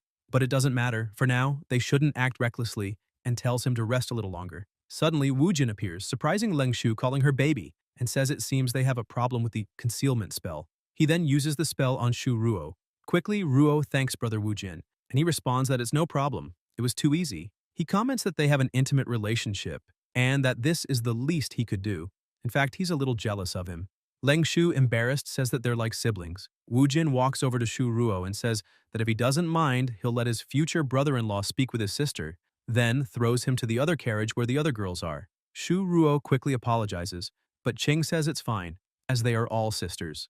The demon goddess calls for him to sit down. Leng Shu questions what Brother Wujin is doing. The protagonist calls her and comments that he's already saved her twice, so asks when she will be honest with him, while throwing her against the wall of the carriage. She stays silent and comments that he's hurting her hand. Chen Wujin says he's sorry. Leng Shu becomes irritated while Wujin affirms that he just wants to know the truth because he wants to help her. Leng Shu responds that it's none of his business and comments that she truly appreciates the help, but says that Wujin is a playboy and that she also has a deep resentment for Shang. It's not something that can be easily resolved, and she's sure he won't understand. The protagonist responds that it was very harsh of her and comments that he just wants to get to know her better because she's very important to him. Leng Shu becomes embarrassed hearing this and asks why he's so insistent on helping her and why he cares so much about her. Wujin asks if Leng Shu still doesn't understand and comments that maybe it's not that obvious, but he thought she had already figured it out. He then declares that it's because he loves her and likes her. Leng Shu calls him a bastard and punches Wujin. commenting that he already has many women and questioning how he dares to say this to her. Brother Woojin questions what she said and says that his love is sincere. Besides, he's strong, and although he doesn't like to show off his looks, he asks why she thinks his cultivation is so high, commenting that he never stopped training. He states that he'll be very strong to protect the women he loves and won't let anyone mess with them. And there's another thing. He has a great tool to please them. He just wants to protect them and give them a safe place, so he asks what's wrong with that and if she really thinks that trash over there is better than him. Leng Shu responds that she can stay alone. Chen Wujin says that, of course, he won't force her. She can choose to live alone and without a man, but he will miss her and comments that he truly cares about her. Leng Shu thinks she shouldn't lower her guard or trust him because he's a playboy. Suddenly, the carriage stops and the protagonist wonders why they stopped. Leng Shu says that if he likes staying there so much, it's better that she goes to see what happened. She goes to the front and quickly returns running, saying that this is bad, someone stopped the carriage trying to rob them. The protagonist is confused and quickly looks out the window, seeing a group ahead. The crocodile group wonders where this caravan came from. The leader of the crocodiles asks how they dare to enter, as they were not informed, and says they are the Chuan crocodiles.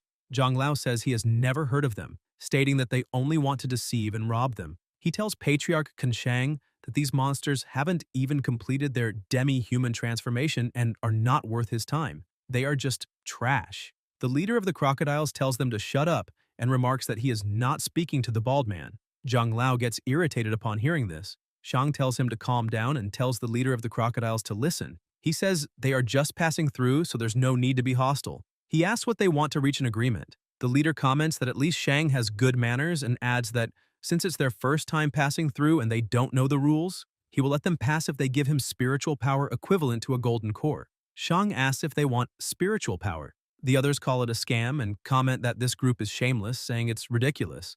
The protagonist says, Chuan crocodiles, and wonders why they seem so familiar. He thinks that, according to his memories, they are NPCs used to point the way, and questions when they started using swords and forming groups. The protagonist opens the window and observes Cha Haiyan. He then goes to her and asks if this is her doing. Cha Haiyan asks why he always doubts her and says it's his work because he improved beyond expectations. She says the system automatically matches these opponents. Leng Shu wonders if Wu Jin was telling the truth and believes he really cares about women and pampers them. She thinks she's not jealous and doesn't want to be treated that way. The crocodiles throw an axe into the air, frightening Patriarch Shang's horse, but he quickly jumps off the animal. Then the crocodiles ready their spears and throw them toward him. Ken Shang says he didn't come all this way just to be bothered by bandits and comments that if they want something so valuable, they will have to earn it with their own strength. With his sword, he reflects all the spears. The leader of the crocodiles orders them to form the Zitong formation. Quickly, all the crocodiles take their positions, and then the leader tells them to prepare for the 1,000 birds attack. They gather energy and launch the attack. Shang, emanating his energy, asks if they are just crows, and comments that they are not worthy of dirtying his hands, unleashing a burst of spiritual energy. The leader of the crocodiles starts laughing and says that Shang has fallen. He comments that all the beautiful and strong cultivators are like him, and what they fear most is getting dirty. When he notices the crow attack, Shang is surprised and yells that it can't be. The other cultivators start running, warning to be careful because the birds are poisoned. Wu Jin, seeing the situation, begins to use his spiritual writing, creating a plant with flowers that lifts Shang into the air. The crows fly after them, but the flowers on the plant start capturing them. Shang gets excited seeing that Chen Wu Jin is helping him, calls his name, and goes toward him. The protagonist tells him to shut up and asks if Shang doesn't realize he's preparing a spell and is only getting in the way. He then uses the spell and summons Shadow, saying it's time to play. Shadow quickly appears, grabs a crow, and then begins leaping at high speed, capturing all the crows. The leader of the crocodiles, surprised, comments that this is impossible because the energy of these birds is corrosive, and Shadow is devouring them. Shang, shocked, asks if his stomach doesn't hurt. Wu Jin replies that he's terribly hungry. Suddenly, from the portal where Shadow was summoned, a voice asks why he came out. Hua Fei steps out of the portal and asks if Shadow wasn't going to help him hide since Wu Jin shouldn't know he's there. Looking to the side, he notices Chen Wujin is there and the two fall silent. The protagonist gets angry and asks what the hell is going on, asking if he didn't tell Hua Fei to stay and not follow him, then understands why his dog was so hungry. He replies that Shadow only did this because he was angry and adds that he warned him not to become friends with Shang, who likes another fruit, but admits that Wujin's dog food is really good. Meanwhile, Shadow, angry, starts biting the crocodiles too. One of the crocodiles, scared, jumps back without a piece of its shoulder and comments that this beast hurt him. Shadow says that crocodile meat is tasty and tastes like fish, while Ken Shang says he knows he's hungry, but what's the point? The wounded crocodile asks the leader what they will do, as the boy's bite is terrifying. The leader asks if he's afraid and states that they are crocodiles, and there is no bite stronger than theirs, so they cannot lose to a little puppy. He declares that they will show them the power of the crocodiles. With that, everyone begins to use their spiritual aura. The protagonist comments that for something that is food, the crocodiles have quite a few skills. After using their spiritual energy, the crocodiles start returning to their original form and say that now, in their primal strength, their hunting and fighting instincts are much greater, and a simple little dog cannot compare to the cold-blooded nature of crocodiles. Shadow asks the master if he can use his real form to face them. The young master questions real form, and asks if he no longer wants to be human. He then gives him advice, saying that he needs to learn to use human wisdom because his ingenuity cannot be compared to that of these animals. He then launches Shadow toward the crocodiles, ordering him to use human intelligence to defeat them. Shadow, confused, asks what human intelligence is. While lost in thought, one of the crocodiles appears beside him and swallows him. Zhao says that this is bad, but quickly the crocodile feels something inside his mouth. Shadow uses his strength to open it and says that now he understands. He pulls a small bag from his shirt and jumps out of the crocodile's mouth, thinking that he will never forget what his brother taught him. He begins to remember the past when his older brother told him that he found a master as beautiful as a fairy. Shadow, still small, catches his brother's attention and says that now he's the one worrying about him. His brother starts searching through several objects and says, "Here it is," commenting that this is the treasure that has been in the family for thousands of years. He explains that the key for humans to be the dominant race is knowing how to use tools and states that when in trouble, this will be useful. Back in the present, Shadow says that this represents the bond between him and his brother. He then pulls out a Pokeball from the bag and is confused upon seeing it. The protagonist gets irritated and comments that this is from the wrong manga. Shadow presses the Pokeball and pulls out another black sphere, which comes with a note. Shadow becomes serious, hands the object over, and throws the sphere, saying, "Divine thunder of the 5 elements." The sphere hits the crocodile's noses and falls to the ground. The crocodiles start laughing and ask what the hell was that divine thunder of the 5 elements, saying they're cracking up. Woojin stays silent while the other cultivators behind him also start laughing. The protagonist, not believing it, comments that it seems the rumor is true. You can't trust dogs that look like huskies. Shadow, shocked, says it can't be because his brother would never lie to him. The crocodile, still laughing, says he's just a stupid dog and, grabbing the black sphere, comments that this thing has no aura or energy. It couldn't even eliminate a rat with it. Another crocodile, intrigued, raises a hypothesis and asks if it could explode. The first one responds that no, because that would be impossible. Elsewhere, in the middle of several volcanoes, Shadow's brother is with his master, taking a bath in the lava. The master asks for more wine, and he responds that it's coming right up. Shadow's brother suddenly starts sneezing. The master tells him that it's been 100 years since he started following her and left his old world behind, questioning how he can feel cold there. Shadow's brother responds that it's not that and comments that it's more of an itching sensation, saying it might be related to his brother and the divine thunder of the 5 elements. The master asks divine thunder and says it's an interesting name. He says that in reality he wanted to deceive his brother. When he left, he gave him a metal bag that belonged to his ancestors and wanted him to learn that the most reliable weapon is one's own claws. The master says she wouldn't be so sure and comments that she saw his ancestors 1,000 years ago. At that time, the Thunder Emperor was a very well-known figure across the 4 seas and 8 deserts. It was during this time that his ancestors became docile. After a bloody battle, the enemy eliminated the Thunder Emperor, but his ancestors survived.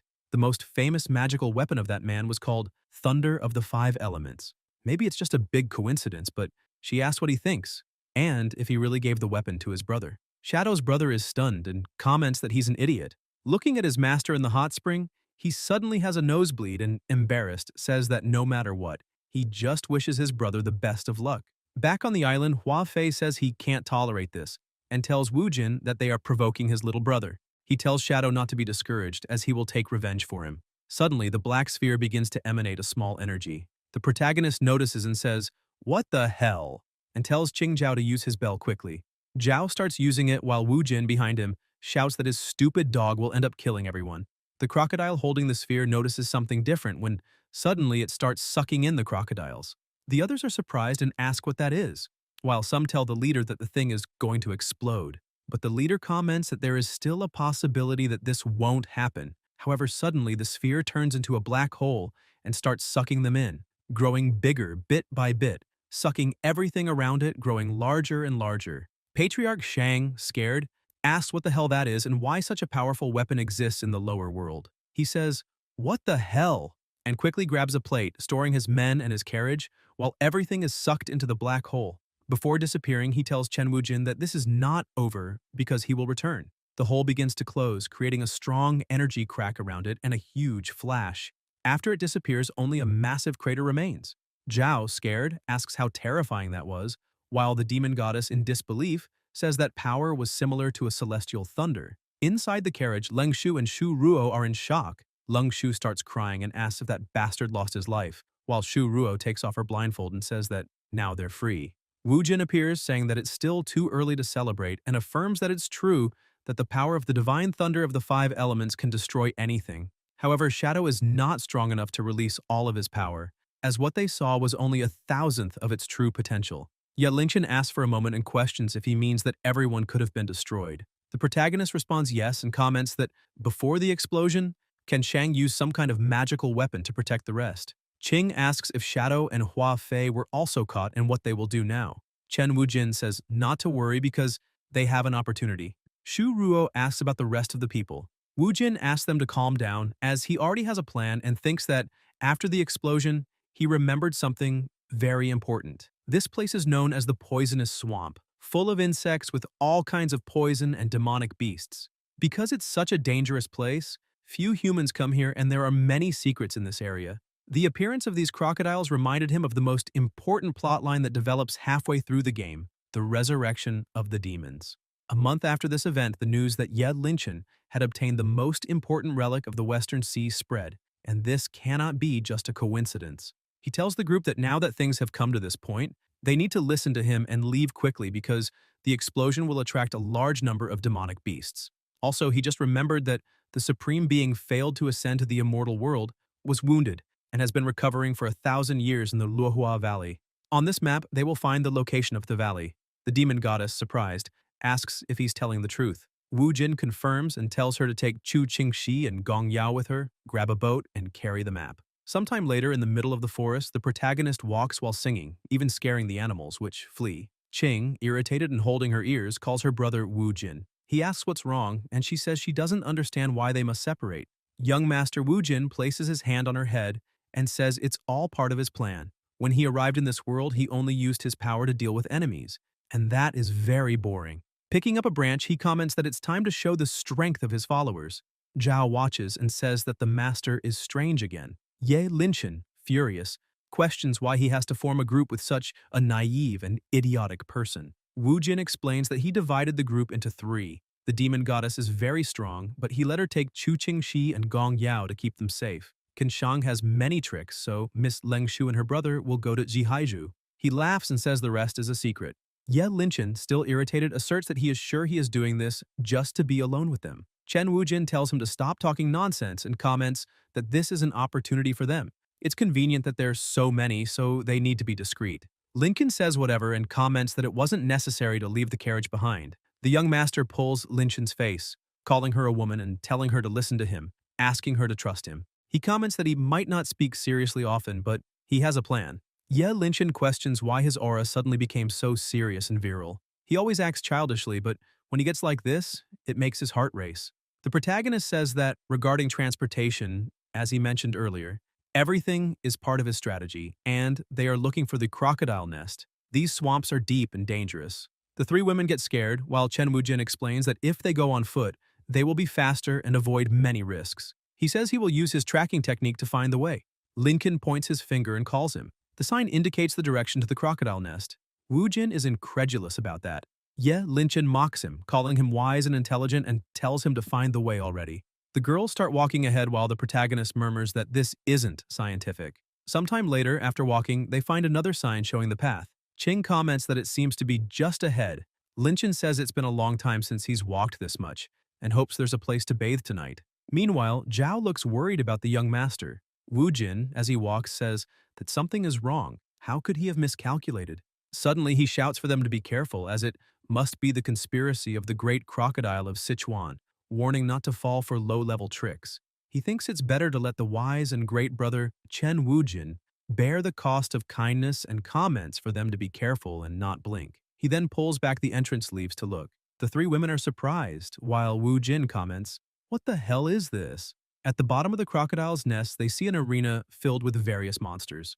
The protagonist questions if this is a philosophical contest.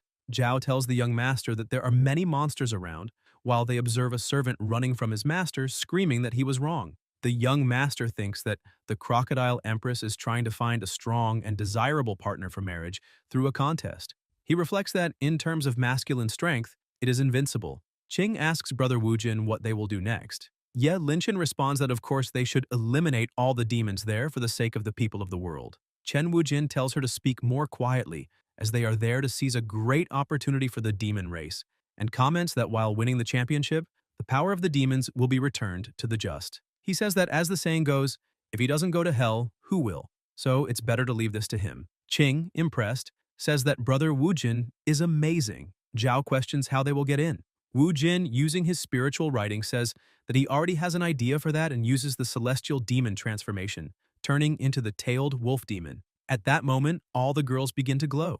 Zhao ends up turning into the rare demon, explosive-eared rabbit, while Zhao Qing transforms into the super rare demon, twin white-ringed snake, and Ye Linchen into the celestial demon, nine-tailed Qingqiu fox. Wu Jin comments that he knew the transformation spell would be useful and that there's something more to this gender issue. Linchen, furious, calls him a little shit and questions what the hell he did. Chen Wujin, blushing, explains that in reality this transformation reflects the true feelings of the user and, with a mischievous smile, says he didn't expect her to have such a passionate heart since she usually acts cold and distant. He teases her, saying to leave it to him, as he will give her plenty of love. Linchen, stammering, tells him not to touch her tail. Suddenly a fan flies toward the young master and hits him in the face. The ancient celestial demon, Moon Fox, appears and says to leave this fox alone. Wu Jin, irritated, questions who the hell he is and how dare he interfere in his fun. The newcomer introduces himself as Qingqiu Yue, the young master of the Fox clan, and comments that he is the only hope for his clan to rise again after 1,000 years. Wu Jin is confused, while Qingqiu Yue says not to think he can pretend ignorance and that he won't turn a blind eye to what's happening. He tells Ye Linchen that if she's in danger, she just needs to blink, as he will help her, protect her friends, and ensure everyone's safety. The protagonist, furious, tells him to stop talking nonsense, saying that they are his sisters and questioning how he dares to treat him like air. Cha Hai-in thinks that this seems like a cliched encounter between a hero and a villain. Qingqiu Yue becomes serious and comments that he hasn't done anything against him just because he's a demon, but warns that if he continues like this, he shouldn't blame him for being rude. Wu Jin tells the girls to explain the situation to the idiot. Qing thinks that this is a good opportunity to understand her position in Wu Jin's heart, while Zhao believes she can't let this chance slip by, as she needs to know how much he really cares about her. Yet Linchen, on the other hand, thinks he deserves a punishment for being a pervert, so this will be her little revenge. The three remain silent while Qingqiu Yue, with his spiritual energy, declares that it's fine, and that he will defeat Wu Jin in the name of justice. Qingqiu Yue uses spiritual writing, creating a massive energy sphere, and tells Wu Jin to take it, saying, "Shameless little demon, accept the judgment of the moon." The protagonist thinks he can't believe this guy is so idiotic, questioning how he can take the women's play so seriously. He also uses spiritual writing, creating his own energy sphere, and says it's time to teach him a lesson. The two spheres collide, while Qingqiu declares that in the name of light he will destroy him today. The protagonist responds by sending him to hell. Suddenly someone appears and says that the young ones shouldn't get angry, commenting that this is not a place for personal fights. With a broom, he sweeps the floor, dissipating both of their spiritual energies and turning them into fireworks. Qingqiu looks back and sees a bald old man with a turtle shell on his back, questioning who he is and how he managed to block his clan's sacred technique so easily. The young master Wu Jin asks if he is a turtle spirit. The old man turns around and says that he didn't expect anyone to recognize his identity, since he has been living in seclusion for 1,000 years, and asks who Wu Jin is. Wu Jin is unsure of what to say and wonders what the hell he's doing there, thinking that this can't be the perverted Master Kame, and wondering if this isn't some sort of copyright violation. Qingqiu responds that he is the young master of the Fox clan and says, "It's a pleasure to meet him, master." The bald man calls Wu Jin and comments that anyone who knows his identity, except for a certain flower demon, is an enemy. The protagonist feels that name is familiar. The old man says that if Wu Jin doesn't speak, he will be forced to do so, and uses spiritual writing, declaring that his survival or death will depend on it. Chu responds that he's done for, while the bald master invokes a mountain above their heads. Chu Yue, feeling immense pressure, wonders who the hell that old man is, while the young master Wu Jin says he is a friend of the demon goddess Tinghua. The old man is surprised to hear that name and quickly irritated comments that slut and he have unfinished business. He then begins to make the spiritual mountain descend toward them. Seeing this, Chu panics, as he just wanted to enjoy this opportunity and live a long life, thinking he doesn't want to die there. His legs freeze with fear as he thinks he needs to move and not surrender. He screams for help, but suddenly the mountain turns into a broom that hits his forehead, leaving him confused. The old man starts laughing and tells the boy to calm down, saying he was just playing and that Tinghua helped him while he was hibernating. Wu Jin can't believe it, while the bald man asks if Wu Jin isn't going to get upset just because he played with him. The protagonist responds that he's not and comments that he's happy to see him happy. The bald man starts walking again and says they will meet again soon. Chu thinks, what the hell? And believes that the wolf demon has some connection with the old man, deciding to let him live for now. Wu Jin questions what he's looking at and Chu Yue thinks he needs to win to bring prosperity to his clan, commenting that he hopes not to run into him in the tournament, or otherwise he'll be screwed. Chen Wu Jin sighs and comments that, in that case, he'll be waiting for him. Zhao and Qing call for brother Wu Jin, but he says he's fine and knows they feel guilty, so they don't need to say anything, commenting that his women shouldn't feel bad. Suddenly, Ye Linchen strikes Wu Jin and asks if he doesn't think about giving her clothes, questioning how he can be so unconscious. After a few minutes, Chen Wu Jin hands a piece of clothing to Ye Linchen and gets angry at the bald master, questioning how he dares intimidate someone younger. He says that the old man is undoubtedly a monster, as his strength is something he's never seen before. It seems that this world hides many secrets, and in the end, strength is all that matters. Cha Heiyin says that her little Wu Jin is growing up. He responds that he's furious and questions why he has to be treated like a novice, saying that this must be a joke. Cha Heiyin tells him to calm down and comments that she knows Wu Jin can defeat him. Zhao asks if the master is going crazy and questions why he's talking to himself. Qing says that brother Chen Wu Jin is very strong, and she's sure he'll be able to overcome this.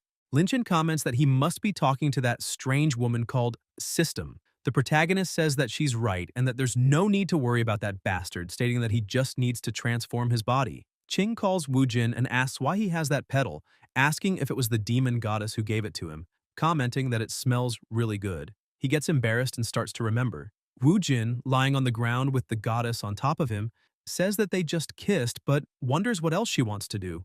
The goddess, with a slight smile, responds that it's obvious, and says she's going to give him something very important. The protagonist, blushing, says that it's not that he doesn't want to, but comments that it would be really embarrassing if someone saw them and suggests they go to the carriage. The demon goddess gives him a flower petal and tells him to take it, explaining that this petal is very important because it was taken from her own flower, so it contains her essence. If he carries it, it's as if she's accompanying him and asks him to keep it safe. Qing comments that she understands and says that, in that case, the demon sister gave it to him, and she'll take care of it for him. Wu Jin asks what they should do next. Suddenly, a crow announces that there are 4 hours left for the tournament registration, warning that the sign-up will close soon and asking them to follow and register as quickly as possible. The protagonist says that they're running out of time and that it's better to sign up first, telling the crow brother to wait for them. Qing thinks that she won't let brother Wu Jin bring things from another woman. Sometime later, they arrive at the registration location. The protagonist, seeing the person in charge of the registration, has a nosebleed and questions if she's a succubus, wondering if this game isn't about immortals and cultivators. Cha Hai-in asks where all that motivation came from and comments that moments ago he was very serious and upset. The protagonist recovers and says that she's right, apologizing, stating that he is Chen Wu Jin, a man who wants to dominate this world, and comments that he let his admiration for women dominate him, so he needs to stop being so lecherous. The succubus notices Wu Jin approaching and asks if he's going to register, introducing herself as a bat demon named Xiao Kei. Wu Jin ends up noticing her large melons and gets excited, but suddenly, Ye Linchen tells him to behave. Sometime later, Wu Jin, with a map in hand, explains that the Taoist Men Tournament is the #1 competition and happens once every 100 years. The goal is to find the most promising male among the demons. The competition is divided into 2 rounds. In the first part, it is necessary to obtain a demon ring and the winner will receive 18 crocodile pills. Only brute strength and racial talent can be used. Lincoln asks if this ring is useful and why there are no fluctuations in spiritual power. Zhao says she heard that demon rings are made from crocodile skin and even have some of the crocodile empress's power, making them first-class magical weapons. Qing comments that they don't seem all that special. Ye Linchen says that demons are physically stronger than humans, and that the talents of different races vary greatly. She tells Wujin that maybe they shouldn't participate as he's a human and his spiritual power is monstrous, but if blocked, he'll be relying solely on his physical strength. Qing questions why they aren't thinking long-term, while Zhao comments that there must be another way, as it's very dangerous, and she doesn't want to lose him again. Wujin looks seriously at them, scaring them, and says that he appreciates their concern, but he's a man and must take risks. Furthermore, the celestial transformation technique he used to disguise them isn't complete yet, and once it reaches the final stage, he will be the strongest wolf. In this competition, where all the men face off one-on-one, he, Chen Wujin, will be the winner. Sometime later, several monsters watch the test while the girls say that Wujin can do it. Qing says he must win first place, Zhao says the master is number one and is sure he won't have problems, and Linchen says not to disappoint them. The protagonist thanks them for the support and says he will defeat them. Suddenly, someone calls him. The Tiger Man questions if he really thinks he can defeat them. The protagonist responds yes and asks if there's a problem with that. They stare at each other for a moment until the Tiger Man laughs and says that he likes him. He introduces himself as Shan Jun and comments that it's rare to find a comrade with a personality like his, so he suggests they join forces. Wujin agrees, saying that Brother Shan is also awesome and that he himself is a wolf demon named Guanxi. Qing Qiu Yue, watching them, comments that he's really going to participate and says that this scum and this beast are a disgrace to the demon race. Shanju notices something and tells his brother Guanxi that it's better to leave because he smells something unpleasant, commenting that it must be coming from that fox. The protagonist asks if Brother Shan knows the origin of that human-like fox. Shan tells Wujin to ignore him, stating that the fox is a despicable scum who uses cultivation methods belonging to the human race, saying he can't wait to meet him in the woods. The succubus at the starting line rings the bell announcing the start of the competition and tells everyone to go ahead. All the demons run, pushing each other, saying they will win the favor of the crocodile empress. The monkey spirit, talented at swinging through the forest, starts farther back, while the water snake enters the water, using its talent to move without leaving traces. The earth demon begins digging, as his talent can cause earthquakes. The tiger comments that these guys are looking for their own end and have no idea of the horrors that await them at the point of no return. He tells Brother Guanxi to let these idiots explore the path first, but when he looks back, he sees the protagonist saying he has a stomachache and needs to go to the bathroom. The tiger realizes and comments that this big-tailed wolf is smarter than he looks, as he managed to escape, saying it's a pity because he would have made a good puppet, and his ghost wanted to play with him, revealing his talent for playing with prey. In the bathroom, the protagonist comments that this was expected from a celestial demon, as the difference between humans and demons isn't something easy to match. He concludes that the only way to win is by using the petal the demon goddess gave him and ignoring the ring. He searches for the petal and becomes confused, but then remembers that Qing took it and says that it's over now, commenting that a wise man once said, "A man's downfall will not come from his enemies but from his women." Cha Hai-in asks what he will do now. The protagonist says it's just a minor setback and that he has another option. He grabs Cha Hai-in, making her blush and question him. Wujin says that although his resurrection absorbed much of her energy, she still seems as strong as before. He comments that she must have hidden power somewhere and asks her about it. Cha Hai-in tells Chen Wujin to wait. Sometime later, the protagonist holds two large spheres in his hands and says that he knew it, commenting that it's no wonder she was the most powerful existence in this game. He observes that this energy contains the power of heaven and earth and has almost infinite creative power. Cha Hai-in, shocked, says that her precious melons are gone and that this was too much, declaring that she never wants to see him again. Quickly, she enters Wujin's body. The protagonist tells her to calm down and says that Cha Hai-in knows he didn't want to do this, assuring her that when he's done using them, he will return them. He comments that lately, women have been causing him so many problems, just showing up in his path to make him stronger, and laments involving her in this. He says he chose to transform into a big-tailed wolf because of the almost infinite potential of this race. Originally, he planned to use the demon power from the petal the demon goddess gave him, which would allow him to avoid the ring's restriction and become a superior wolf. But with this new energy, he wonders how far he will be able to evolve and comments that he has high expectations. With that, he starts to swallow the energy spheres. Suddenly, the old man bursts into the bathroom, thinking he can't take it anymore, and quickly locks himself in a stall. While doing his business, he comments that Zhao Ke's secret hamburgers are very rich. However, as he stays inside, he notices that the stall around him starts shaking. On the other side of the stall, Chen Wujin, overflowing with energy, starts shouting loudly as his spiritual aura explodes with force, declaring that he's about to evolve. At that moment, a huge explosion happens, destroying everything. The young master wonders if he has become a wolf of greed and says that he feels like he could destroy everything with the power that flows through each of his claws. Excited, he comments that this is amazing. Suddenly, someone calls him. The protagonist asks who it is, and Master Kame responds that it's him and that they meet again, questioning if he was the one responsible for destroying the bathrooms. Wu Jin, worried, responds that he doesn't know what he's talking about. The bald man asks if this is true. Chen Wu Jin, still annoyed, points his finger and tells the old man that there are many beautiful girls behind. The old man immediately starts looking around, asking where they are, but when he realizes, he sees that the young master has run off. Irritated, he calls him a little shit and comments that he's going to catch him. As Wu Jin runs, he starts making faces at the old man, telling him to eat his dust. The succubus notices something and, looking back, sees someone passing by her at high speed. The protagonist says that this contest will be his and tells the crocodile empress to just wait. Meanwhile, during the trial, the demonic mole uses his muscular punch against the snake, and after an intense fight, he manages to defeat it. Tired, he comments that his muscles are the best and says that the crocodile empress's spiritual power pill will be his. Suddenly, he notices something passing quickly in front of him. Chen Wujin appears and tells him to look behind. But before he can react, Wujin hits his vital point, making him faint, and grabs the pill.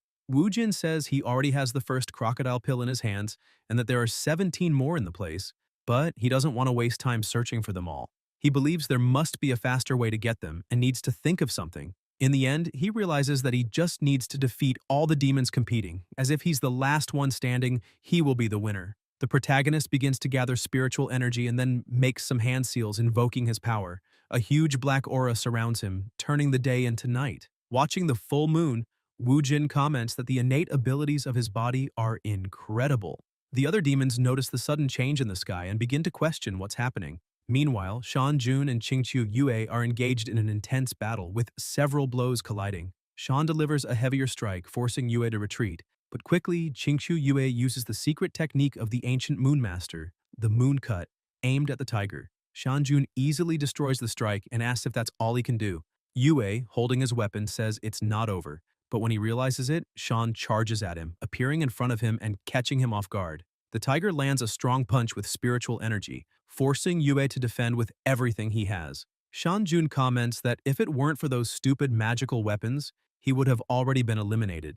Qingqiu Yue asks the tiger to wait and suggests that maybe they could talk. Suddenly, both of them notice the sky beginning to darken, and the tiger questions what the hell is going on. Qingqiu Yue feels the change in the atmosphere, wondering what power that is and if there's a master so powerful as to invert the yin and yang. Shan Jun responds that it doesn't matter if there's an unmatched demon god because his supernatural powers are on his side, and his ghost can only use all their power when it's night. As such, the ghosts begin to advance, while the tiger lands a punch and yells at Qingqiu Yue to go to hell. Qingqiu Yue stands still as the tiger's punch and ghosts come toward him, but he gives a slight smile, and at the moment the attack hits him, a dust curtain rises. When the dust clears, Shan Jun and the ghosts are confused.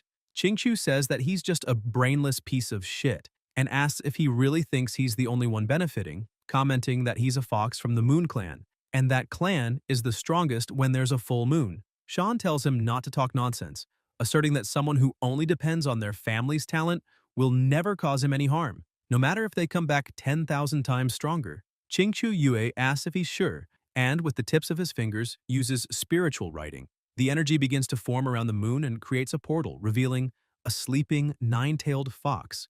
The fox notices this and looks toward the tiger, who, frightened, starts running, saying it's better to get out of there because he's tired of these second-generation demons. Qingqiu waves his hand and says that it's the end for him. At that moment, one of the nine-tailed fox's hands comes out of the portal and moves toward the tiger, crushing him against the ground and leaving only his mark engraved on the soil. The protagonist, watching the full moon, wonders if someone is using his power to gain an advantage and thinks that no matter how strong the other's technique is, compared to his, there's still a long way to go. Thus, he begins to channel his spiritual energy and with his fingers activates the spiritual writing, executing the forbidden greed technique, creating a wolf silhouette behind him. Qingqiu Yue questions why there are people who don't understand his greatness. After all, he is the son of destiny, so no one can defeat him. He wonders who could have helped his opponent and considers if a very powerful member of his race secretly followed him to protect him. Thinking about this, he concludes that now he just needs to marry the crocodile empress and become a demon emperor.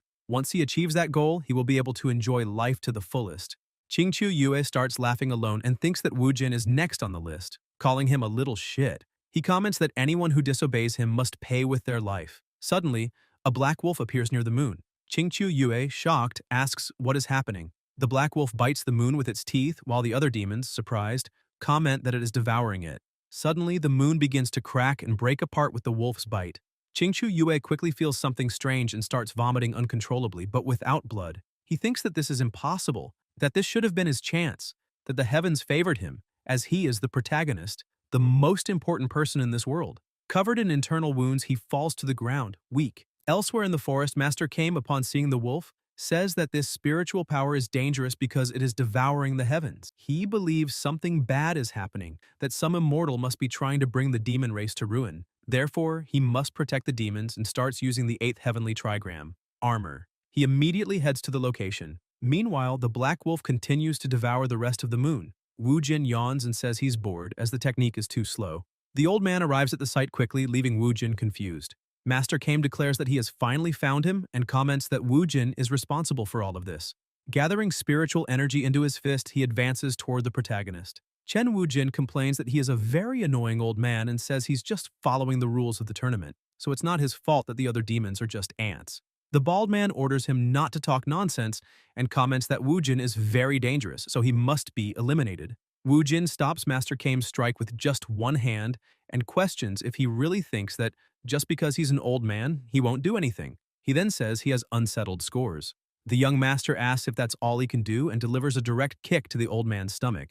Master Kame thinks that's impossible. His innate armor, which had never even received a scratch, was destroyed in a single blow. Wu Jin's kick sends him crashing into the rocks. The bald man questions how this can happen. Chen Wu Jin looks at the elder and says he only used a third of his strength because he wants him to stay alive to witness his true power. Meanwhile, the black wolf looks at the sky and begins to suck the essence from others. The monsters start screaming that their demonic powers are out of control because something is stealing their essence. Qingqiu Yue, unconscious on the ground, also has his essence drained and begins to age. Elsewhere in the Crocodile Empress's cave, she devours her food non-stop. Suddenly, a succubus enters, running, calling the Empress, and warning her that something terrible is happening at the tournament. A guy is ruining everything. All the competitors have been defeated, and even Grandpa Turtle is severely injured. She must do something. The Empress stops eating and asks about the rice balls. Irritated, she says she wants rice balls. Meanwhile, the black wolf continues to suck the essence from the monsters. Wu Jin says everything is going well. After absorbing enough essence, the black wolf howls and throws a spiritual pill to the protagonist. Chen, holding the pill, comments that mastering this skill in his past life was difficult, but it was worth it. No matter the realm, the success rate is very high, so it's not bad. The demonic essence he absorbed with his greedy wolf technique is comparable to the spiritual power of a high-level cultivator. If he swallows it, he will be the strongest person in this world, and no one will be able to face him. Cha Haiyin appears and asks if he has no conscience. She says he took a huge amount of her energy and asks if he won't return it. She complains that the other systems are not like her, as they just sleep and eat, never helping the host while she worries about him. Then how could he do something so despicable, and she begins to cry. Wu Jin tells her not to act like that and orders her to keep it. Cha Haiyin asks if he had to do all that maiden act just for nothing, and comments that it was easy. Wu Jin tells her to wait and questions if he can't pay in installments. Cha Haiyin, irritated, orders him to hand it over and calls him a little shit. The protagonist asks her to calm down as he was just joking. In the bushes, the Crocodile Empress watches them from afar and, seeing the demonic pill, thinks it looks very delicious. Meanwhile, the system orders him to give the pill already. Wu Jin replies that he already said he would give it, but she needs to relax first. The Crocodile Empress starts running toward them, saying it's food. The two stop fighting and become confused, but the Empress jumps, grabs the demonic pill, and says it's a rice ball. Cha Haiyin and Wu Jin realize the pill has disappeared, but the Empress swallows it quickly. They are both shocked by this. Cha Haiyin, furious, starts shaking the Empress, ordering her to spit it out and demanding her melons back, saying she better return that spiritual energy. However, the Empress ends up falling asleep. Wu Jin, incredulous, thinks he knows her and yells that she is the Crocodile Empress.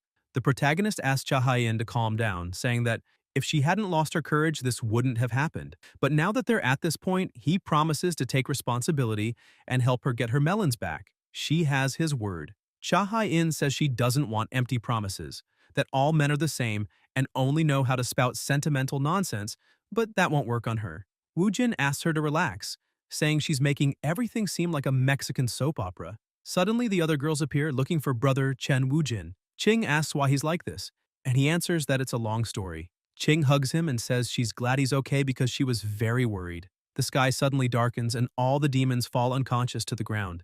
Young Master Wu Jin starts laughing and says it was his fault because he wanted to finish the tournament quickly and rid himself of his weaknesses. He then says to Qing that she can see he even caught the crocodile empress.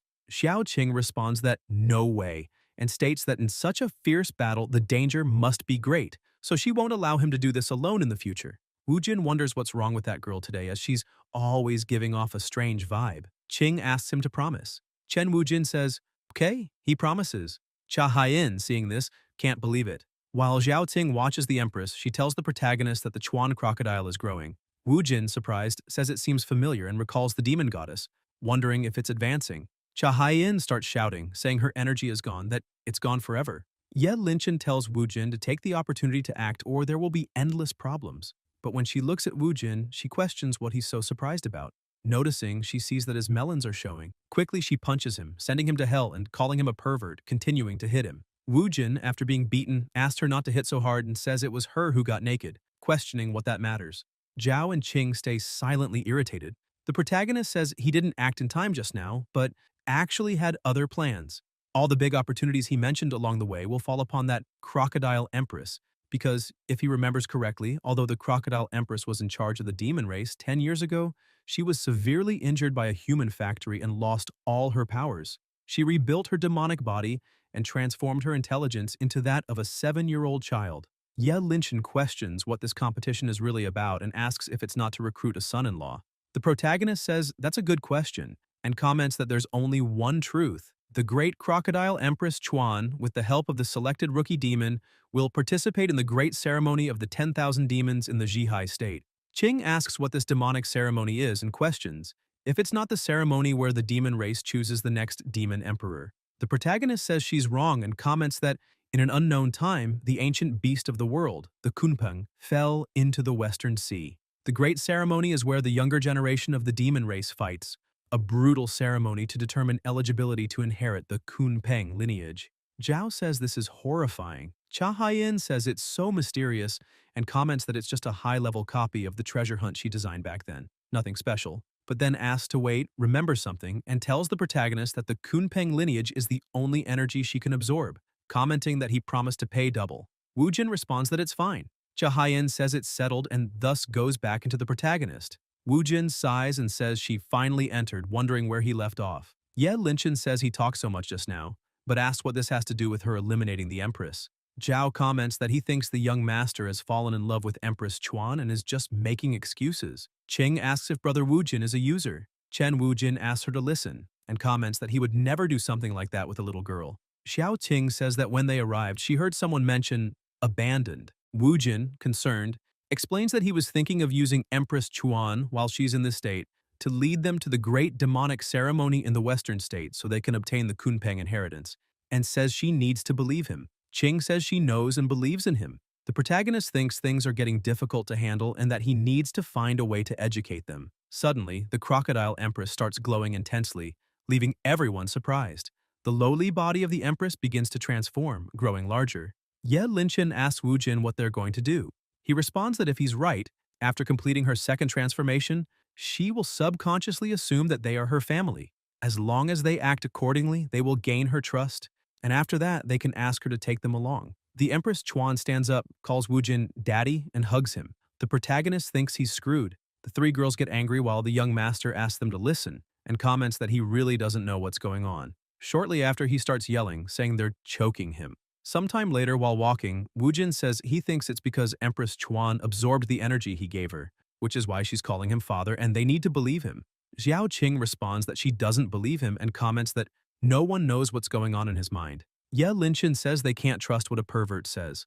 Wu Jin turns around and says that even when he's honest, they're malicious. The crocodile empress sees Wu Jin, runs to him, gives him a flower, and calls him daddy. Young Master Wu Jin wonders how this ended up like this. In his past life, the crocodile empress was a beautiful girl he could relate to, and he questions why he had to become her father this time. Elsewhere in the forest, Master came, wounded, continues asking for someone to save him. The succubus appears after hearing him and asks if the old man is still alive. Zhuanwu orders her to contact the nearby demon kings and tell them that Chuan has been taken. Suddenly, the succubus strikes the middle of Master Kame's chest, piercing him. The bald man asks what she's doing, but quickly she pulls her arm from the old man's chest, killing him once and for all. The succubus comments that this will be problematic, as she initially planned to control Empress Chuan, but she disappeared out of nowhere, and she wonders how she should explain this to her master, fearing punishment, as just thinking about it makes things difficult to bear. A hooded figure, upon seeing the succubus, says that this bitch really ruined things just as expected, and tells the mistress that she should have sent him instead. The mistress responds that he doesn't need to hurry, as nothing can escape destiny. Nothing can escape her reach. A week later, on the flying cloud, Wujin asks Linchen if she didn't teach her earlier and asks if she really can do this. Ye Linchen, irritated, says he should feel lucky that she accepted to give him the massage. The protagonist thinks teaching her is so hard. If she had at least half of Zhao's obedience, it would be perfect. Zhao asks the young master how much longer they have to travel, as they've been on the road for almost a week. When Wujin was about to answer, he's interrupted by Linchen, who says that all this is thanks to a certain someone who wanted to use the cloud and who knows what he's thinking. The young master says it's because she can't use the heavenly carriage, so he had to waste time collecting clouds to make this cloud strider. Ye Linchen gets irritated, tells him to shut up, and punches him in the back. Qing says that Empress Chuan thinks it's fun to sit on top of this white cloud.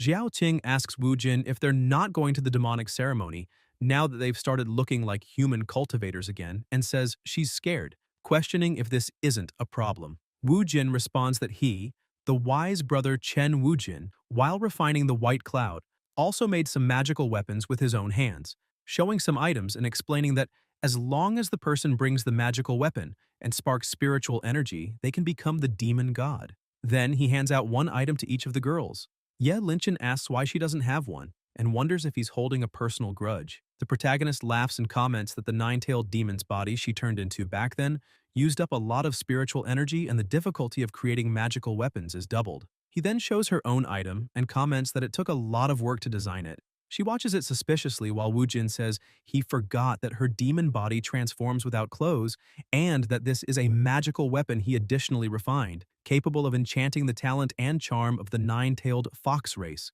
Linchen says he really worked hard for her. He replies that of course he would do that, but Ye Linchen quickly grabs Wu Jin by the shirt and throws him on the ground, saying that since he's been so considerate, it's better to return the favor. Sometime later, at the designated location, atop the mountains, they begin to descend from the flying cloud. After landing, Wu Jin says they finally arrived and thinks he almost died at the hands of that cruel woman. Ye Linchen turns her face away, sulking, while the protagonist thinks there is no woman he can't subjugate and promises Linchen that she just needs to wait.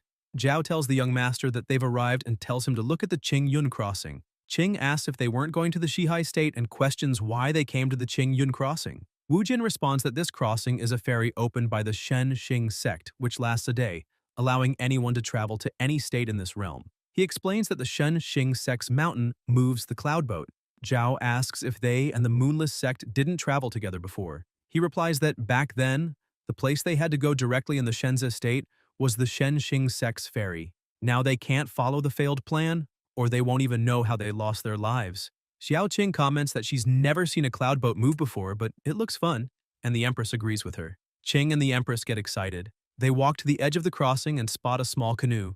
Ye Linchen questions if that wasn't the cloud boat Wu Jin had mentioned. The protagonist, sulking, responds that he doesn't know and tells her to look again. The clouds begin to part, revealing a huge ship ahead. Wu Jin jumps into the canoe and calls the girls to hurry so the canoe can take them to the ship.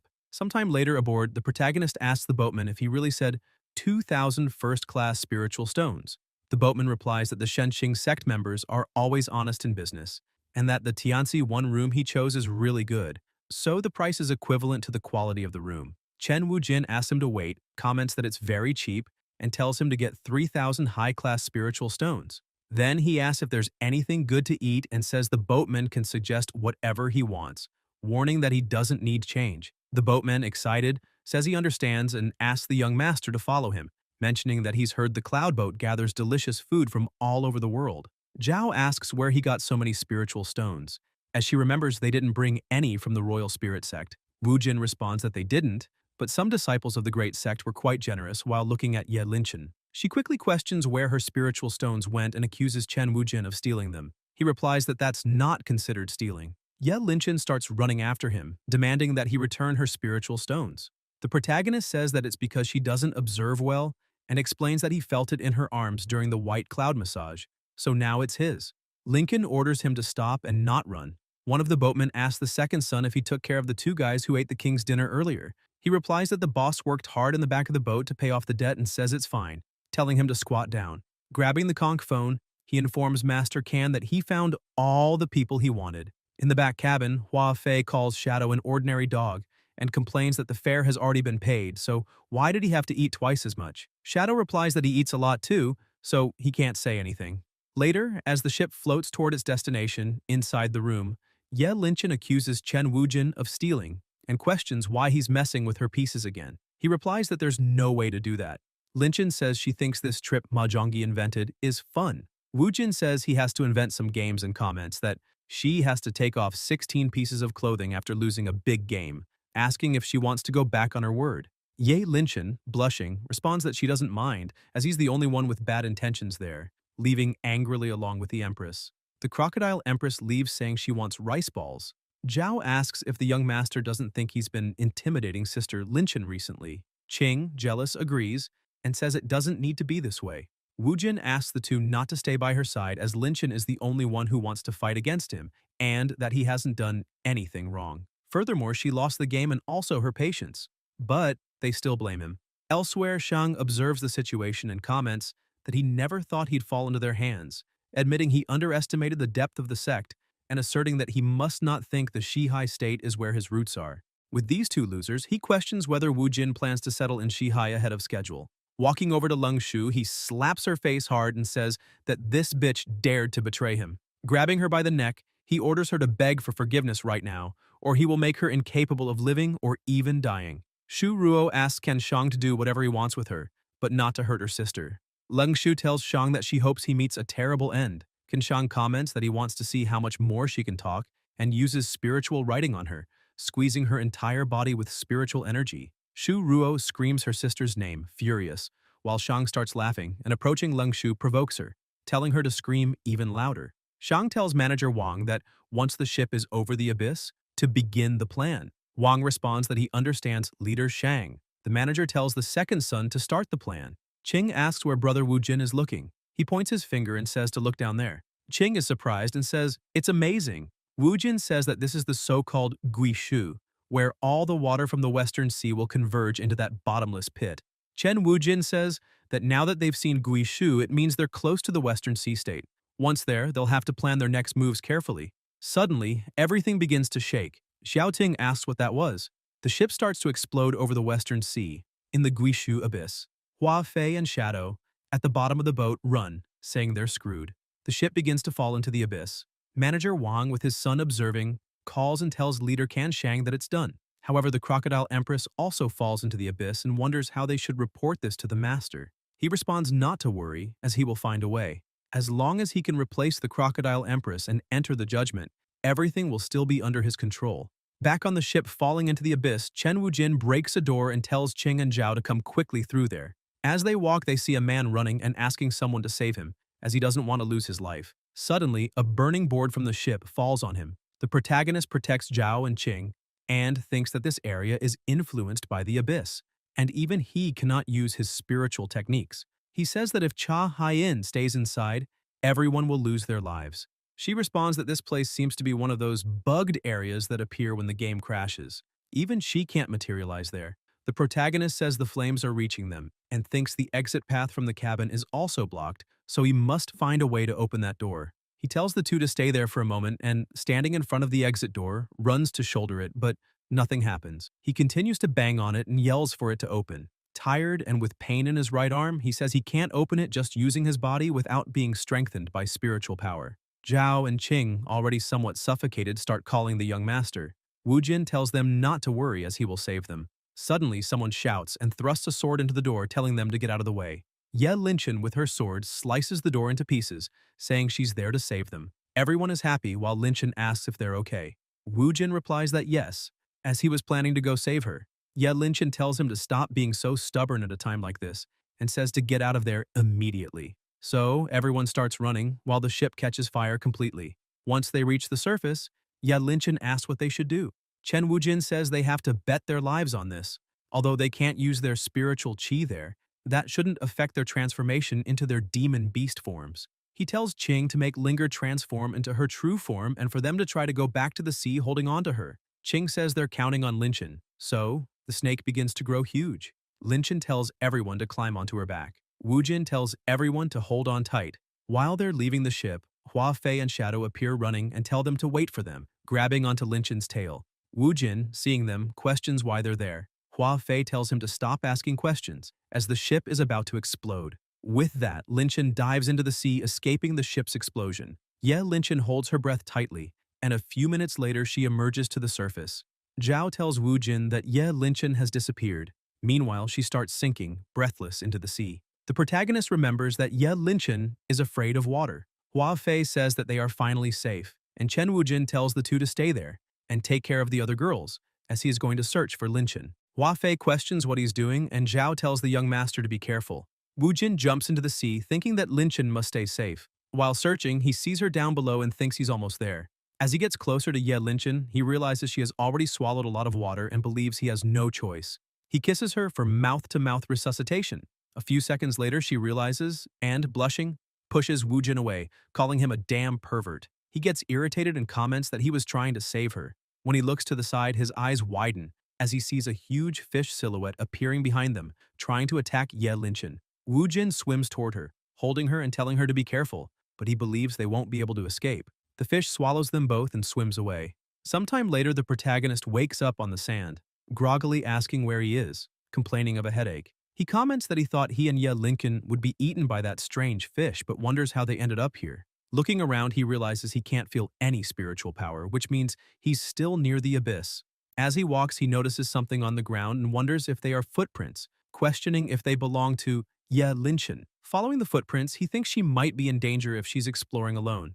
The protagonist starts calling for Ye Linchen, asking her to respond. While running, he sees a sign and, upon reading it, discovers it says Xiao Xuan's Secret Realm, and wonders if he and Ye Linchen ended up in a secret realm. He notices the footprints circle around a stone and return, but it doesn't matter. He needs to find that stupid girl first. As he runs, he thinks she needs to be safe and speeds up without stopping. After some time, he runs into the sign again. Wujin, in disbelief, questions why he's seeing that stone again. Looking back, he wonders if he passed the stone twice and thinks something is wrong. He says he's never heard of any secret realm called the Xiao Xuan Secret Realm before in the game and decides to try another direction. He begins walking through the woods when suddenly Ye Linchen appears with two octopuses on her shoulders, saying that the young man is interesting because it's impossible to sense his thoughts. One of the octopuses asks if this happens because his thoughts are clear or if he's a complete fool. The other responds that regardless, he's the first person they've encountered in the last 1,000 years who meets their master's criteria.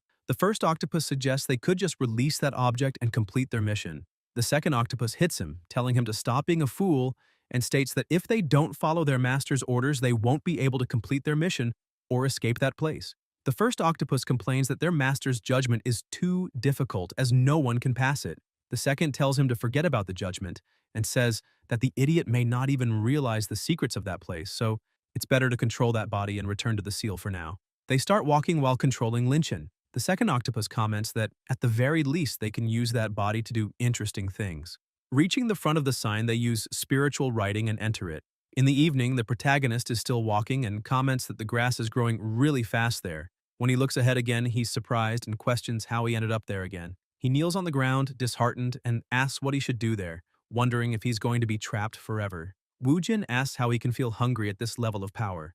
Although he can't use his spiritual power there, the power inside his body won't disappear, so the hunger coming from his body and the exhaustion from running are all fake. He believes he now knows what this place is. He comments that this place is a dimension created by some great power. Everything is just an illusion, and that must be the real entrance. He commands them to reveal themselves. A portal appears in front of the sign, and Wujin starts to enter it. Inside the portal, there are various stairs surrounding the space. The protagonist says this is just a dungeon of a slightly higher level and questions if they really needed to make it so mystical. If the system were there, he wouldn't have to work so hard. He begins climbing the stairs. Arriving at the next entrance, Wujin wonders what's behind that door and comments that this is so exciting. As he opens the door, he says to the master that he is Chen Wu-jin and is there to take his treasure and his wife. When he looks ahead, he sees some tentacles crawling over Ye Linchen's body. Wu-jin, blushing, questions what happened to her. Meanwhile, the tentacles continue to slide over her body and say that young men like him are always so arrogant, especially when they are in front of the woman they love, and they never pay attention to their words. The octopuses controlling Ye Linchen launch their tentacles and grab him. Wu-jin asks what's going on and is pulled closer as they question whether he's ready to lose everything. Chen Wu-jin wonders if Ye Linchen has been possessed by some demon. Observing the tentacles on her body, he thinks that although he doesn't know what kind of demon this is, the sight is very stimulating and he believes this is good, wondering what other schemes they have and feeling ready for whatever they show. The octopuses say that something isn't right and question why he isn't scared. The first octopus asks if they appeared the wrong way. Wu-jin wonders if they've taken control of Ye Linchen, and if they can talk, then says, "Hello, little octopus," and asks if they could tell him what he should do before he can let them go. The first octopus replies that they are different from their master, as their master is human, but they are not. The second octopus says they are the guardians of the Shaosuan secret realm, and introduces themselves as Lan, with their companion being House. Wu-jin thinks this dungeon is so boring and doesn't seem like there are any powerful treasures here. Lan says that's enough, and that if he wants to survive, he must pass the test, warning him that he now has 3 chances to succeed. House says the test is very simple and that they need to solve riddles. The protagonist asks what kind of riddles, and Chen Wu-jin feels that this is undoubtedly a failed dungeon designed by the system. Lan says that now the riddle is that he must give them the correct answer, and only if he answers correctly will he be able to claim the treasures of the master. Otherwise, they will stay there and become their toys. The protagonist thinks that he and Ye Linchen can't stay here much longer, so they need to finish this quickly. House asks if he's ready, and Wu-jin responds that yes, and that they can go ahead with the riddle. Lan asks, what has a head and a tail but no body? Wu-jin laughs and says it's simple, answering, a coin. Lan, in disbelief, says the second riddle is coming and asks what he can hold with his left hand but not with his right. The protagonist answers, the right elbow. Lan says that now comes the last riddle and asks, what gets wet when it's dry? Wu-jin answers, a towel. Lan says this man got all of them right and remarks that only the master could answer these difficult riddles. With that, they begin to release the young master. Lan says that it doesn't matter if he was a genius, tyrant, or immortal. Hundreds of people have entered the sacred realm over thousands of years, but no one could instantly answer all 3 riddles.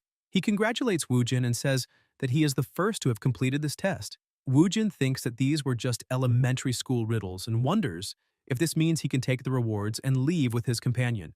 House says yes, and adds that their master is extremely powerful, incomparable to the living things in the lower realms, and with the rewards, he will help him reach the top of the world from now on. Lan asks the young master to wait there for a while as they go to fetch the treasures.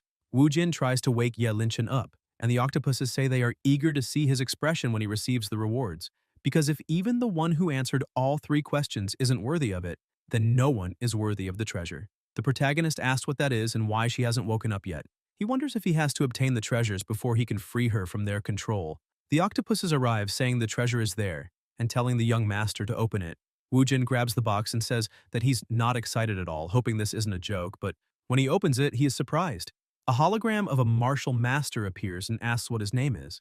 Wu-jin thinks he remembers now and that this must be the great opportunity Ye Linchen got in the Western Sea in the game, but now he accidentally took it and wonders what he should do. The octopus master calls him again, and the protagonist quickly says his name is Chen Wu-jin, heir of the Cooling sect, and that he will become the strongest man in the world one day. The martial master says that only someone worthy like him has the right to know his name and comments that he is the celestial emperor Zuxuan, the last cultivator of this world who ascended, and the last to know that this world is false. Wu-jin is shocked, and the celestial emperor comments that there is no immortal realm, and beyond the mortal realm, there is only the eternal void, saying it's all lies and questioning if he still wants to cultivate. The protagonist wonders if he knew this world was just a game before this, and if all the information about it was hidden in Guishu by the system. Wu-jin says he understands, but he will continue cultivating regardless.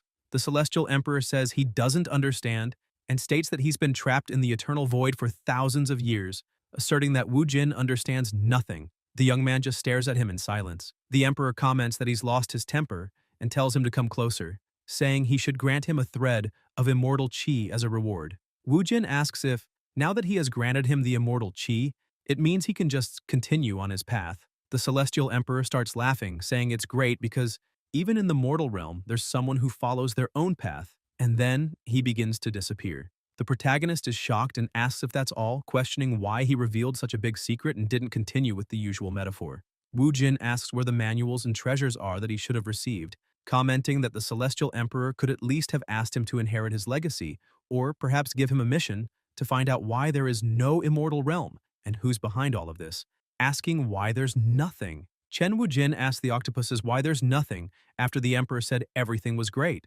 Lan tells him to wait and says they didn't understand their master's decision. Wujin grabs Lan and House, questioning if they hid something, and they scream that they didn't and ask him to wait. Suddenly, a crack appears, and a golden light begins to descend from the sky. An elderly cultivator notices and says that the energy signature seems like an artifact. The succubus master, seeing the golden light, is surprised and says that an immortal artifact has appeared. The artifact, falling from the sky, moves toward the abyss, landing exactly where Chen Wujin was.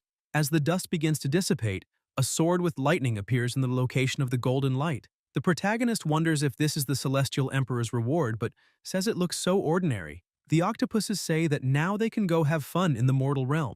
Wu Jin just watches them. The two of them use spiritual energy, saying, "Spirit of the artifact, manifest and return to your original form." The protagonist questions what's happening. The octopuses turn into spiritual energy and merge with the sword. Chen Wu Jin, shocked, asks if the two of them were the spirits of this artifact. The sword begins to shine and two spirit girls emerge from it. Wu Jin, seeing this, says that this is the immortal artifact Lin Chen brought from the Western Sea, the Zhuantian sword. Lan says that if their master hadn't ordered it, they would never allow him to use them. House calls the young master to quickly forge a contract, saying they can't wait to have fun out there. The protagonist thinks back to when he followed Lin Chen's path earlier. She used this sword and the spirit technique, and only then was she able to become an immortal protagonist. Taking the sword, he thinks that this should have been hers, and begins to remember when she saved them on the ship. He says what he's thinking and then walks over to Ye Linchen, taking her hand. The spirits ask what he's doing. Wu Jin tells them to be quiet and says that he, Chen Wu Jin, will never mistreat his women. With the sword, he cuts Lin Chen's finger. Suddenly, the sword begins to glow, and the spirits transform back into spiritual energy, entering Ye Linchen's mind. She collapses and begins to fall. The young master wonders if the contract was formed properly, holding her in his arms. He comments on why she hasn't woken up, but since he gave her his immortal artifact, maybe he can kiss her just this once, saying, "Let's go, baby."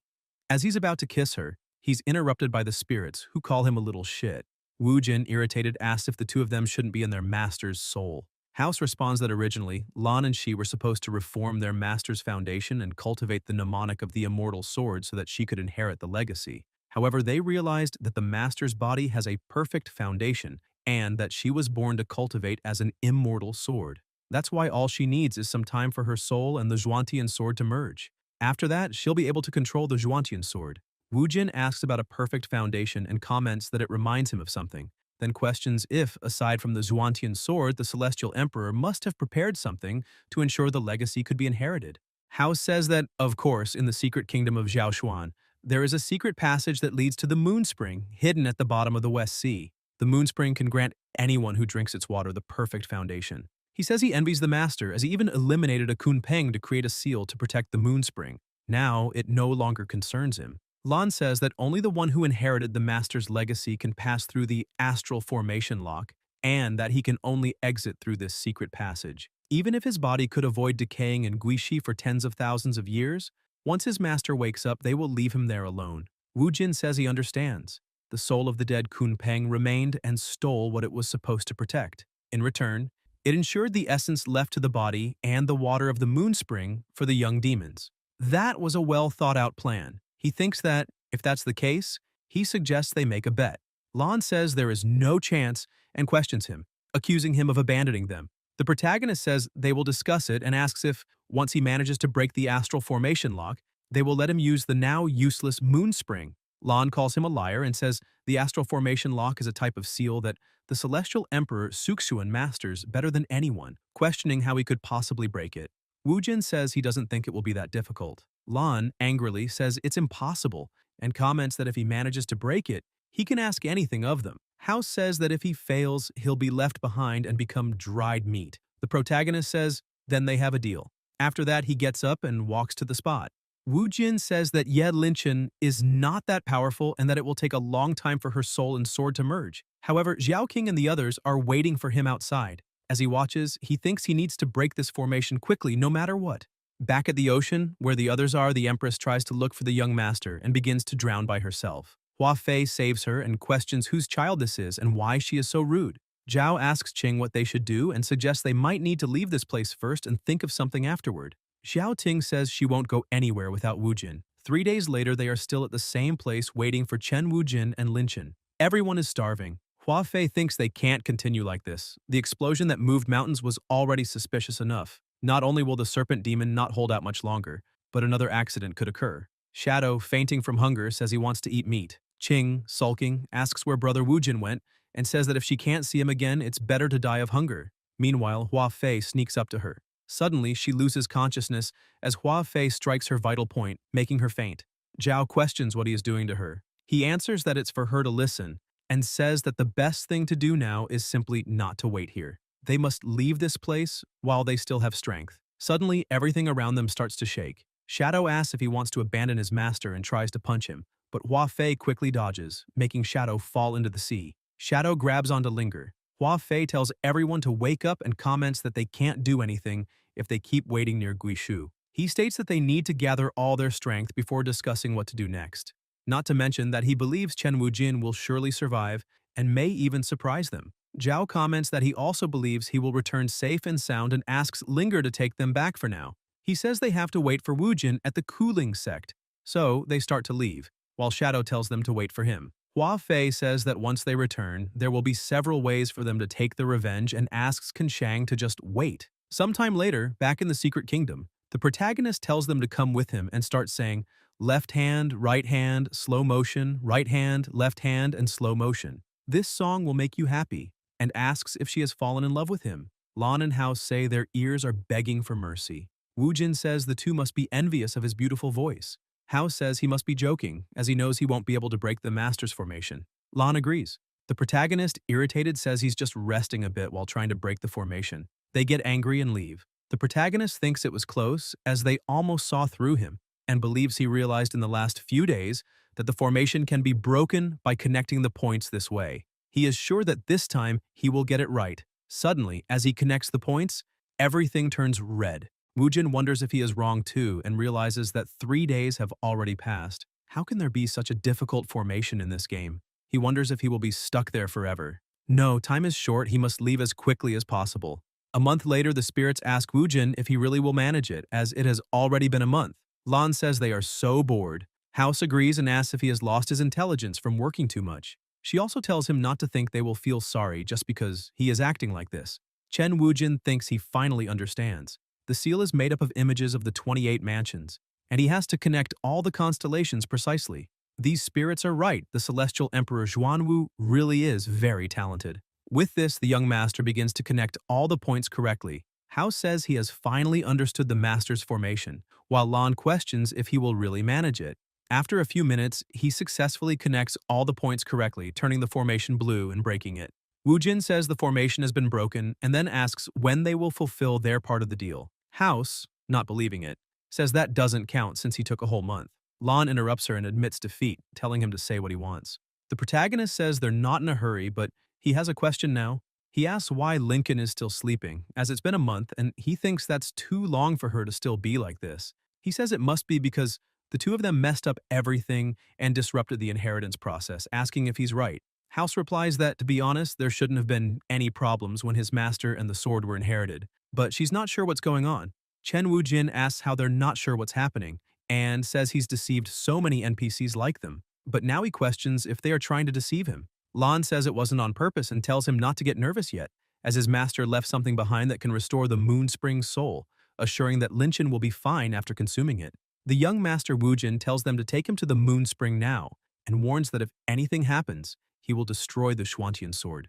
The spirits agree and begin to use spiritual writing, forming a magic circle on the ground with energy. They both step into the circle and are teleported. In a distant place, inside the ocean there is a barrier, and inside it an unprecedented battle is happening. The Minotaur demon easily cuts down his opponents with a smile on his face, but through a careless move, a succubus strikes him with a sneak attack, easily eliminating him. Excited, the succubus says she loves those with so much power and energy. With her are a hooded man and her master. The demon butterfly master says she never expected the day would come when she would be there too, watching the stairs up to the top. She says that if she can control all the secrets of that place, the day she unites and commands the demons will not be far off. Suddenly, a half-elf warrior appears with his guandao, saying these are childish words, and asks if they are the ones the great ancestor Kun Peng referred to when talking about the test. The succubus, observing him, is startled and says he is Long Boer, the strongest heir of the Qing Long lineage who participated in the test. Long tells them to leave now and says he will pretend nothing happened. The demon butterfly master comments that all the juniors these days are arrogant, even though they are only in the golden core realm, and says it's no wonder demons grow weaker every day. Long Boer responds that it doesn't matter how strong she is, because in this sacred land, all demons have their power limited to the golden core realm, and he can cut them down with a single strike. Suddenly, the succubus tries a sneak attack, but Long notices and, with his guandao, easily cuts her, commenting that she better know her place. The succubus falls to the ground injured, while Long, with a slight smile, asks who's next. The demon butterfly master uses spiritual writing, creating some insects. Longboer mocks her and asks if she is sending insects to make him itch. The demon butterfly master responds that her words are too grand and explains that it is the gas of the 5 poisons, something even cultivators in the soul-nascent realm would not dare face directly. Longboer suddenly disappears, leaving her surprised. When he reappears behind her, he says that her demonic insects are useless and that she remains trash, even after reaching the Demon King level. He advances to attack her, saying he will take her to hell now, but the hooded man grabs the guandao with his hands, blocking the blow easily. Longboer is shocked and thinks this is impossible, as no one in the Golden Core realm should be able to block his attack. The hooded man uses his spiritual energy and makes Long's weapon explode as if it were nothing, leaving him even more surprised. Then he charges at Longboer and strikes him with a devastating blow, injuring him severely. Long leaps back and tries to counterattack, but the man easily dodges. Weak, Longboer falls to his knees on the ground, wounded, while the demon butterfly master comments that she was scared until now, but thanks to the goddesses, she has a demonic slave. Longboer wonders what she meant by demonic slave and states that it can't be, because that is a human cultivator beyond the core formation stage. He stares at the demon butterfly master and accuses her of being a traitor to the demon race. The butterfly lord laughs and questions traitor, stating that demons have always been ruled by those with the great demon lineage for thousands of years. She asks when Long ever thought of them and reveals that she is a butterfly demon from the endless flowers, fortunate enough to reach awakening, able to assume a humanoid form only after hundreds of years of cultivation. Her life has always been peaceful and happy, and with her help, her sisters also awakened. Endless flowers became a place where the butterflies could cultivate. However, due to the greed of the demon king Gagzong, he stole all the spiritual honey they collected, burned the endless flowers, and enslaved all the demonic butterflies.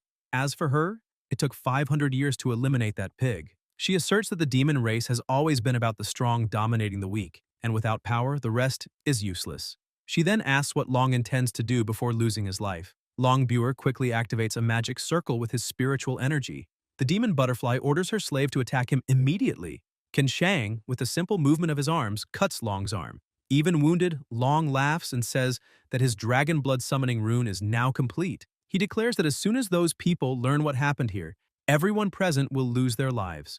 At that moment, a mini dragon is summoned from the ground and flies out. The demon butterfly mocks him, saying that he gives himself too much credit and calls Ken Shang a loyal dog. He responds promptly, "Of course, master." The demon butterfly thinks that while this foolish human cultivator, who was foolish enough to ask to be controlled by her, is by her side, no one will be able to stop her plan. Elsewhere, a Coyote demon says the others are too weak. While holding one of the demons in his hand, he comments that, if that's the case, it's better that he becomes his spiritual power. With that, he uses his Devour World talent, transforming the demon into spiritual energy and consuming it. Coyote says he just needs 3 more, and then he can reach the peak of the core formation stage. Suddenly, he notices a reinforcement rune flying toward him and grabs it, wondering if someone is calling reinforcements, but then quickly questions what that has to do with him and uses Devour World to consume it as well.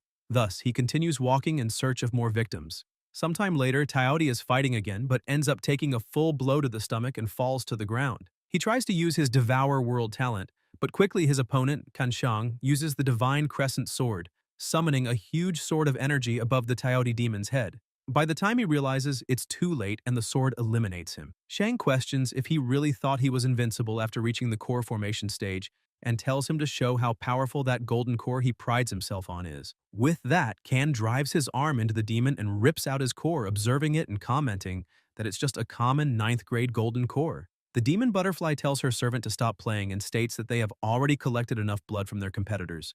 At that moment, the plate begins to glow and the animal's soul starts to appear. The demon butterfly thinks that all they need to do now is break Kun Peng's weak soul and everything will be hers. Kun Peng grows a little and charges toward her, but quickly Shang faces him with his spiritual energy, making the energies collide. The butterfly thinks that he is truly worthy of being a primordial divine beast.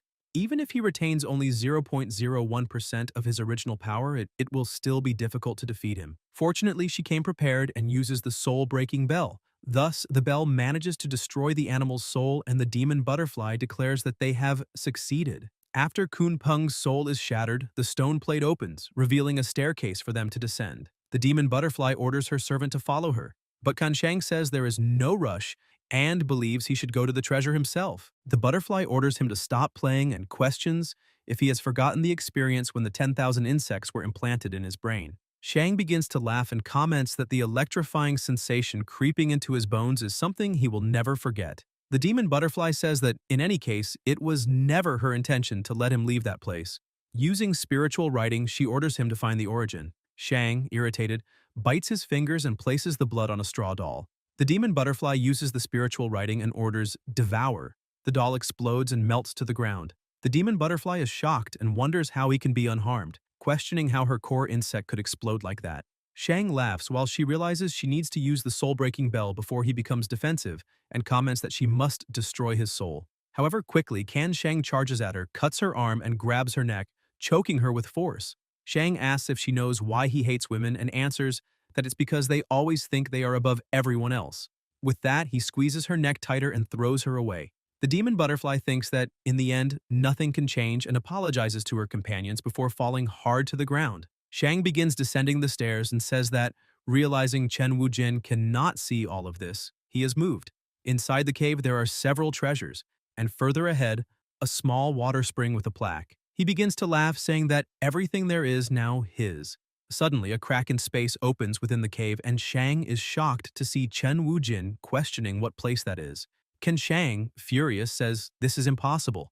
Wujin listens, looks to the side, and sees Shang, wondering why someone who should have died in Guishu appeared there out of nowhere. The protagonist thinks the road between enemies is truly narrow, and since Shang asked so sincerely, he says he will allow him to answer with his compassion. He then shouts, saying it's because he is the hero who represents love and justice. Shang gets angry at that. The young master thinks he must have stayed in the secret realm so long that he can't stop making bad jokes now and comments that, anyway, it's time to settle things right here and now.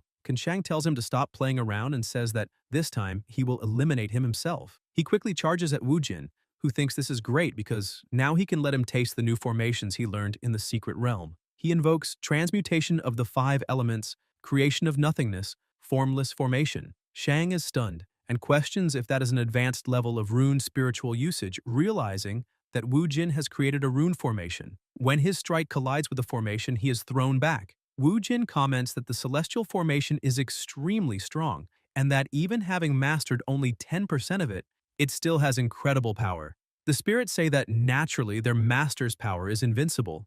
Ken Shang, wounded and with a trembling voice, admits he never thought Wujin would be his final obstacle and states that to obtain that power, he won't hesitate to destroy his own body and transform into a monster so the Kuei-yu sect can rule the 9 states. Chen Wujin must die right there. With that, Shang charges at him once more. The protagonist uses his protection again, creating several runes, but Shang's power breaks the shields. Wujin then uses the seal, creating numerous spiritual circles around Kanshang, and then activates the explosion rune, triggering a massive detonation inside the seal. A few seconds later, as the dust settles, Wujin comments that in the end he couldn't fully control the attack's power but still wonders if everything hasn't ended there. Shang, falling near the rocks with a stake pierced through his chest, murmurs, asking how he can lose his life in a place like that, all his pride, all his work he had promised him. Then he begins to remember his past. When he was young, his father told him that only the 2 of them had survived, but that he had gotten into a big problem, and because of that, Shang should promise to restore the Keiyu sect to its former glory. Qin Shang silently held back his tears while his father said that he was as stubborn as always and asked if he would really act that way, because if that was the case, how could he die in peace? Qin Shang promised his father that he would make the Keiyu sect the greatest sect of the 9 states. Suddenly, Chen Wujin interrupts him, saying this isn't a shonen manga and there's no need for so many flashbacks. He comments that it's so lonely being the supreme villain. Wujin then walks over to the water spring, while the spirits say he needs to be faster. Taking a sip of the water, he gives it to Ye Linchen to drink and notices it's working, as the sword is no longer suppressing her soul. Linchen opens her eyes and says her head is a mess, as if a lot of information has been shoved into it. Lan says it's okay because once the sword recognizes her as its master, she'll understand everything. House comments that there's just a small side effect. Ye Linchen asks who the two of them are and where she is. Wujin quickly covers their mouths, telling them to be quiet, and asks if Linchen has forgotten everything before this. She replies that she only remembers when they were in the West Sea, and after that, she doesn't recall anything. Wujin says that what happened in the West Sea was hundreds of years ago, and during her cultivation, there was an incident that injured her soul. That's why he brought her here to heal her wounds. Then he wonders what he should do for her to recover her memories after they get married. Ye Linchen, blushing, asks if they are married. Wujin pulls her closer and says that perhaps only the most passionate kiss can revive her lost memories, then starts leaning in to kiss her. Linchen, embarrassed, asks him to wait. The protagonist says they're husband and wife. There's no need to be shy. Yeah, Linchen sighs and says it's fine then. The spirits, embarrassed, cover their eyes, saying it's shameful. Thus, the two kiss. Wujin thinks that women are always attracted to bad boys and believes he can finally have her openly. Suddenly, the seal on Ye Linchen's forehead begins to glow, and a massive spiritual energy shoots up into the sky. Wujin dodges and wonders if that's the sword Qi. The sword Qi hits the stones, destroying everything around them. Ye Linchen, surprised, asks what is happening, while Chen Wujin remains silent, astonished. Lan starts laughing, saying this is so funny, and comments that he really didn't know that divine artifacts would protect their own master. Hao says she already knew this would happen. Linchen, suspicious, asks Chen Wujin exactly what happened that time. He says it's a long story and that he'll explain later. Lan comments that since the sword has fused with Ye Linchen's soul, it will take some time before she can properly control it. House then says that Chen Wujin is a great liar. Wujin, irritated, says he's never seen such annoying spiritual artifacts and orders the two of them to disappear immediately. He tries to grab them, but his hands can't touch them, leaving him confused. Lan says he doesn't need to repeat himself. House says they've completed the mission their master gave them, so their task is finished. The two begin to disappear, commenting that they would really like to see the outside world and if there's still a chance, they'd like to explore it. Wujin grumbles that the two of them are a pain in the ass. Ye Linchen calls the young master and comments that she feels like something is wrong. She then warns him that if he lied to her about the marriage, he is dead.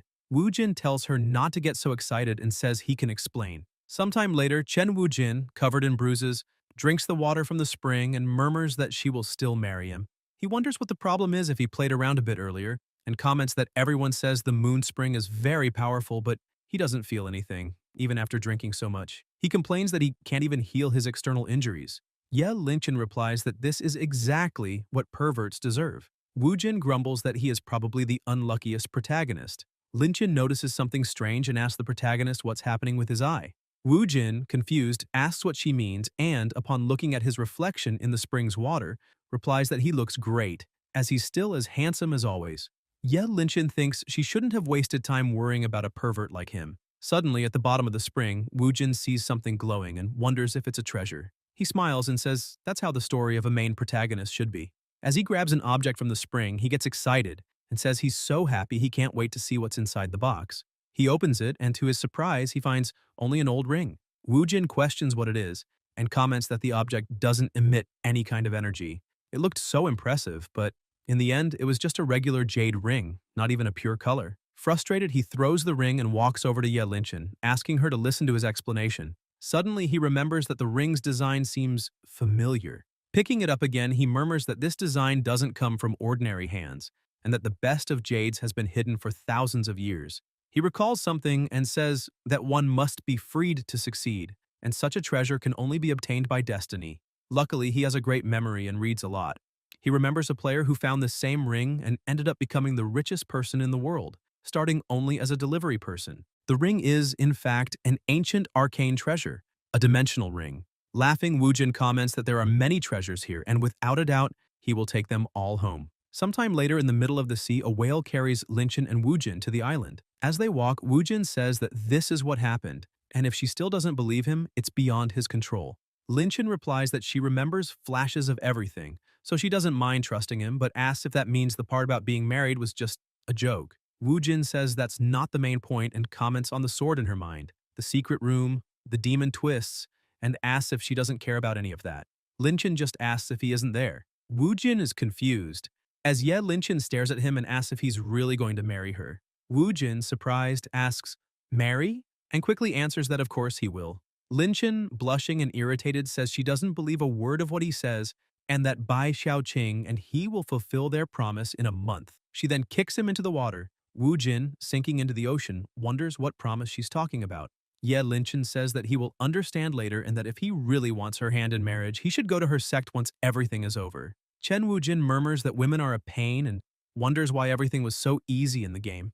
Cha Haiyan appears, saying it's because the game has a system and calls him an idiot. Furious, Woojin questions where she's been all this time. Cha Haiyan, in turn, asks where the spiritual qi is that he promised to form his body. Woojin curses her and asks if the system at least cares that he almost lost his life. Cha Haiyan pretends to be surprised and asks if that's true, commenting that she almost died because of him. A week later, Woojin, riding a donkey, comments that the sun is so bright, the flowers are smiling at him, and the birds are saying good morning. In the cooling sect courtyard, Zhao is eating with Qing while Shadow and the Empress are playing. Zhao says to Qing that the young master must be fine and will return soon, so she tells her to eat something first.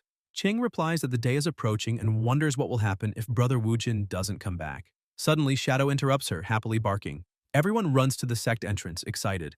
Nearing the entrance, Chen Woojin greets everyone. Qing calls for Woojin. He opens his arms and says that his handsome and brave brother Woojin is back, but quickly Zhao Ting slaps him in the face.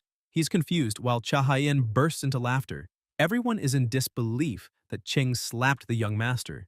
Woojin, with a trembling voice, asks why she still slaps so gently and says that she hasn't improved at all. Qing starts to cry, but the protagonist hugs her and says he won't let her go again. Xiao Ting, still angry, hits him, saying she no longer believes his words. Woojin picks her up and says that if she doesn't believe him, there's only one thing he can do. He starts carrying her inside while Qing asks what he's doing. Zhao, blushing, covers the eyes of Empress Chuan. Cha Haiyan appears, asking what Chen Woojin is doing and reminding him that they share their senses. He opens the bedroom door and laughing says that it's better if they all do it together. Zhao, outside, calls the young man's name jealously, saying that this is unfair. After a day, Woojin opens the door saying that the morning is the most important part of the day.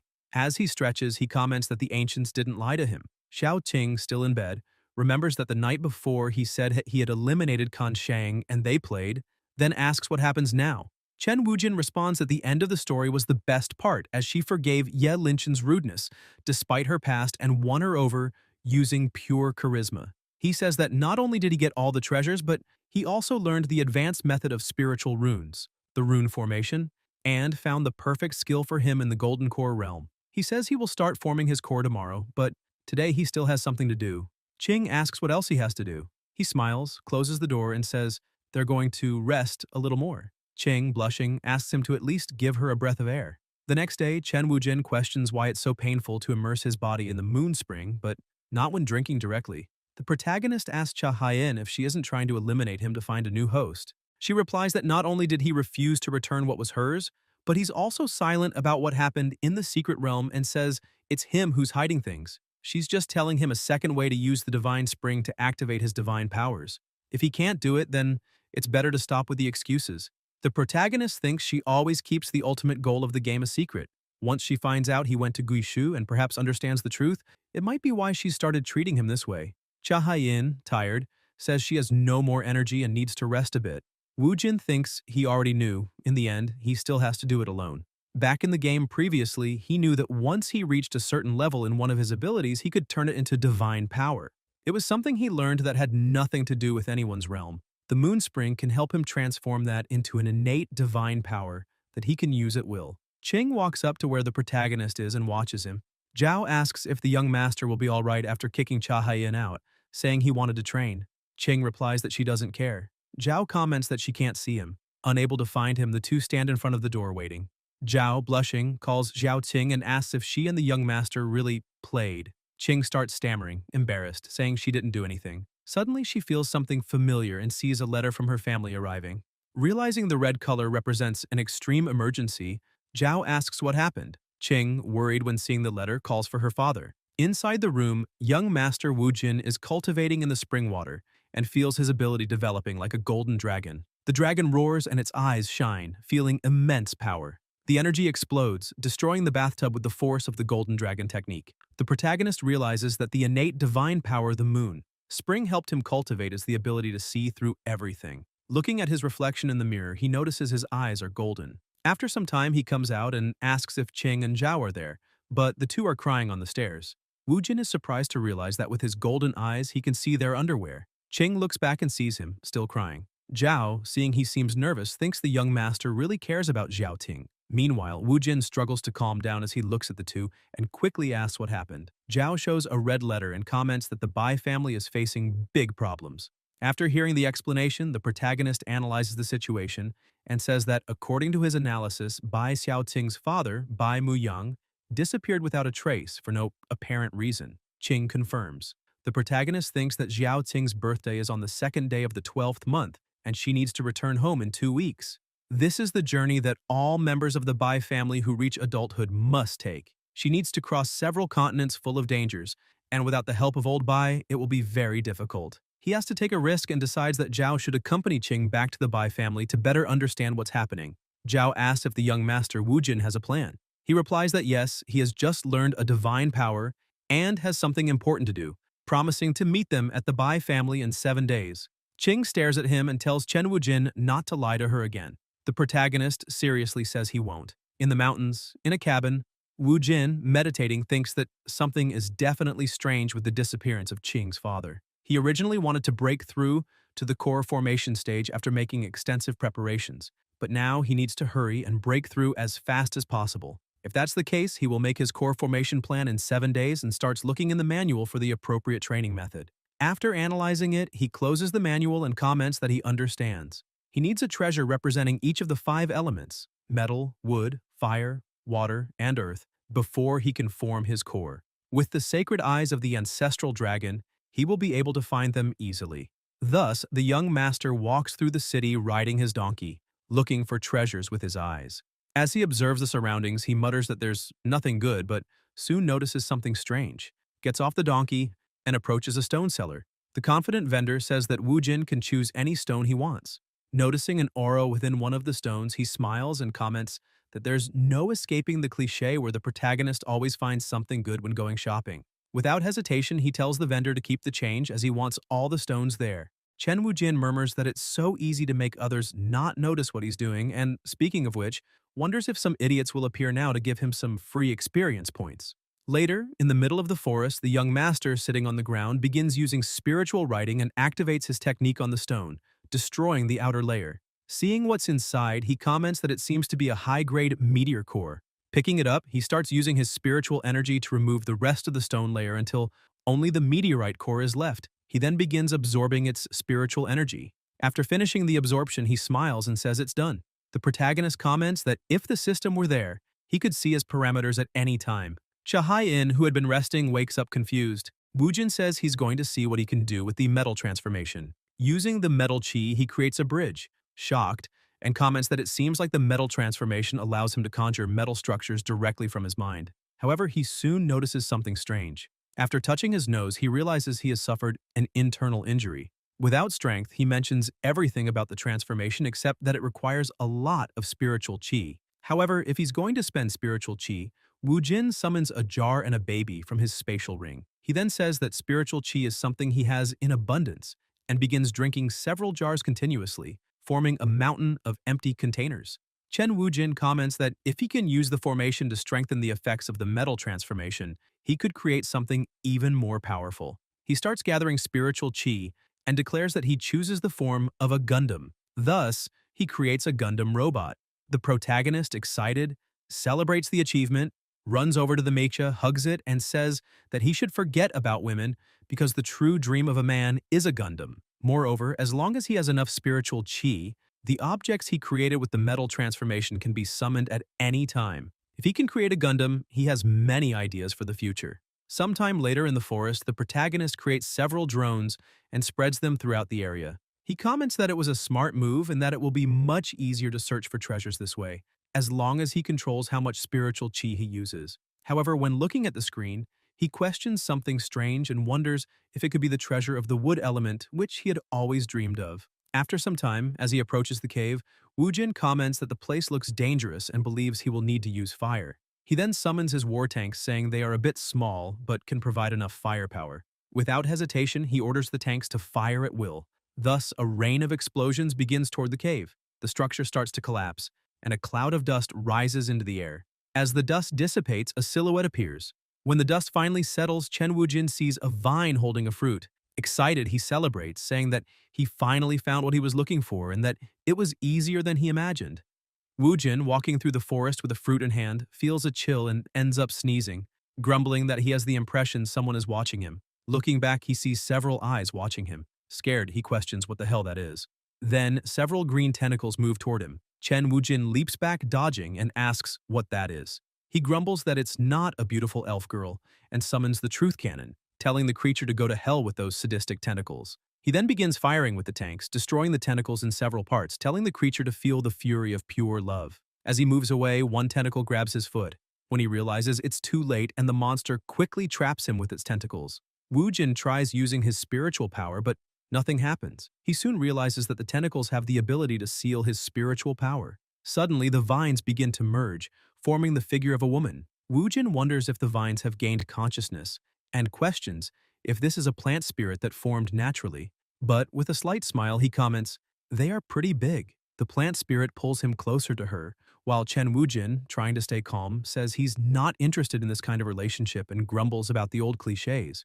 Facing the situation, he decides to test the true power of metal transformation and shouts, "Metal transformation," breaking the vines that bound him. Soon after, he begins using the rune formation, "Bloom of the thousand trees flowers, hear the call of the eastern night wind." Several needles of spiritual energy shoot at the plant spirit. The creature opens its mouth and moves toward him, but using spiritual writing, Wujin summons the stars, which fall like rain as the wind sends them adrift, exploding the plant spirit into pieces. The protagonist starts rummaging through the creature's remains looking for something. Soon he finds what he's searching for and says that if he's correct, that creature was just bait and the real treasure is here. He takes out a millennial dried vine and, sighing deeply, laments. What a pity, they were really big. Wujin, as he walks, sings, "There's a maid in a village called Ceres. She's beautiful and generous." He comments that although the dry branch absorbed all the spiritual chi of this place, this is still where the spiritual chi of the wood type gathers. Summoning the tanks and detonating everything around, he creates a massive crater and, satisfied,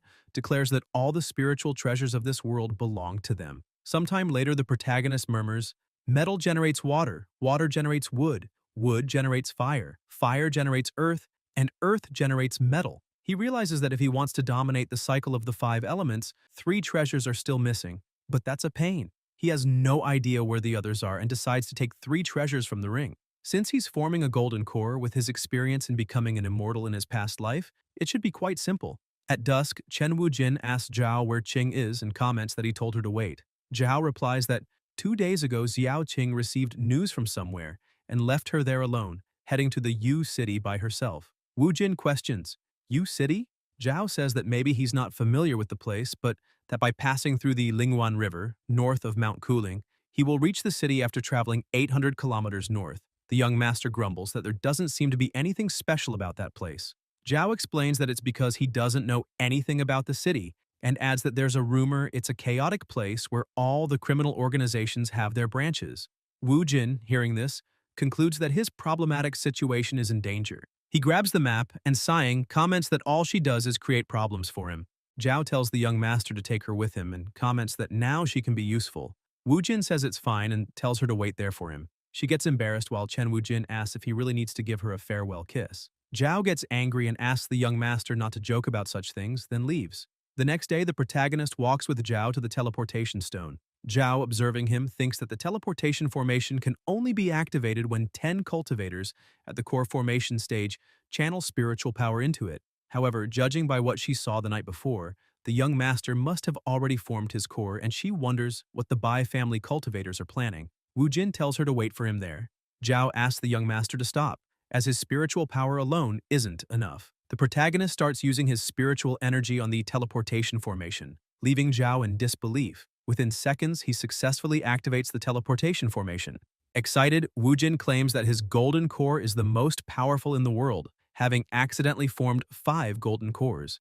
In Yu City, Xiao Qing, wearing a disguise to conceal her identity, recalls what her brother Wujin said. Where there are people, there are communities, and to find information she needs to discover where people gather. Spotting a tavern nearby, a bit hesitant, she concludes that she will certainly find the information she needs there and enters. While thinking about what to do next, 3 men enter the tavern, ordering the servant to prepare good food and wine for them and telling others to leave. The bald man questions why the servant is still standing and tells him to bring the food, saying they'll drink until they drop since Yu City is still their territory. Qing remembers what her brother Wujin said about people being punished for their arrogance and wonders who they are and how they can be so ostentatious.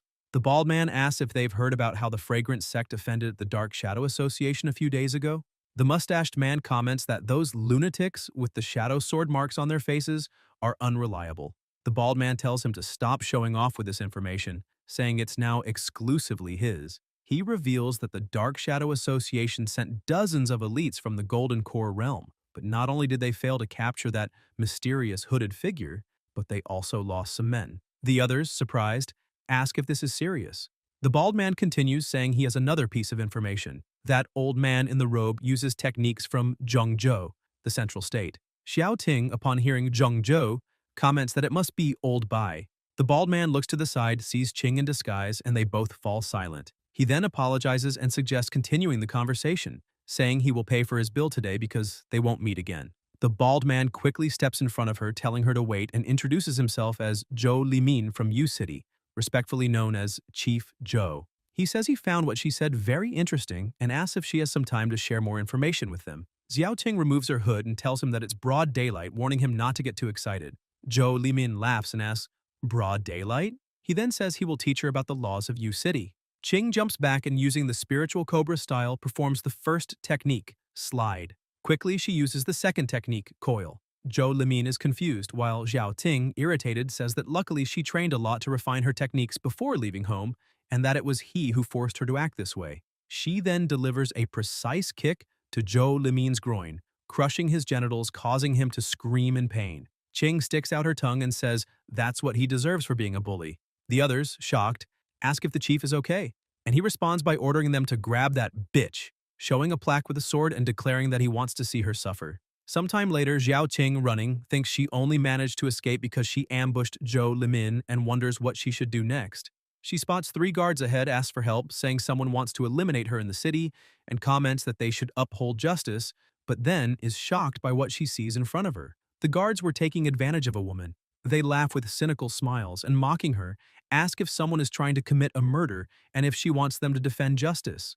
They say of course they'll do it, while the woman begs them to let her go. Shocked, Qing wonders why this is happening, her legs trembling, and she runs away in desperation, thinking about what's wrong with this city while the guards laugh. Xiao Ting thinks that Yu City is a place without light, without a rising soul, and realizes that she should have listened to Zhao and never should have come to the city alone, risking herself.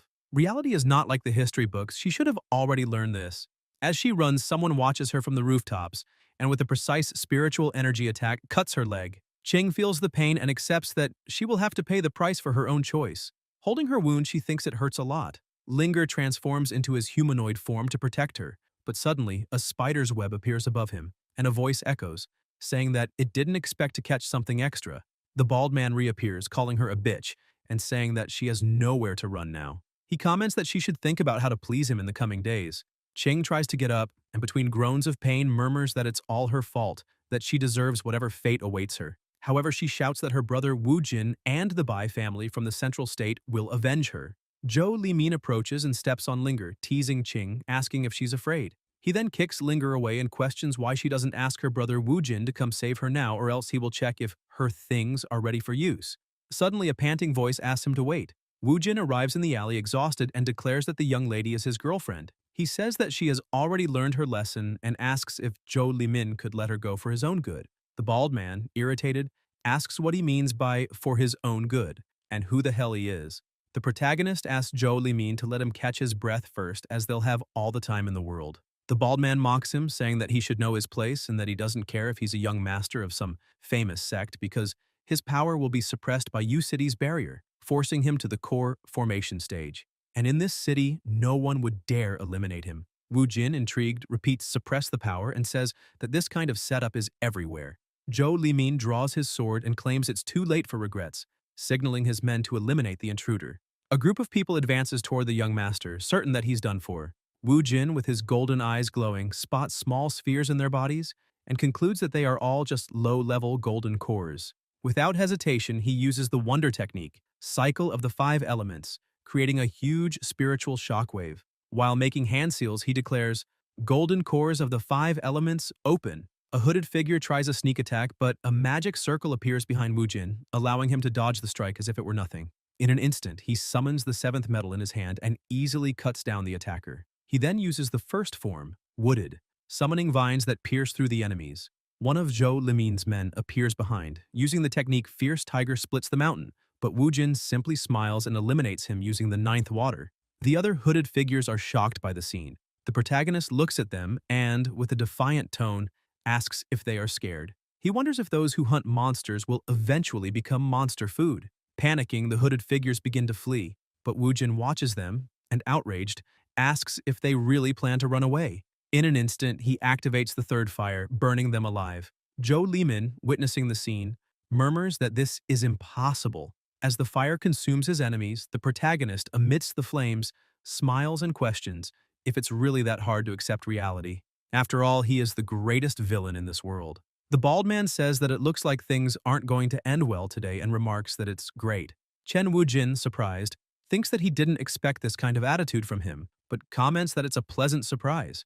Then he uses the cycle of the 5 elements, final strike 5th earth, central reversal fist, believing that this will be enough to finish him off. But quickly Zhou Limin kneels to the ground, apologizing. Wu Jin can't believe it, while the bald man says he's sorry for offending him, taking the blame for not knowing who he was, and begs Chen Wu Jin to pretend he was never there and to have mercy. The protagonist sighs and asks if he knows an old man with the last name Bai who uses techniques from the central state. Zhou Limin replies that yes, he's heard that someone from the fragrance sect in U-City saw someone like that. Wu Jin says it's fine, tells the bald man to take care of himself, and then looks at Qing, wondering if she fainted. He comments that he hopes she has learned her lesson and stops acting impulsively. Zhou Limin thinks that, in the end, he managed to trick him and that the high-level weapon, the Soul Shadow Lotus, contains thousands of soul-cutting needles, capable of extinguishing even the souls of cultivators who have reached the peak of soul formation. He wonders if their souls would be destroyed if they were defenseless. The bald man tries to activate the Soul Shadow Lotus, but nothing happens, leaving him confused. Then, the weapon explodes on his shoulder. Shortly after, while the young master runs with Qing on his shoulders, he says it was tough for her, but her husband is here now. Suddenly, he notices a lotus on the ground and ends up stepping on it, breaking it apart. Meanwhile, Wu Jin hums, "A beautiful angel calls you from afar," and continues humming until dusk. Brave youth, go and create your miracle. During dinner, Wu Jin says that as long as Qing has learned her lesson, he's satisfied. Xiao Ting responds that there's no need to console her, calling him Brother Wu Jin, and declares that from now on she will swear to obey all his orders without hesitation. Wu Jin, surprised, asks if she's serious and with a smile on his face suggests they visit the brothels in U-City, as he heard that the fragrance sect has a good reputation and a lot to offer, including unique services. Xiao Qing calls him a pervert and slaps him in the face. While being slapped, Wu Jin yells, asking if that's also domestic violence. At the fragrance sect, several women try to catch the attention of the men around. Wu Jin comments that it's no wonder they're called the fragrance sect, as they really smell wonderful. Qing, disguised, mutters that he's shameless. Chen Wu Jin sighs and asks how many times he needs to repeat that they're only here to look for old Bai. Suddenly, someone calls out to them. A beautiful woman with white hair asks if they're really visiting brothels. Upon hearing this, Wu Jin tries to cover up and asks what she means by visiting a brothel, questioning if he can't just stroll around there. The woman replies that of course he can, but since he's walking through the fragrance sect early in the morning, she has a few questions for them. The protagonist says he understands and asks them to take it easy. Then he jumps back and declares, "Prepare for trouble, double the trouble, to protect the world from devastation, to unite the people of our nation, to expose the evils of truth and love, to extend our power to the stars. Hu Da and Bai Sheng." The woman with white hair can't believe what she's hearing and starts laughing, saying that this is the first time she's seen someone lie so amusingly. Wu Jin responds that you should never judge a book by its cover and asks if she knew that. She retorts saying that if he really wants to find something here, making a speech won't help at all as she only listens to those who speak with their fists. He says he understands and points his finger, challenging her, asking if she believes so much in strength. Why don't they settle this with a fight right here? Excited, she smiles and tells him to come if he has the courage. Ching asks if Wu Jin needs her help. He replies that he can defeat someone weak like her in a few seconds and tells her to wait there. Xiao Ting says she has a bad feeling about this. In the alley, the two stand face to face. The woman says that if he can grab her fragrance pouch, he wins. Wu Jin asks if he can do whatever he wants if he wins. The woman says that he has a big mouth and hopes his fists are as determined as his mouth. With that, she quickly appears in front of the young master and uses the demonic crushing fist, 10 strikes. The protagonist easily dodges the blow. Then she uses the demonic crushing fist, 100 strikes. But Wu Jin keeps dodging her attacks, making her use the demonic crushing fist, 1,000 strikes.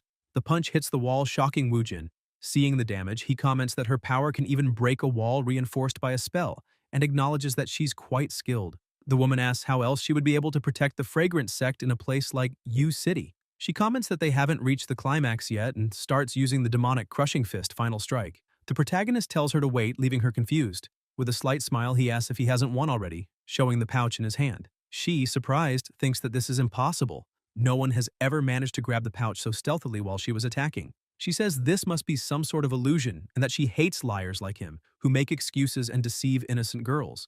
Without hesitation, she uses the finishing move, Diamond Demonic Crushing Fist, Wrathful Gaze.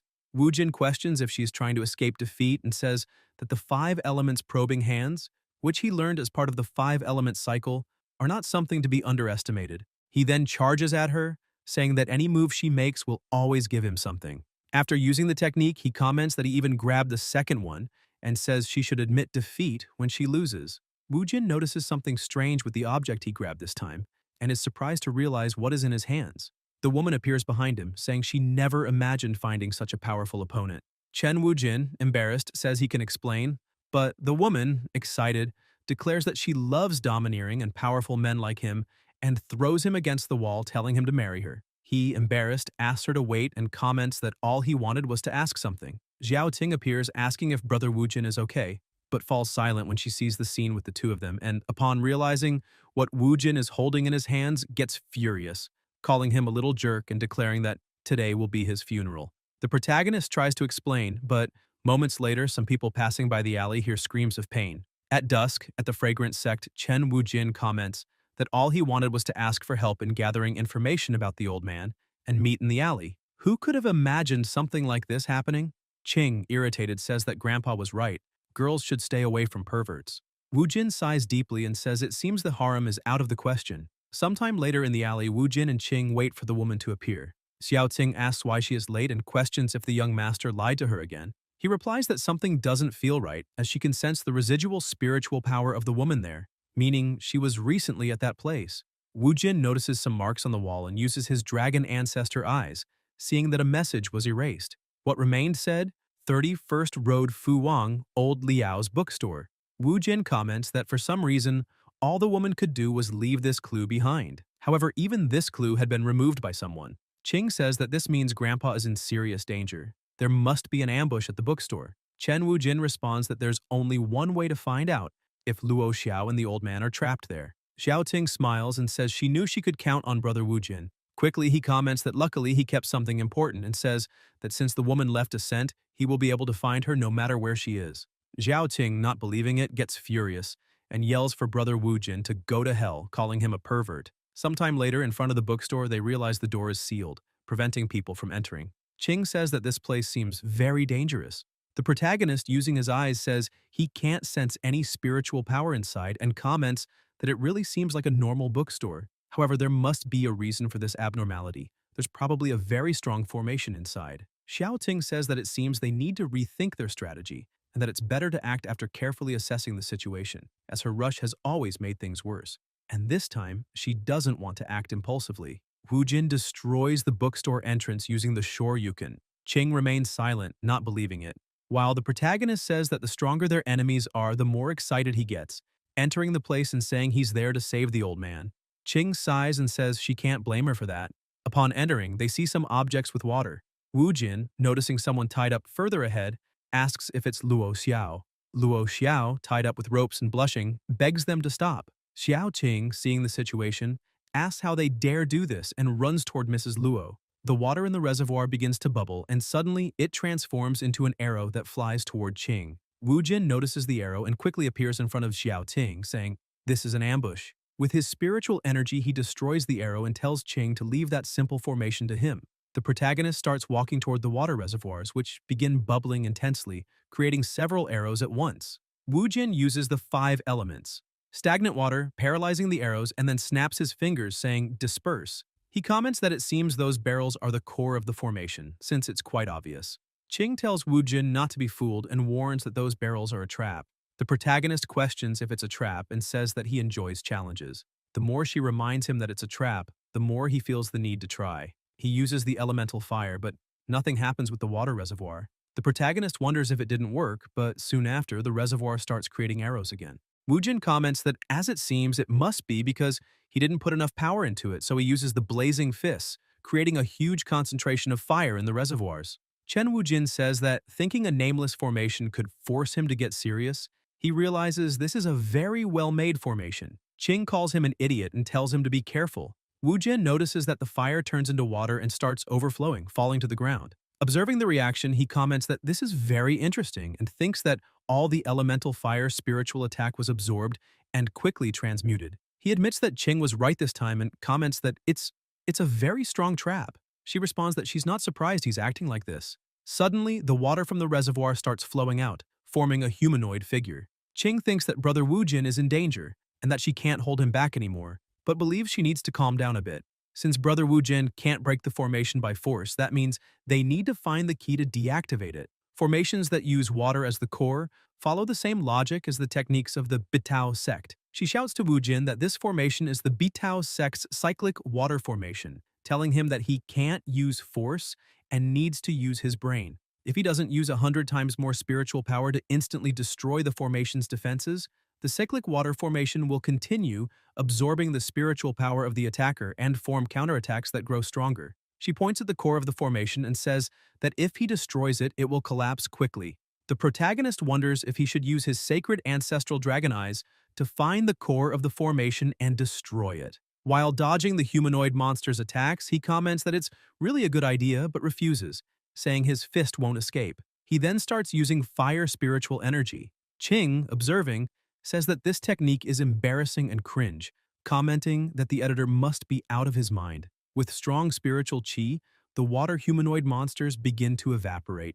The protagonist then jumps onto the reservoir and starts delivering several blazing fists until it is completely destroyed. Wu Jin, satisfied, declares that there is no formation he can't solve in 2 episodes. Suddenly, he realizes someone is behind him and thinks he doesn't have enough time to recover. The hooded man grabs him and puts a dagger to his neck, saying he's quite skilled. Wu Jin, shocked, thinks that even in cultivation games there are no lone wolves and asks to talk about it, explaining that they were just passing by and got curious. The hooded man says this is ridiculous and tries to strike him with the dagger, but Wu Jin dodges, insisting it's really a misunderstanding. He wonders if he can't escape, but the hooded man, still holding him, says he never should have stepped into this place.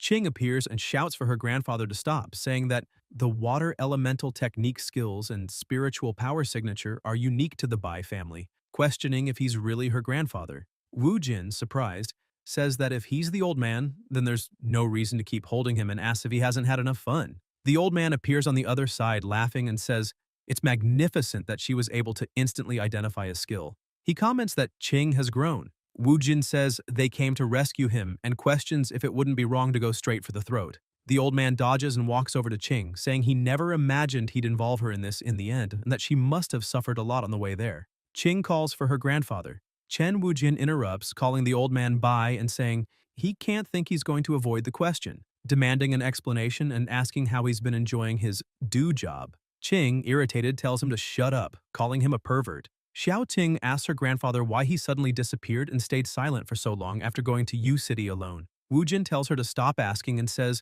that only men know other men and the secrets of the fragrance sect. The old man steps on him and asks if he looks like such a shallow person, saying that the owner of this bookstore is a childhood friend. He comments that Xiao Ting recently started her journey home, So, in order to prepare early, they restored their communication. Wu Jin questions if he really trusts him so little. The old man responds that, however, he suddenly lost all contact with his friend while investigating something in Yu City, so he quickly left, only to find one enemy after another, preventing him from leaving the place. Ching says he put himself in danger, and still, why does he treat Mrs. Luo Xiao so obscenely, saying they hired her to gather information for them? The old man explains that he realized she was sneaking around, so he captured her. And as for the knot, he claims it's just a small hobby of his.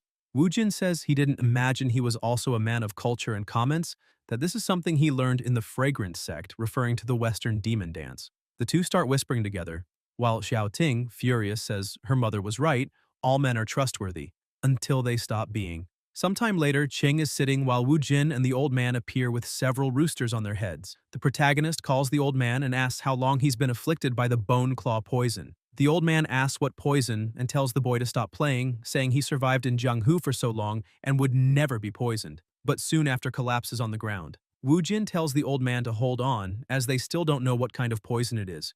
Luo Xiao says it's the bone orchid and explains it's a unique kind of poison found in Yu City. Qing asks how she knows it's the bone orchid poison, and Luo Xiao replies that it's because of the smell. The fragrance of the bone orchid lingers for a long time, making it easy to find if someone uses spiritual power. The protagonist concludes that this means the old man was deceived and that the enemy is waiting to catch a big fish. Suddenly, the door is burst open, and several hooded and armed men appear. A muscular man steps forward, saying to the old man to get out or lose his life, commenting that he will leave his body in pieces. The woman behind him asks why there are 3 people there and comments that there's also a handsome young man among them. She then says she doesn't know him at all and asks if he would like to join her to explore the secrets of yin and yang. The muscular man tells Yinji to forget the virgin and not ruin everything over a little yang energy, reminding her that this is an order from the lord of the city. Luo Xiao, intrigued, says she thought he was having issues with the Dark Shadow Association and asks why people from the lord's residence are there. Wu Jin says he's not taking this humiliation home and questions who said he's a virgin, claiming that he's quite experienced. The muscular man says he's reached the peak with his indestructible tyrannical body technique and declares himself the most powerful man in the soul formation realm. Suddenly, the protagonist asks permission from the muscular man, who, irritated, asks if he just called him a virgin. Wu Jin replies that not only did he call him a virgin, but he will also make him wish he was never born. Without hesitation, he delivers a punch with spiritual energy, but the young master holds the strike with one hand, leaving the muscular man surprised. Wu Jin says he really hates when people joke about his flaws. Sometime later, Luo Xiao and Qing just watch, while Chen Wujin beats everyone around, commenting that the muscular man is quite strong and that he wants to see how long he can keep him entertained. The muscular man, exhausted and beaten, begs for mercy. The woman, scared, thinks that she can't lose her life there, and that if she manages to escape, the lord of the city will definitely eliminate this madman. Wu Jin appears in front of her, asking where she thinks she's going and reminding her that it was she who invited him to explore the secrets of yin and yang. She starts crying, pleading for mercy, and says she'll tell everything. In desperation, she reveals that the lord of the city wanted to remove all the variables from his plans, so he silently poisoned and eliminated the elites. She adds that the cure for the bone orchid poison is in the lord's residence, and she can get it for him. Wu Jin says he understands and with a cruel smile comments that now she can join them on the road to hell. At the residence of the Yu City administrator, he asks if they failed. A servant replies that they did. The old man with the dog mask says that, from what he sees now, Yinji and the rest have failed and their targets will certainly start a counterattack. Another, more serious leader states that some undisciplined guests will visit tonight and orders that the necessary preparations be made, reminding everyone that harmony is important. The servant responds that he understands. In the message the leader writes, it says, "Spare no one." At dusk, Wu Jin, along with Luo Xiao, is lying in wait at the Yu City administrator's residence.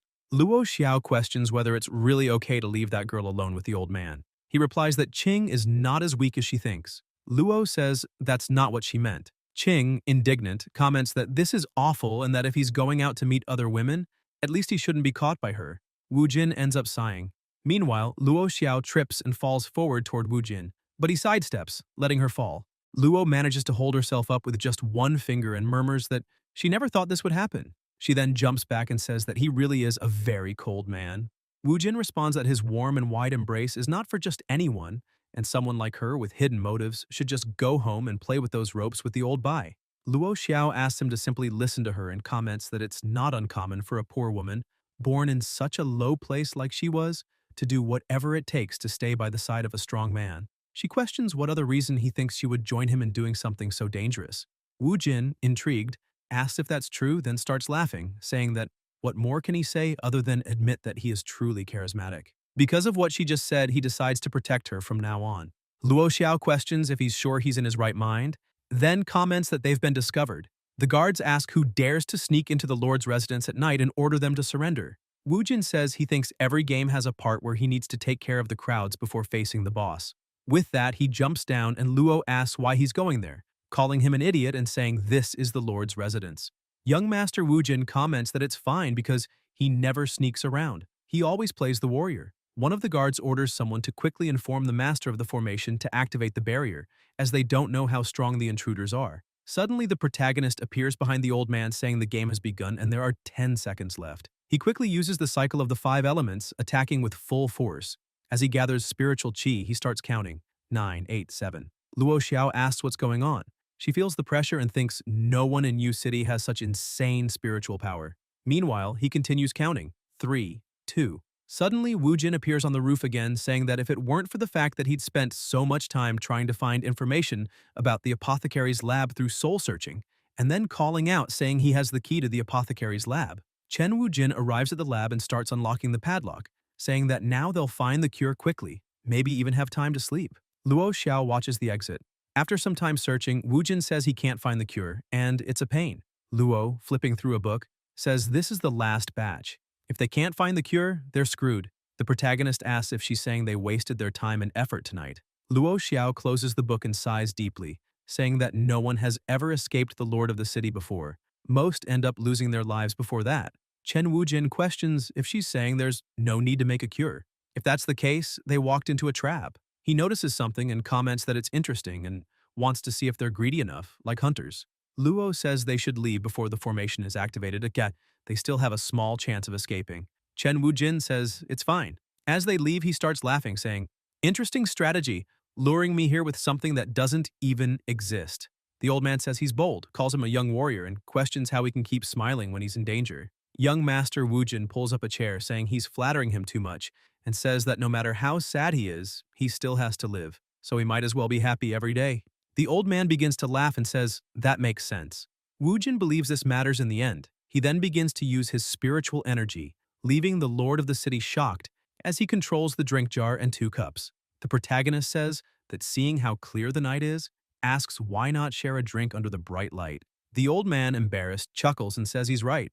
Wujin says that's great and fills the 2 cups with drink, then tells him not to spill his cup. With his spiritual energy, he brings the cup to him. The old man is surprised and wonders why this exudes so much pressure, even though he only tossed the cup that way. Worried, he wonders if he's going to lose his life to a young boy tonight, and his name and reputation as well. Suddenly, the lord of the city appears with his fan, stopping the cup, and says he doesn't need to rush. He comments that if he'll allow him, there's still something missing, despite the bright light and fragrant drink. He says they're requesting the presence of a lady and asks why Miss Luo Xiao doesn't come out of the room and sing a song for them. Luo says she's not good at singing, but she's very good at fighting. The lord of the city says that the guardian of the fragrance sect is indeed strong, and comments that he's going to punish himself by drinking a drink.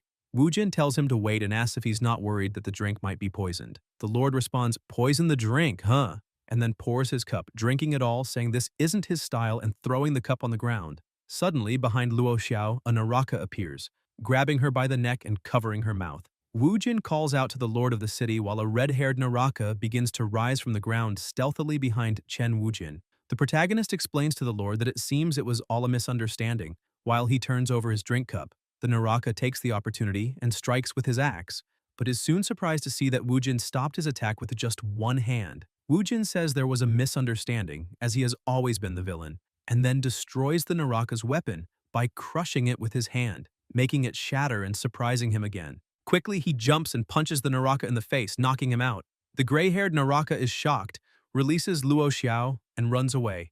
Wujin asks if he's leaving so soon and throws his cup at him, hitting the Naraka's neck and knocking him out. The protagonist says he thought the Lord of Yu City was a talented man and would never think of him as someone who only uses low schemes, and says that whatever he has, he should show it all. The lord of the city says it seems he really misunderstood him, that breaking the cup wasn't any kind of signal, and that the Naraka from the Black Shadow Association aren't his to command. He then raises his fingers, and the guards capture the Naraka and begin carrying them away, while the lord repeats that he was misunderstood. Young Master Wujin questions misunderstood and comments if he wasn't the one who sent people to investigate him. He replies that it's a good thing they met today, otherwise they'd still be in a fog, heading towards each other's throats. The masked old man says the Black Shadow Association has always been the one to create this mess, and that the lord of the city was simply investigating and trying to solve it. He explains that U City has suffered greatly because of the Black Shadow Association's tendency to create chaos. Wujin asks if he's not with them, and if he has the antidote for the old man Bai's poison. The lord of the city responds that, of course, he has it and asks if he could please accompany him. The masked old man calls him, showing the way. The protagonist becomes serious and silent, questioning if they should go talk. Luo says it depends on him. 4 hours later, some servants bring drinks to a hot spring. Xiao Ting, bathing, starts thinking about Brother Wujin. Suddenly, Luo Xiao appears behind her, grabbing her and asking if she's thinking about Brother Wujin again. She blushes and responds that she's not, but Luo tells her to stop thinking about men all day because she can give her everything he can too. Xiao Ting pushes Luo Xiao, asking what she's doing, and says she was just worried about the old man. While dipping her face in the water, she wonders what Brother Wujin is thinking. He said they were there to find the antidote, but instead, they ended up in a bathhouse at the Lord's residence. Luo Xiao takes the drinks from the servants and tells her not to worry, then begins pouring alcohol from the bottle. She then tells Xiao Ting not to worry about those two foxes with their schemes filling their minds. Luo Xiao, slightly tipsy from the alcohol, questions if Qing really cares about that man she calls Brother Wujin, and comments that she won't be able to hold her heart like this. Xiao Qing, embarrassed, says that evil women like her will never understand. Luo, blushing, asks if she's sure she doesn't want to learn some skills from her, and comments that she's an expert in all the techniques used in the fragrance sect. Xiao Qing turns completely red and starts splashing water on her, saying she's not hearing anything. Half annoyed, she thinks that Brother Wu Jin got bad because of evil women like her. On the other side of the hot spring, the protagonist comments that he hasn't relaxed like this in a long time. High-level hot springs, which possess spiritual powers, are suited for his level. And then he comments that the Lord of Yu City is a conspirator and believes he wants to use him to eliminate the Black Shadow Association. He hates having to use his brain. Looking to the side, he notices the old man Bai submerging in the hot spring and wonders if the immersion can really neutralize the poison. Asking if the old man can actually be saved, the protagonist sighs deeply and thinks it's so boring being in a bathhouse with an old man. If only there was no one there. He believes he could be in the bathhouse with Zhao Qing and wonders if he should take a peek with his sacred eyes of the ancestral dragon. He says he's getting all excited just thinking about it and thanks Yao Qing and Luo Xiao for the feast. Suddenly, some bubbles begin to appear in the hot spring. The old man Bai, rising to the surface, calls out to Chen Wujin. The protagonist questions if the old man Bai woke up and asks if he doesn't know that while the bone orchid can seal a person's spiritual power and prevent full control over the body, their 5 senses become 10 times more sensitive. Wujin asks what the old man Bai is trying to say and comments that he did so much to save him. Bai Muyang, angrily, shouts that he will never let someone as shameless as him marry Zhao Ting and rushes towards him, saying he will send him to hell. Chen Wujin, irritated, charges at him, saying he's not innocent either, old man. The next day, the lord of the city asks if they all rested well the previous night. Wujin appears, thanking him for his generosity, and with his whole face bandaged, comments that the hot springs were very effective, except for the existence of some ingrates who were truly ungrateful. Bai Muyang, with his left arm bandaged, says nothing good comes from the mouth of an animal. The two start fighting again, with Wujin questioning who he's calling an animal, and Bai responds that the animal knows better than anyone. The Lord comments that it seems a lot happened yesterday. Xiao Ting, bothered by the situation, gets angry, hits both of them on the forehead, telling them to stop, apologizes to the Lord of the city for this, and asks why he called them so early in the morning. The Lord says it's about Wu Jin's request. They made a lot of progress.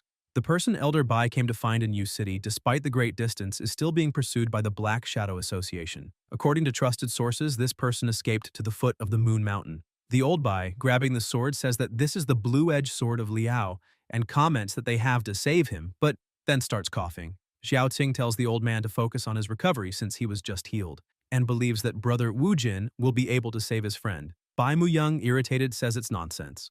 All his injuries came from him because he didn't care about how much strength he used in the punches. He never wanted good. The protagonist says he should just admit he's old when he reaches that age, and tells him not to worry about Bai Xiaoqing returning to her sect, commenting that he will bring his old friend back in one piece too. Luo Xiao says that's true. He should stay there and rest in Yu City. Bai Muyang says he will trust him just this once for Zhao Qing's sake, and then holds Luo Xiao's hand and asks if she could give him a VIP card with a 20% discount from the fragrance sect, commenting that he'd like to meet the four heavenly beauties as well and wonders if she could give him a reference. Luo Xiao delivers an ippon to the old man saying never. Sometime later, Chen Wujin bids farewell to Yu City, while the masked old man tells the Lord that there's something he doesn't understand. The Lord of the city asks what it is. He questions if the Lord didn't want them eliminated at the beginning, then why the sudden change? The Lord comments that this boy has great potential within him, so he's destined to have his name sung through the 9 provinces. One of the guards calls the Lord and begins whispering in his ear. The Lord of the city is surprised and asks how his high-grade emerald spring was shattered. Irritated, he orders the kid to come back. The masked old man tells the Lord to reconsider and says that he's someone who will have his name praised across the 9 provinces in the future, so they can't make him an enemy. On Moon Mountain, a young woman climbing the mountains notices something above her and questions if that's Lingzi blood.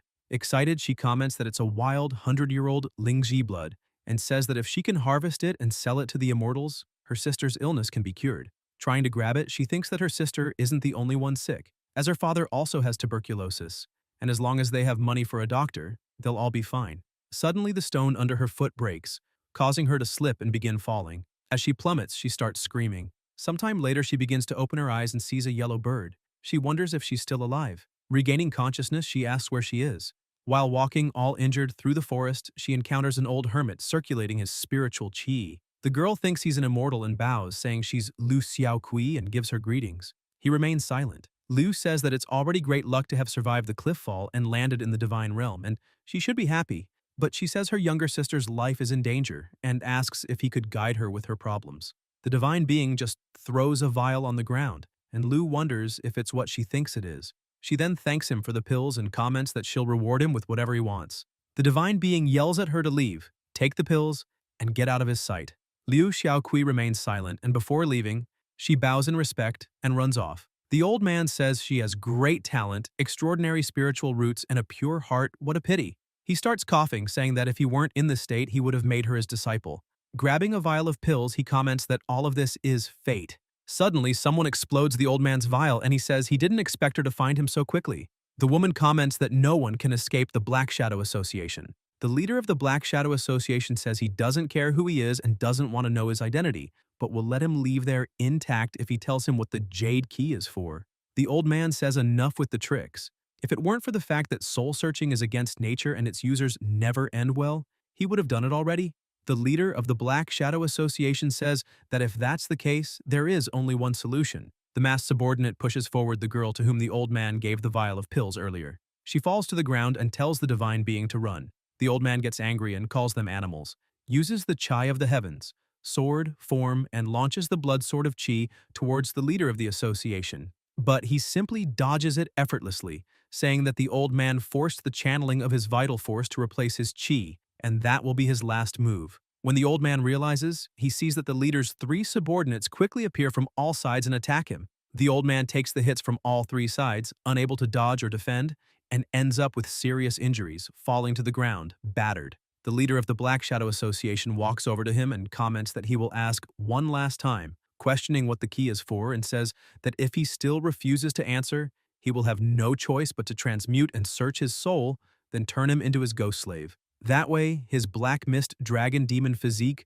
will finally gather all 36 stars to form his nascent soul. He throws a dagger on the ground near the girl from before and tells her to use the sword and take the old man's life, and he will spare her life. Otherwise, he will eliminate everyone in the village, extract their souls, and use them to make pills so their blood will be in her hands. The girl, worried, says that everyone will lose their lives because of her. The old man questions the leader of the Black Shadow Association, asking if he thinks he can escape guilt by forcing someone else to eliminate him. He replies, questioning karma, saying that once his powers reach the heavens, even the gods will lose their lives at his hands, and kicks the girl, telling her that he will give her 12 seconds, more or less, or he will transmute her along with him. The girl, in disbelief, comments that all of this is her fault, that the divine being will lose his life and everyone else too. With that, she grabs the dagger and comments that if this is the case, please don't hate her as she has no choice. She then strikes herself with the dagger, falling beside the old man. The old man gets enraged upon seeing this scene while the girl with a trembling voice says that living is so exhausting. The skull dagger begins to extract the girl's soul and direct it towards the leader, who, irritated, calls her a lowly mortal and says that she ruined his plan, questioning if she still wants to be part of it.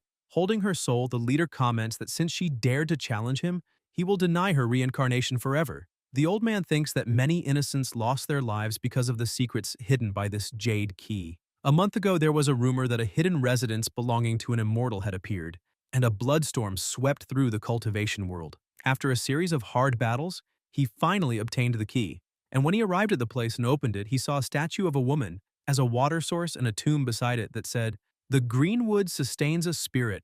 All evil and malice go away." The old man, shocked, says it's the legendary Greenwood Spring, which is said to be able to heal all wounds. Because of his injuries from trying to save him years ago, Bai's cultivation has completely stalled, but now there's hope that he can reach the divine transformation realm, and he starts laughing. The leader of the Black Shadow Association starts laughing too, commenting that the old man sought pain on his own and that, in the end, he still has to take care of this personally. How annoying. The leader orders his subordinates to guard the surroundings as he will use his secret technique to search the old man's soul. With that, the three subordinates go out to protect the area.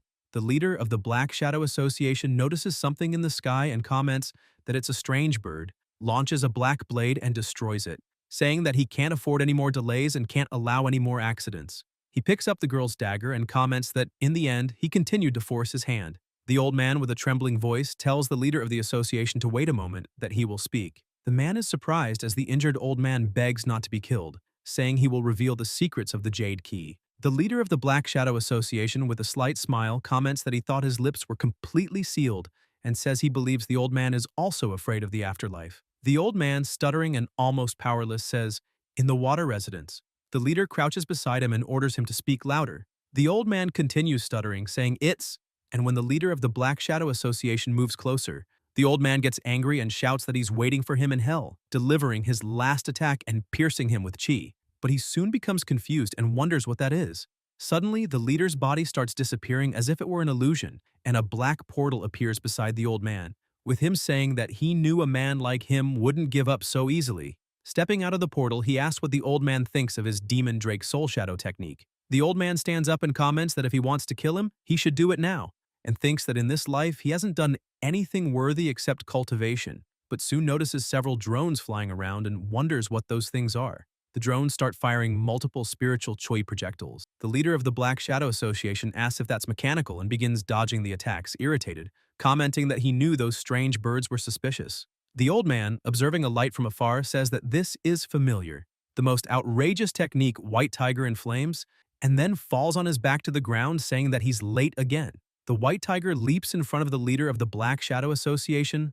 The tiger disappears, and Wu Jin appears, saying that the old Bai's familiar technique isn't much, but it's useful for reaching multiple destinations. Xiao Qing runs to the old man, calling him Grandpa Liao. The leader of the Black Shadow Association says that he thought an elite would make his grand appearance, but instead there are just two immature brats. Qing calls Wu Jin and tells him to be careful. He replies that he saw everything that happened earlier and comments that he knows the best way to deal with those who treat innocent young women so cruelly. The leader of the Black Shadow Association laughs and says that he really talks too much, and that he wants to see who will be begging for mercy soon, saying that he needs to train those pieces of trash again and thinks they would let him sneak around and ruin his plans. The protagonist asks if he's looking for those men in black and, while wiping his hand with a cloth, says that the Black Shadow Association really needs to step up its game, and with an irritated face says that wasn't even a warm-up. The leader of the Black Shadow Association believes the kid is quite skilled and begins using his technique, saying that he hasn't lost in U City for 30 years thanks to his Black Mist Serpent physique,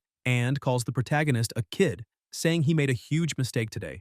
Wu Jin says that he thought it was some sort of secret demonic technique because of the long casting time, but it's actually just a low-grade external materialization technique. The leader of the Black Shadow Association says enough and uses the Black Mist Serpent. Young Master Wu Jin says that he will use the flaming fists against scum like him and throws a punch at the Black Mist Serpent, then uses the spiritual writing, increasing the firepower, and asks if he remembers how he tortured the soul of that girl. The leader of the Black Shadow Association tells him to be silent and summons several Black Mist Serpents, launching them towards Chen Wu Jin.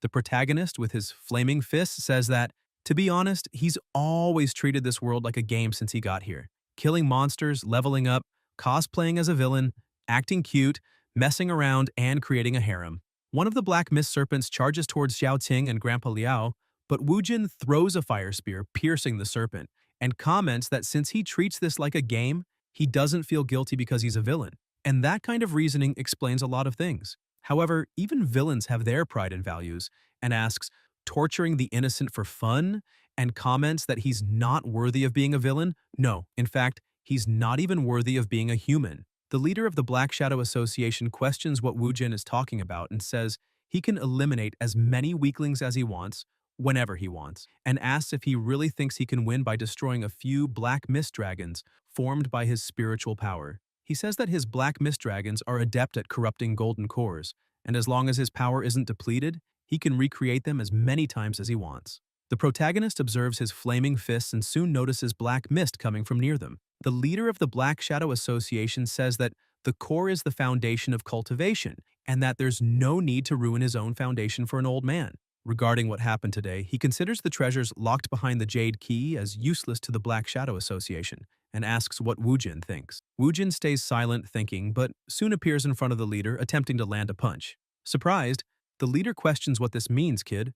Wu Jin ignores him and appears near him with a punch. The leader of the association, irritated, says that he should have accepted the offer and throws a punch as well. The two punches collide while the leader says he will destroy his core today and comments that he's going to show the power of a blood dragon formed by centuries of spiritual power. He then uses the first move, Celestial Stain. Wu Jin notices, but it's too late. The blood dragon releases a burst of red smoke. Xiao Qing, seeing this, becomes worried and calls for Brother Wu Jin, but the protagonist leaps into the air to dodge. Immediately after, the leader appears in front of him, saying that the second move is the Fall of the Yellow Springs, grabs him by the neck, and throws him to the ground, creating a small crater. The leader of the association begins laughing at the situation and covers Chen Wu Jin with the red smoke. He approaches and comments that the kid did this to himself, and that once he becomes one of his souls, he'll never be able to reincarnate. With a sadistic smile, he uses his spiritual chi and declares that his final move is to end his life. The protagonist grabs his hand just as the strike is about to hit and grabs the leader of the Black Shadow Association by the neck, asking if this is what he calls power, if this is all. Then he starts exhaling his spiritual chi, using the second move, the Shamadi Flame. The young master, with a slight smile, says, "Consume the spirit." The leader of the Black Shadow Association questions why all the spiritual chi has disappeared. Then the young master says, "Consume the flesh." The leader retreats and asks what kind of evil power this is, saying he should just be an ordinary cultivator in the Golden Core realm. Wu Jin, standing up, questions if he's scared now and asserts that this is because he's the type of person who can do whatever he wants. After all, he has what he calls power. The protagonist advances towards the leader of the association and strikes, forcing him to dodge. He, irritated, thinks he has found a real threat this time. Wu Jin says that if he has anything else he wants to try, then try it, or else he'll just lose his life. The leader says that the Black Shadow Association and the Broken Moon Sect will never forget this, and charges at him. But Chen Wu Jin easily defends the attack and questions if he just said, "Broken Moon Sect." The leader laughs and asks if he's scared now, commenting that the Black Shadow Association is connected to the Broken Moon Sect and that the elders of that sect will arrive soon to help him if he knows what's good for him. The protagonist asks if he's saying that Wu Jin can't eliminate him today. The leader of the association responds that it's good that he knows. Wu Jin thanks him for the reminder and comments that now he knows exactly how to torture him. The leader, confused, questions what he just said. Wu Jin ignores him and uses the cycle of the 5-element 7th metal cut vein, hitting him in the chest. He then begins delivering a series of non-stop blows like the Spirit Palace, the Middle Chest, the Imprint Hall, hundreds of encounters, the Great Vertebra, the Spirit Platform, and finally lands the last blow, hitting him squarely. The leader of the association remains silent with several internal injuries. The young master says that now that all the veins are destroyed, the soul must leave the body. The leader begins to bleed from multiple areas while screaming. Suddenly, his soul begins to leave the body. When he realizes, the leader questions what happened to his body. He becomes furious and comments that he won't forgive Wu Jin, even as a spirit. Suddenly, he feels something wrong, and the protagonist asks if he forgot that he cultivated the Black Mist Dragon physique. Now that he has lost all his powers, those vengeful spirits he tortured, and then questions if he really thinks they will spare him. The leader, feeling pain, orders to save him, saying that he knows the big secret of the Broken Moon sect. Wu Jin becomes curious, while the leader of the Black Shadow Association begs to be saved, claiming he will tell about Kan Shang. Chen Wu Jin says, reverse metal into earth, cycle of the five elements, fifth earth, reincarnation. With that, all the vengeful spirits are set free and thank young master Wu Jin. The leader begins to stutter as the protagonist approaches, and comments that he has already eliminated Kan Shang and doesn't want to hear any of his supposed secrets. All he wants is for him to live forever. The leader of the Black Shadow Association, in disbelief, starts begging for mercy from Wu Jin, saying he knows he was wrong. The young master says he understands, and, being a man of his word, cannot go back on it. Now that his soul is incomplete, he cannot reincarnate nor cultivate using his soul, and his existence will disperse in less than 2 hours. The leader begs again, asking how to get out of this. The young master Wu Jin tells him to remember this moment, because it was he who begged, and comments that everything in this world has a soul, even a stone. In this world, nothing lives longer than a stone. What a great opportunity he has there. The leader, in disbelief, gets angry and questions if Wu Jin is mocking him. The protagonist immediately grabs him and uses the cycle of the five elements, fifth earth, possession. The leader of the Black Shadow Association pleads again, saying he is still useful to him. Wu Jin makes the leader's soul possess the stone and comments that his five senses are still intact, but now he functions as a stone. He can't eat when he's hungry or sleep when he's tired. As long as this stone exists, his soul will also exist. He has gained eternal life. It's time to check his body and see what's interesting, and says that taking this snake leather cloak back to the lord of the city should be enough. As he pulls the cloak, someone tells him to stop, and a whip grazes past him. An angry woman questions how Wu Jin dares to kill the eternal elder of the Broken Moon sect and mutilate his body, calling him disgusting. She introduces herself as deacon of the Broken Moon sect, Zhe Jumo, and orders him to stop what he's doing, calling him a pervert. Chen Wu Jin, in disbelief, says that's not what she's thinking. Jay Jumo says that those from the Broken Moon sect will not be humiliated like this, even in death, and that she will spread his deeds across the entire world. She attempts to strike him again with her whip, but Wu Jin grabs the weapon and says that the Broken Moon sect was deceived by Kan Shang all this time. In reality, he wants to spare her, since Jumo is beautiful and that cultivation took effort, but warns that he won't accept anyone calling him a flower boy. Jumo releases the whip and leaps back, saying they'll know the truth when she hands him over to the sect leader. The young master Wu Jin questions sect leader, but says he has already eliminated Kan Shang. Jumo comments that the sect leader just gave orders yesterday, so he better stop lying. The protagonist is confused and thinks he already eliminated him in the Western Sea. What's happening here? Jumo's whip starts turning into water and reappears in her hand, while she says that the Broken Moon sect has suffered greatly in the past, and comments that her leader is the one who slowly raised the sect to prominence.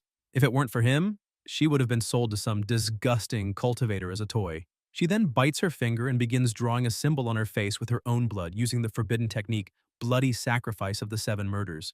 Charging at Wu Jin, she says that she won't allow anyone to humiliate him and, with her weapon, strikes with the move Spirit of Water. 7 phantom whips Esma Rocha.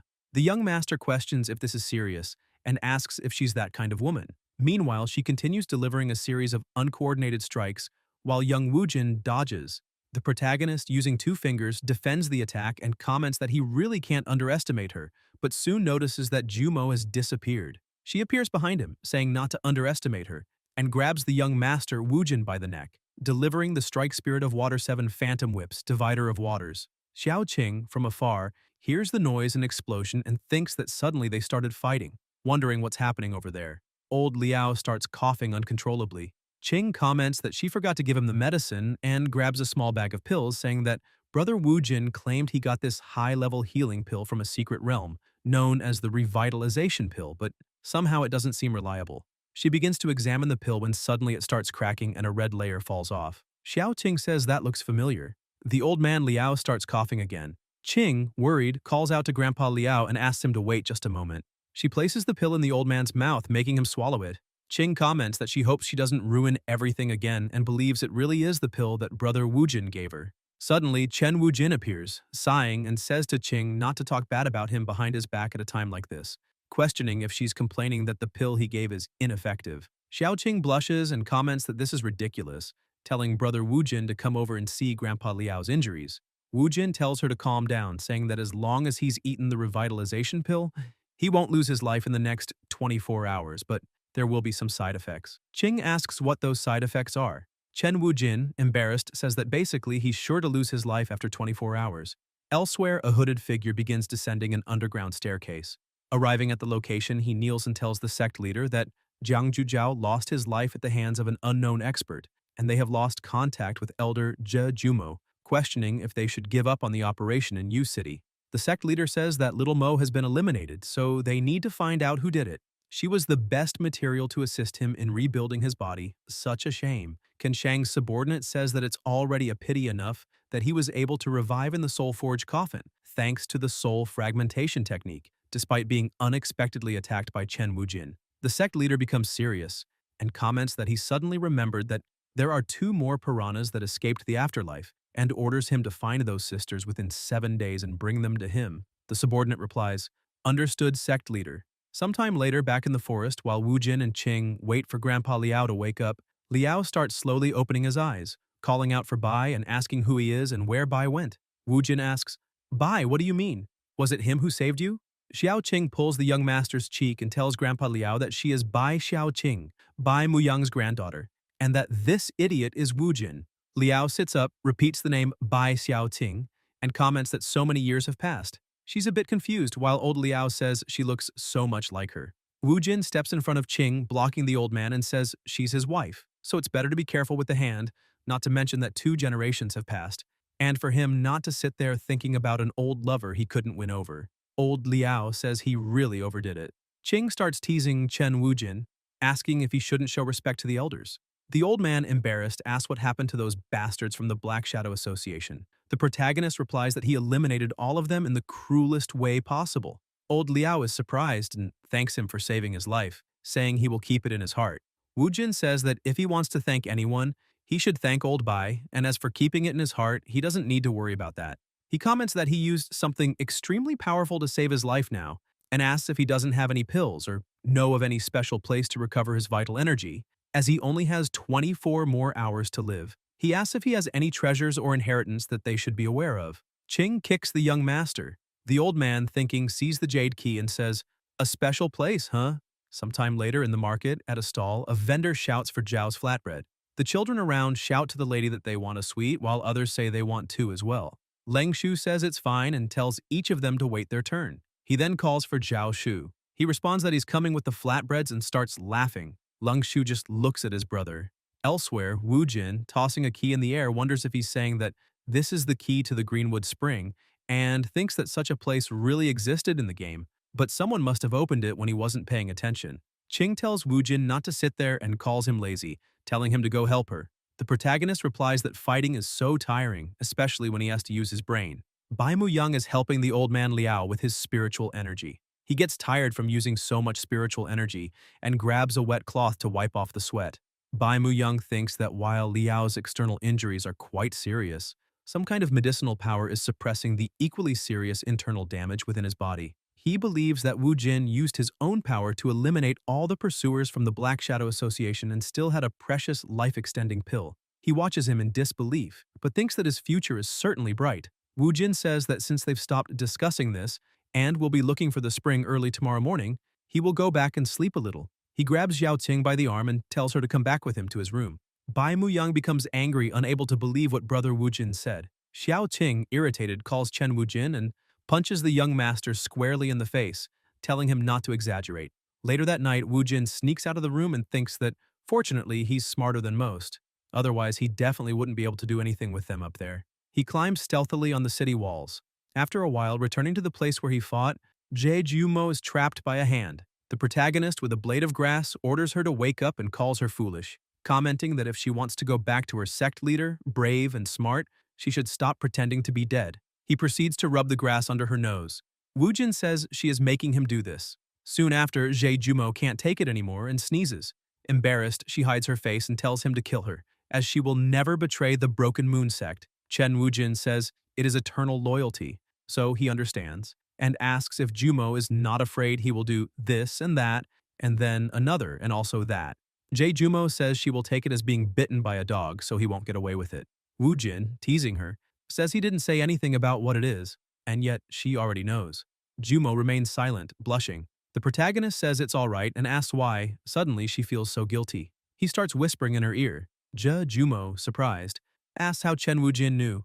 The protagonist asks if she will now tell him the broken moon sect's plan. He then removes the stones that were holding her. Jumo, now free, says it's fine. She will tell him everything he needs to know. She takes something into her hands. After some time, Wujin says that if Jumo didn't lie to him, then the map she kept close could explain everything. The Turquoise Wave Sect, the Broken Moon Sect, and the Cooling Sect, the three most powerful factions here, are like the Three Kingdoms. While the Hidden Moon Sect and the Streaming Blade Sect are common factions, they surround the Broken Moon Sect between them. After observing the map for a few seconds, he understands something and says that as long as they can take control of Yu City, the Broken Moon Sect can escape its situation and set its target on the Cooling Sect. He believes it seems that the Broken Moon Sect hasn't given up on conquering their sect. He says that originally he wanted to take care of them only after he had some fun. Suddenly, someone opens the door to his room asking what kind of fun he wants. Wu Jin realizes it's Xiao Qing. She comments that she knew he was hiding something and asks what he's doing so secretly in this room. He replies that it's nothing, just studying and pondering humanity.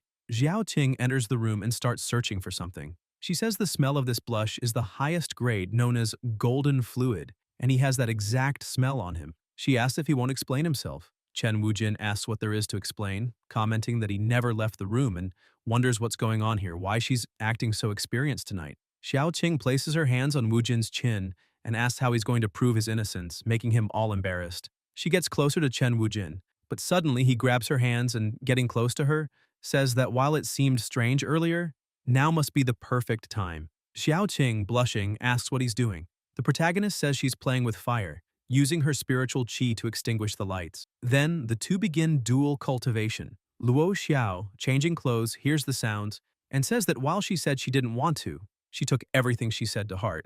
At dawn, inside one of the rooms, Wu Jin comments that this is a long time. Meanwhile, Bai Muyang, trembling with rage, comments that it can't be the little precious treasure of the Bai family. Later, in the middle of the forest while they walk, Wu Jin, exhausted, comments that it's not even 9 o'clock yet, so he wonders why they got up so early. Xiao Qing says it was Grandpa's idea, so he should stop complaining. Bai Muyang, still angry, thinks that he just hopes Wu Jin doesn't think it will be so easy to marry Xiao Ting because the Bai family shouldn't be taken lightly. Suddenly, he bumps his head into a tree. Wu Jin starts laughing and says he deserved it. After walking a bit more, the old man Liao says, "This is the place." Reaching the door, he uses the jade key to open the cave. Upon opening it, he asks everyone to enter. Xiao Qing asks if this is the legendary Immortal Cave Residence. Bai Muyang, in disbelief, says this is the Greenwood Cave Residence, one of the 5 great hidden lands in the Immortal Realm, and wonders if this is really the Greenwood Spring, which is said to heal all kinds of injuries. Chen Wujin throws a stone at his hand, telling him to think twice before touching anything. Bai Muyang asks what he's trying to do this time. Wu Jin says he's an adult, so why is he acting so childish, and comments that this is an Immortal's Cave Residence, asking what he knows about what an Immortal's Cave Residence means. Bai Muyang calls him a brat and says that when he started cultivating, Wu Jin was still breastfeeding. The protagonist throws a stone into the spring, and the stone instantly evaporates. Bai Muyang, shocked, asks what the hell is going on. Wu Jin says even villagers in the countryside know they need to keep a dog to guard their house, so there's no way an Immortal's residence doesn't have some kind of trap. Using his dragon eyes, he comments that the true Greenwood must be there, pointing at the statue of the spring. As they observe the statue, they see a seal on its forehead. Chen Wujin tells the 5 elements to come together in their hands and that their hearts should guide them. He then releases them, and the statue's seal is opened, revealing the true spring. The protagonist says it's just like a game and then tells them to stop looking. The old man Liao thinks about the technique the young man used and his mastery over the 5 elements, and comments that Bai is lucky. As they get closer to the true spring, Bai Muyang says the water element's spiritual qi is so dense that it forms a globe. What's even more incredible is that there's also dense elemental wood qi inside it. The protagonist tells him to stop acting like a country bumpkin who's never seen anything cool and asks if Bai sees that, pointing at it, saying that the person who sits there and practices cultivation will be able to absorb the essence of the spring's water. According to an ancient scroll, the spiritual qi in the Greenwood Spring can only be absorbed by 2 individuals every 1,000 years, and he says they should hurry before something happens, and delays them further. Bai Muyang tells Wu Jin that the technique he's cultivating is related to the 5 elements, and asks if he isn't trying to use the spring's spiritual qi. The young master replies that he should consider it a dowry for marrying his granddaughter. Suddenly, Xiao Qing appears, pinching Wu Jin's face, asking why he said something like that again. Bai Muyang says that if that's the case, his answer is no. The young master gets confused and then angry, saying that he better know what's good for him, calling him an old man. Bai says that what he means is that he disagrees with his candidates. The young master asks what he means by that. Bai says that if only two people can enter, then he chooses not to go. Wu Jin tells him he doesn't need to be shy because he's strong enough and doesn't need any of this. Bai sighs deeply and says that Qing must be blind to have chosen him, as she is the most suitable candidate for this. Xiao Qing, worried, comments on his injuries. Her grandfather says that he's already 1 foot in the grave whether he ascends to the transformation of God stage or not, and that she is still the future of their family. Qing is worried, but her grandfather responds that he is determined and says Xiao Ting is cultivating a technique that uses both water and wood spiritual qi, and that this is more suitable for her, so it's better if she and Liao do this. Wu Jin says that with him by her side, she doesn't need to worry too much. Old Bai says that he had the same thought in the past, but one day the young master will understand that cultivation is a path that leads nowhere. The protagonist says it's fine. He understands. Xiao Ting asks Brother Wu Jin to convince Grandpa, and he responds that it's fine and she doesn't need to worry about the old man, as the young master will figure out a way to help. As they approach the spring, Wu Jin tells her that if she wants to stay by his side, she should focus on absorbing the spiritual qi, and then he pushes her forward, telling her to go. Qing, surprised, asks how he can do this, but soon she can't believe she hasn't sunk into the water, and when she looks, she realizes she's walking on top of the spring. Chen Wu Jin asks why she's still wasting time. Xiao Qing watches silently, thinking that if she wants to be with Brother Wu Jin forever, she can't be a burden. Sometime later, Wu Jin, observing Xiao Ting and old Liao, comments that he doesn't remember taking this long and says it's already been 4 hours, asking if something has happened. Looking to the side, he notices Bai Muyang and comments that even though he made himself sound so honorable earlier, he's still trying to absorb the remains of the spring. And when he picks up one of the drops from the spring, he says that the Greenwood Spring is strange, because he remembers that the game's guide only mentioned the water-type spiritual qi, and wonders where the wood-type spiritual qi came from. He asks if the person who wrote the guide was lying. Wu Jin thinks the player who wrote that guide is called the Sage of the Blue Lotus, and it said that he ascended thanks to a piece of spiritual wood. He wonders if it could be the same. Then he comments that he understands and proceeds to use his dragon eyes, advancing toward the water sphere. Bai Muyang, seeing this, is confused. Wu Jin, in the center of the water sphere, finds a flower and comments that he found the supreme divine artifact that belongs to the eastern green forest, the Jade Lotus. When he picks it up, it starts to glow brightly and opens. Wu Jin sees that inside the Jade Lotus is a spirit and wonders if the divine artifact has gained consciousness and formed a living creature. The spirit wakes from its slumber and flies toward the young master, introducing itself as Xiaolian and commenting that it's been a long time since anyone visited it and asks if he's a friend of its master. Wu Jin, embarrassed, says he doesn't know who its master is and comments that he's just a cultivator who happened to enter by sheer coincidence. Xiaolian says this is great because finally, no one can limit her freedom anymore. Wu Jin is confused by this, while the spirit explains that since gaining feelings, her master sealed her there for a long time. Everyone wants the spiritual qi from the greenwood, and no one cares how she feels. She calls him an unnamed cultivator, asking if he could help her and says she can promise anything in return. Wu Jin wonders what's going on with this lotus spirit and why things are heading down an eroge path. Xiaolian says she was born from the heart of the lotus and gained her own consciousness, commenting that she's blessed by the heavens but doesn't know how long she's been sealed there by her master. She says that if Wu Jin helps her escape, everything that's hers will be his. Chen Wu Jin says this residence seems to have been abandoned for thousands of years and asks why she didn't try to leave by cultivating. Xiaolian comments that she is just a tool to provide spiritual qi for her master, and that if no one transmutes her, or if her true form or she herself leaves the Greenwood residence, she will be destroyed by the seals. The protagonist asks if these seals are from ancient times and if possible wants to take a look. He reaches out with his finger to examine them, but the spirit tells him not to touch, although in the end, Wu Jin touches them, causing her to burn quite a bit. The protagonist, embarrassed, apologizes, saying he just wanted to take a look and see if he could break the seals. Xiaolian pleads with him not to touch the seals again, saying they were directly etched into her soul and there's no way to break them. The spirit says she doesn't want anything else. All she desires is to be able to see the world outside. The protagonist ponders for a moment and says it's fine, he can promise that. However, he still needs to consider some details, to which Xiaolian agrees. Sometime later, Bai Muyang opens his eyes and comments that he simply absorbed some spiritual qi from the edge, and the wounds from all these years started healing. He wonders what Liao and Xiao Qing will be able to achieve with this. Meanwhile, Qing starts to focus and a red aura begins to surround her body. Her grandfather asks if she wants to use the spiritual qi from there to form her core. She begins absorbing more and more spiritual qi. Bai shouts that she can't do this, that she's rushing too much because the spiritual qi there is very pure, and her current physical form won't be able to withstand it. Linger appears and starts observing her master. Realizing she's in danger, Linger bites her and begins absorbing some of the spiritual qi. Bai Muyang, noticing, says that the creature is Qing's familiar and asks if it's helping Xiao Ting by taking some spiritual qi. Little by little, it grows larger until its belly fills up, and soon it begins to undergo a transformation, developing feet and horns, and becoming longer in size.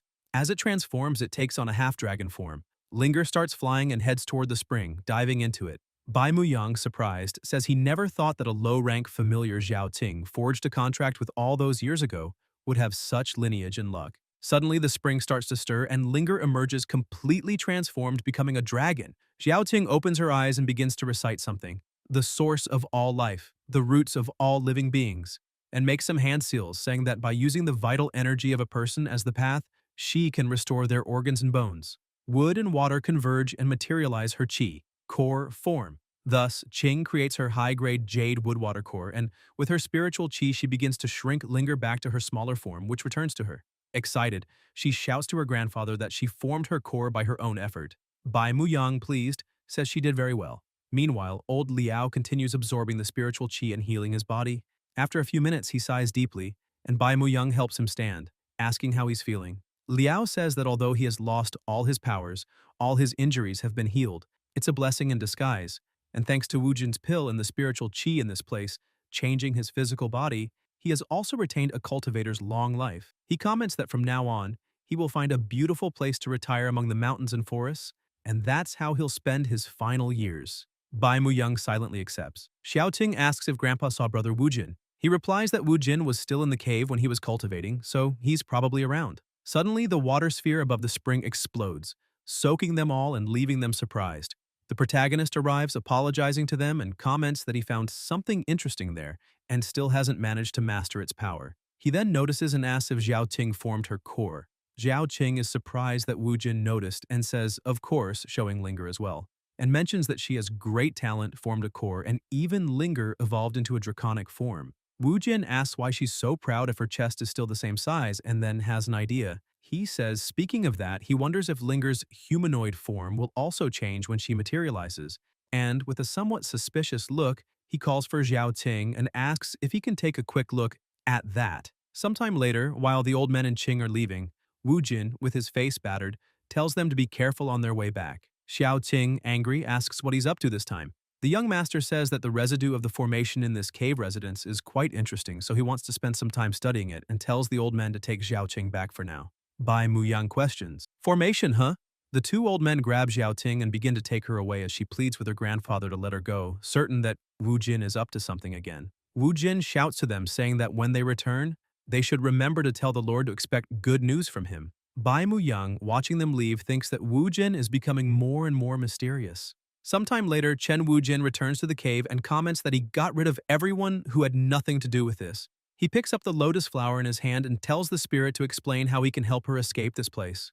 Xiaolian emerges from the lotus flower, saying it's very easy. All he has to do is forge a servitude contract with her, and after that, he can hide her in his soul. Once she's far from the cave, she will be free and her true form won't be needed anymore, and Wu Jin can keep her as a reward. The protagonist, thinking, says that everything seems to be in order. Xiao Lian, excited, comments that she will always remember what he did to help her. Wu Jin says it's fine, so they'll begin. He bites his finger and throws it to Xiao Lian for her to take. She quickly swallows it and, excited, says his blood is very delicious, with a sweet taste she can't explain. Wu Jin says that he's a prodigy born once every 1,000 years, so of course he's different. Xiao Lian says that's fine, calls him her dear benefactor, and asks him to be careful when opening his soul because she's entering now. Wu Jin remembers and comments that it's true. There's another one inside his soul. Xiao Lian says it's fine, as her spiritual body is very strong, and asks him to hold on. She then enters his soul. Chen Wu Jin says he hopes everything goes well, because If anything happens, he won't take responsibility. Xiao Lian, flying, says she never imagined entering his soul would be so easy, and with a malicious smile says she hasn't met anyone as talented and as stupid as him in a long time. She wonders what she should do first once she dominates his body. She says revenge can wait, but as for this disgusting male vessel, she'll transform him into her perfect and wonderful form, and so she starts releasing her tentacles to control him. However, she realizes there's a barrier inside his soul preventing her. She wonders what's going on and asks if there's some kind of secret inside this idiot's soul, but says it doesn't matter, as there's no one who can defeat her within a soul in this collapsing cultivation world. While searching, she finds a barrier and, confused, enters it to check. Inside the barrier, Cha Hai-in is lying on the beach taking a nap. Zhaolian, observing her, questions why she can't sense any trace of energy from this living being's soul. The spirit approaches Cha Hai-in and says something tells her that if she can absorb her, she might discover the final secret of this world. So she attacks her. But Cha Hai-in quickly stops the attack, leaving Zhaolian surprised. Cha Hai-in, still half asleep, comments that since the host is not at their best, the system has to compensate, and says that anything can just come in and out like this, which is very annoying. Zhaolian, irritated, says that's enough, tells her to stop resisting and let her absorb her. Cha Hai-in remarks that it's high-quality energy, snaps her fingers, stopping all attacks, and asks if Wu Jin finally changed his mind and sent her some supplements. Zhaolian, in disbelief, wonders how this is possible and starts running, but soon, a system barrier appears, blocking her exit. Cha Hai-in says it's quite inconvenient being inside Wu Jin's body all the time, and since she's gotten this far, she believes there's no problem in taking everything that's hers. Outside of Wu Jin's body, he sighs deeply and wonders why nothing is happening even after so much time. He believes it's exactly what he thought, and something happened that allowed the system to benefit from this. Suddenly, he feels something in his mouth and spits out a seed, which, when it falls into the lotus flower, makes it come to life again and bloom. Wu Jin asks what's happening now when the lotus flower grows gigantic, and a voice from within thanks him for his generosity, saying that using such a divine artifact to materialize her was a grand gesture. Cha Hai-in introduces herself to the young master, giving her real name, Lian Yaru. However, Chen Wu Jin is shocked to see that the lotus dried up and turned into a pile of ashes. Irritated, he questions Lian Yaru, system, grabs her by the neck and asks how she could be Lian Yaru. He tells her to stop pretending and calls the system a bitch, commenting that he knew he shouldn't have helped restore her energy and demands that she return his jade lotus. Lian Yaru, her voice muffled, says that absorbing divine creations grants great benefits. Wu Jin questions what great benefits and tells her not to think she can fool him this time. She responds that Lian Yaru is her real name, and that if it weren't for her, he would just be a careless person electrocuted to death in the real world. Wu Jin asks if Lian Yaru thinks she can be his boss just because she now has the proper form. She replies that of course not. All she means is that they are in the same boat now, and now that she's recovered part of her power, she can help him in many ways, saying that it's great to have a body. After coming out, she breathes deeply and, feeling the wind, asks if this is how it feels to be alive. The young master says it's fine, enough with the nonsense, and comments that there's no trust between them. Lian Yaru says it seems like he's judging her too much, and picking a flower from the ground, she says it's for him. The protagonist tells her not to think she can act cute just by changing avatars, but soon notices something in front of him and asks if this isn't the game's information panel. Lian Yaru says that's exactly it, he got it right, and comments that now that she's restored her ability to digitize the game data, along with the sacred dragon ancestral eyes, it's like unlocking the ability to see through everything and turning it into a Midas touch. She adds that there's one more thing. The mission system has also been updated. When she clicks the exclamation mark, a system window appears. In progress, first mission, dominate the 4 oceans and 8 corners and restore the system. Mission reward, Wishstone 2. Story mission, the growth of female leadership. Help Bai Xiaoqing return to her family. Mission reward, unknown. Wu Jin, observing, says that the mission system has been restored too, huh? A new window appears. Luck search. Adopt the beautiful and helpless spirit of the flower Lian Yaru. Mission reward, the loyalty of the flower spirit. The protagonist says they made it seem real and believes he will put his head into the game and play along once more, saying the mission is accepted. Sometime later at the butler's residence, the old men, along with Qing, Luo Xiao, the city lord, and his general, are in a room waiting for the protagonist. Xiao Qing wonders why brother Wu Jin still hasn't returned, and questions if he's having some kind of problem in that cave. Her grandfather tells her not to worry about that boy, as he has his own destiny to fulfill, and maybe he's refining his technique in that cave. Suddenly he appears, saying he's back. Qing is happy and calls out to brother Wu Jin, while the city lord and his right-hand man remain silent. The protagonist apologizes for making them wait so long, pulls Lian Yaru forward, and comments that he found a lotus demon on the way back and she wants him to be her master no matter what, which took some time. She's embarrassed and says she's Lian Yaru, greeting everyone. Chen Wu Jin says she seems fine, right? And asserts that if it weren't for her power, he wouldn't have allowed her to stay with him. Xiao Qing breaks a cup in her hand while Wu Jin is shocked. Qing questions how he dares and begins to exude her spiritual energy, calling him out. Lian Yaru, holding a lotus flower, asks her to calm down, calls her my lady, and, with the lotus, starts levitating with spiritual qi, seating Qing again, leaving her surprised and asking what that was. She starts to pout, trembling, and says that Chen Wu Jin is intimidating her with a demon. The protagonist tells Xiao Qing that they can talk about it later. The city lord begins coughing and says he heard Wu Jin found someone from the Black Shadow Association outside the city, commenting that Zhang Jujiao is quite powerful and will be a thorn in his side for a long time. Wu Jin walks toward him and says to take a look at the 3 presents he's offering, telling the city lord to observe closely. Using his storage ring, he pulls out Zhang Jujiao's clothes, a map, and a tablet belonging to an elder of the Broken Moon sect. The city lord's right-hand man, shocked, questions how he got all this.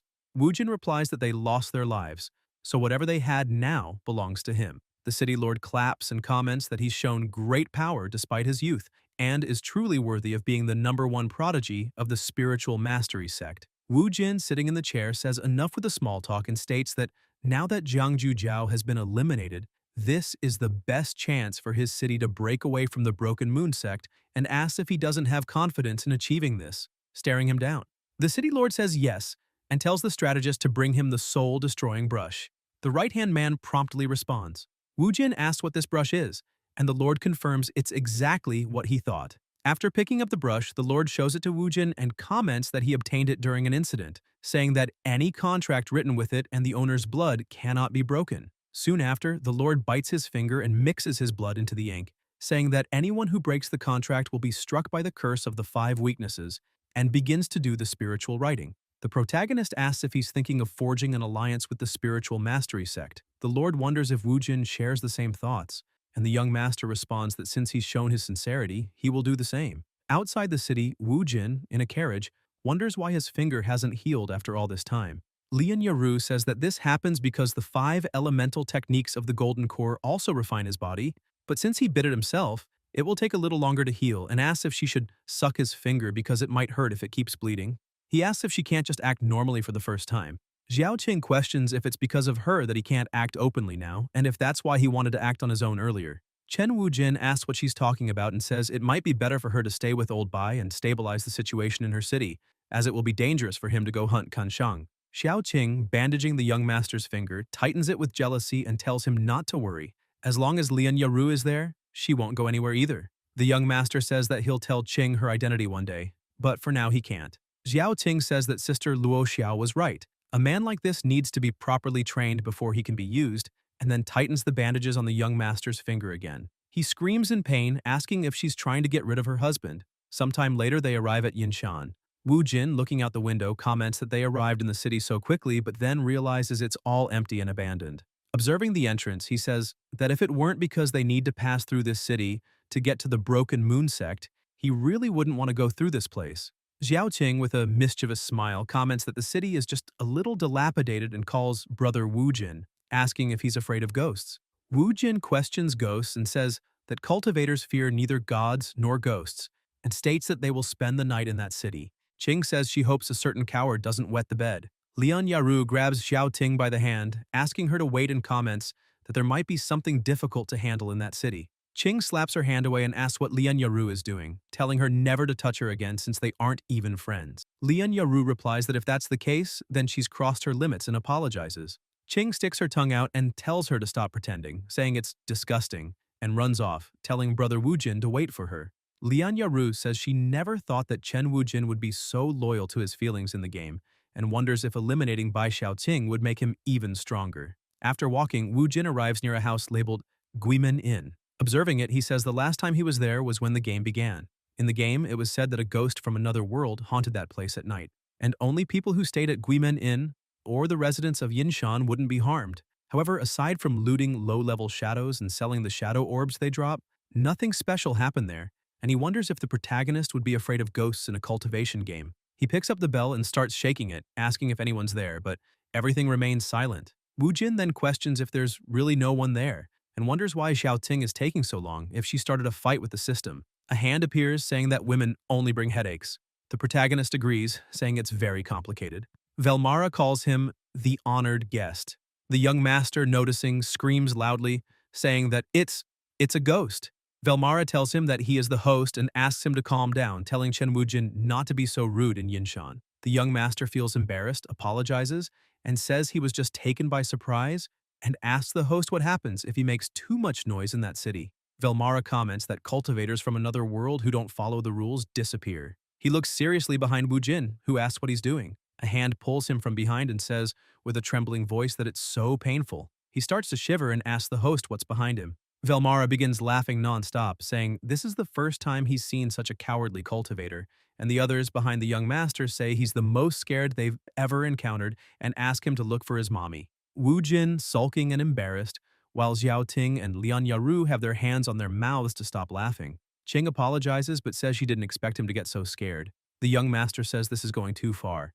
A man says that he didn't expect Chen Wujin of the spiritual mastery sect to only talk and have no substance. The protagonist asks who he is. The man says that he only dares to lose his temper with women. Wu Jin tells Qing that they will talk about this later and calls her a troublemaker. Xiao Ting just sticks out her tongue. Wu Jin, irritated, speaks to the one who called his name and asks who the hell he is. The man gives a slight laugh and stands up, saying he's Huang Wu Huai from the Huang family of the ghostly lake in Qingshanwu, external state. Chen Wujin says the Huang family are the ones who got rich by reselling shadow orbs. Huang Wu Huai tells him to say whatever he wants, but since they met today, it's time for him to pay. Wu Jin thinks that the ghostly lake of Qingshanwu is extremely far from the Broken Moon sect, so it doesn't make sense for them to cause this. But the Beast Domain sect with whom he crossed paths before might be involved, which will be somewhat problematic. Wu Huai asks why Wu Jin isn't responding. Xiao Qing calls Wu Huai the one who didn't brush his teeth, says they've never met and asks what he's talking about. Wu Huai explains that before the wave competition, cultivators from the Huang family participated, but they all disappeared without a trace. In the end, they discovered that the spiritual mastery sect was behind it. He says it's ridiculous for someone as despicable as Wu Jin to hide behind a woman. Qing responds that her brother isn't hiding. Wu Jin tells her to wait, approaches Wu Huai, and comments that he's giving him another chance to speak. He orders him to act according to the threat and tells him not to waste his time. Wu Huai, frightened, looks at a hooded figure who simply nods. He says he's right and affirms that in 3 days, to the north of Yinshan, they will wait for a witness, telling Wu Jin to be there. Suddenly, the young master strikes him with a fatal blow, piercing him, and comments that he made it seem unexpected, asking if he forgot everything. After all, he is Chen Wujin, a villain. The others around start running, screaming that he's committing a massacre. Wu Jin sees an old woman in a hood and asks why she isn't running, calling her grandma. She calls him by name and comments that with all his arrogance, he will never know peace, not even when the sun sets on his life. The protagonist, wiping his hands, says that this is what sect fights are about, one annihilating the other completely, and affirms that if she wants to waste air-talking nonsense, at least they can say he warned her. He uses the metal transformation, original mnemonic sword. The grandma calls him a reckless little boy and hits her cane on the ground, creating an explosion of smoke. In the midst of the smoke, while fleeing, she says that Wu Jin and the spiritual mastery sect won't prosper for long. Suddenly, the protagonist appears behind her, landing a direct cut and saying that, before boasting, she should make sure she can leave intact, complaining that using a smokescreen to escape is something very old. The grandma falls to the ground, cut in half, causing an explosion. Wu Jin asks if she was a paper puppet and comments that she has some intelligence, he admits. Xiao Ting calls her brother Wu Jin and asks if the Broken Moon sect is behind this. He responds that the Broken Moon sect isn't the only one. There's also the Beast Mastery sect and those hyenas trying to pick up the spoils. Suddenly, someone coming down the stairs says that his techniques are truly impressive and that Wu Jin easily obliterated all the dangers with great style. The protagonist asks if he is their trump card. A cultivator asks Master Wu Jin not to scare her. The woman introduces herself as Yin Chonghua from the city of Yinshan, representing the local Yin family, and says she's here to present a great gift to him. Qing questions which Yin family and what kind of gift this is, telling her brother Wu Jin not to fall for the trap. Lian Yaru says she has the aroma of the 5 elemental spirits of creation on her. Chonghua says that since they're suspicious, they should see for themselves, and shows a vial in her hand, saying that it contains a drop of Gaia's elixir, and the rest is stored in a nameless mansion north of Yinshan. Jin takes the vial and observes, saying that he heard the Yin family of Yinshan has always been suppressed by the Huang family, and comments that from today on, there will only be one family dealing with shadow orbs in the city. Changhua thanks him. On the outskirts of the city, Qing says that if he wants to know, she doesn't think she's a good person, and wonders how someone can just leave something as valuable as Gaia's elixir in an abandoned mansion outside the city. Jin responds that looking doesn't hurt, right? And comments that they are already quite close. After walking a bit further, they reach the location. Jin sees the sign and asks Gui Residence, saying it's a strange name. Qing asks what's wrong, brother Jin, and he responds that it's nothing. Xiao Ting says that before leaving the city, she heard some rumors about this mansion. The innkeeper mentioned that the most frightening place in Yinshan City is an abandoned mansion outside the limits, and said it's haunted, not just by some little ghosts, but by spirits of the kind that can take the life of even cultivators. Qing approaches the door and pushes it open easily, and upon observing the mansion's condition, they notice it is indeed very abandoned. Qing tells Jin to look at how desolate this place is and comments that this must be the mansion they said was haunted. Qing starts to enter, but Jin tells her to wait a bit and says that a place where a spiritual creation of the five elements can grow is never as simple as it seems, so she should be careful.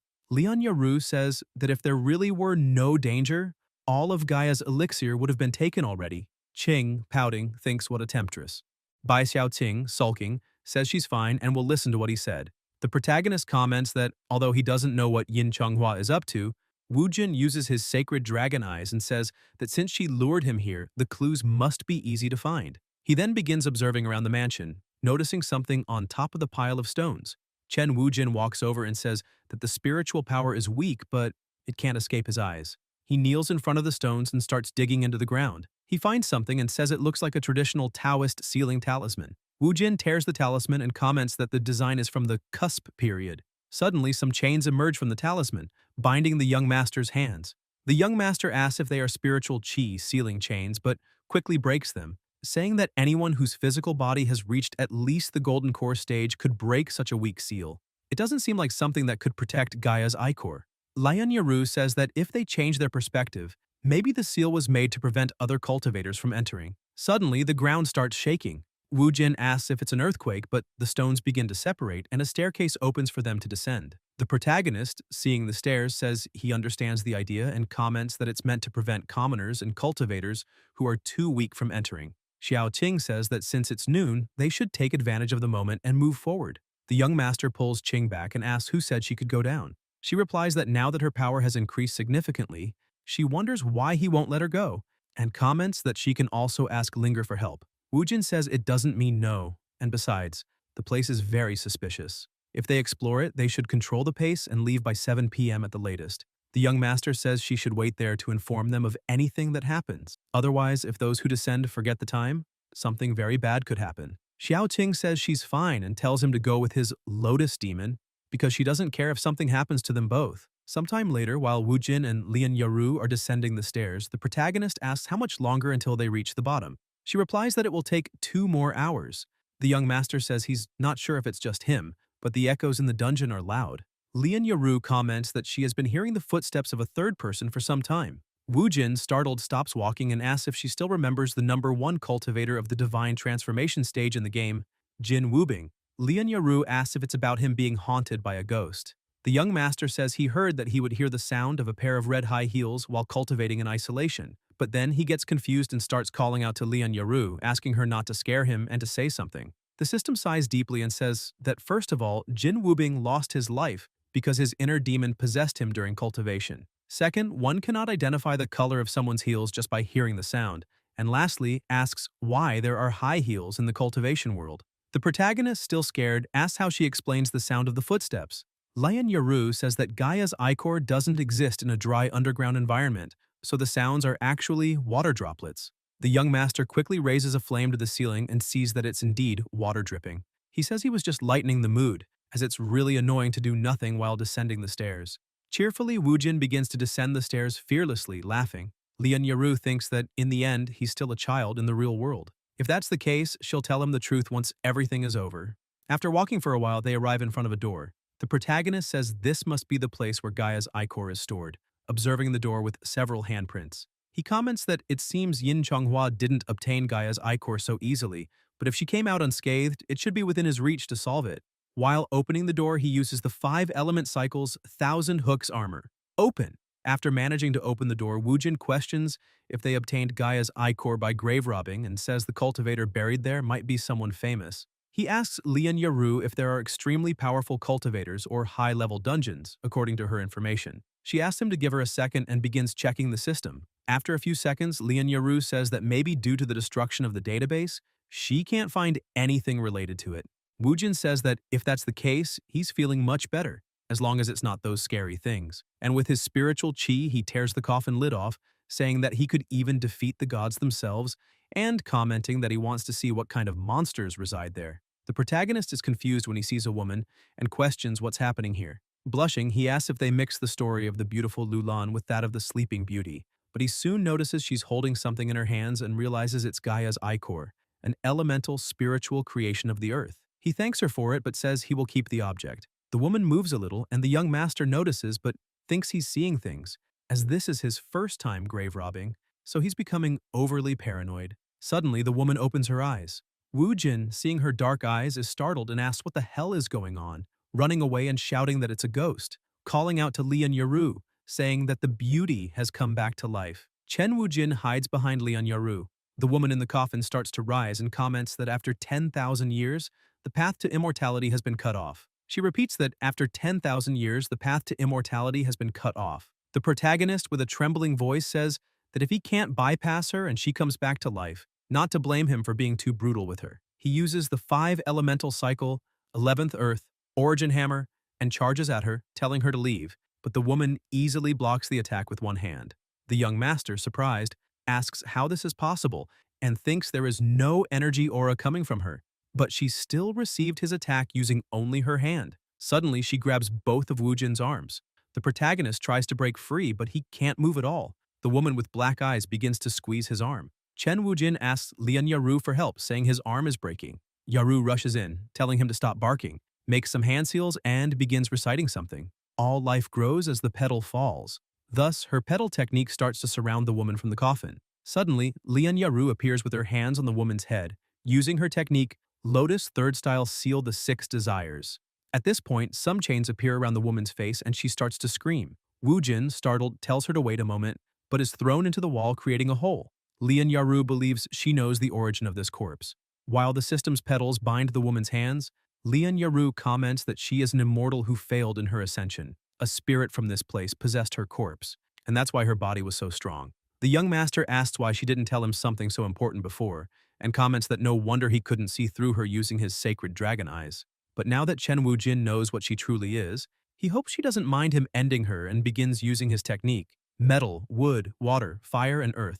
Let the 5 elements flow and bring forth the light. And with a mischievous smile, he comments that he wants to show her something, saying that this is the most powerful skill he's hidden so far, and as a sign of respect, she will be the first to experience it. He then charges toward the ancient cultivator and asks the system to cover him. Lian Yaru says that she has a name, you know, and asks why not show a little respect. She then uses the second style of the lotus, confuse the divine spirit, but the cultivator, with a simple wave of her arms, easily cuts the lotus. The young master seizes the opportunity and appears in front of the cultivator's body, surprising her. And with a talisman in hand, he says the real attack is there. He uses the 5-elemental cycle, final style, solar talisman. Thus, Wujin begins expelling the evil spirit until it disappears, leaving only the cultivator's body. The protagonist sighs deeply and comments that it's finally over, and the battle was so intense that he hopes he hasn't ruined Gaia's ichor. Suddenly, the cultivator's body begins to crack. Several eyes appear and the body starts emitting a strong aura. Lian Yaru notices and tells the young master to pay attention behind him. He is confused, while she begins using her technique, saying that the immortal body has undergone a mutation. The face of the cultivator changes. Several eyes appear and she quickly uses her demonic chi, launching an attack toward Lian Yaru and throwing her against the wall, trapping her.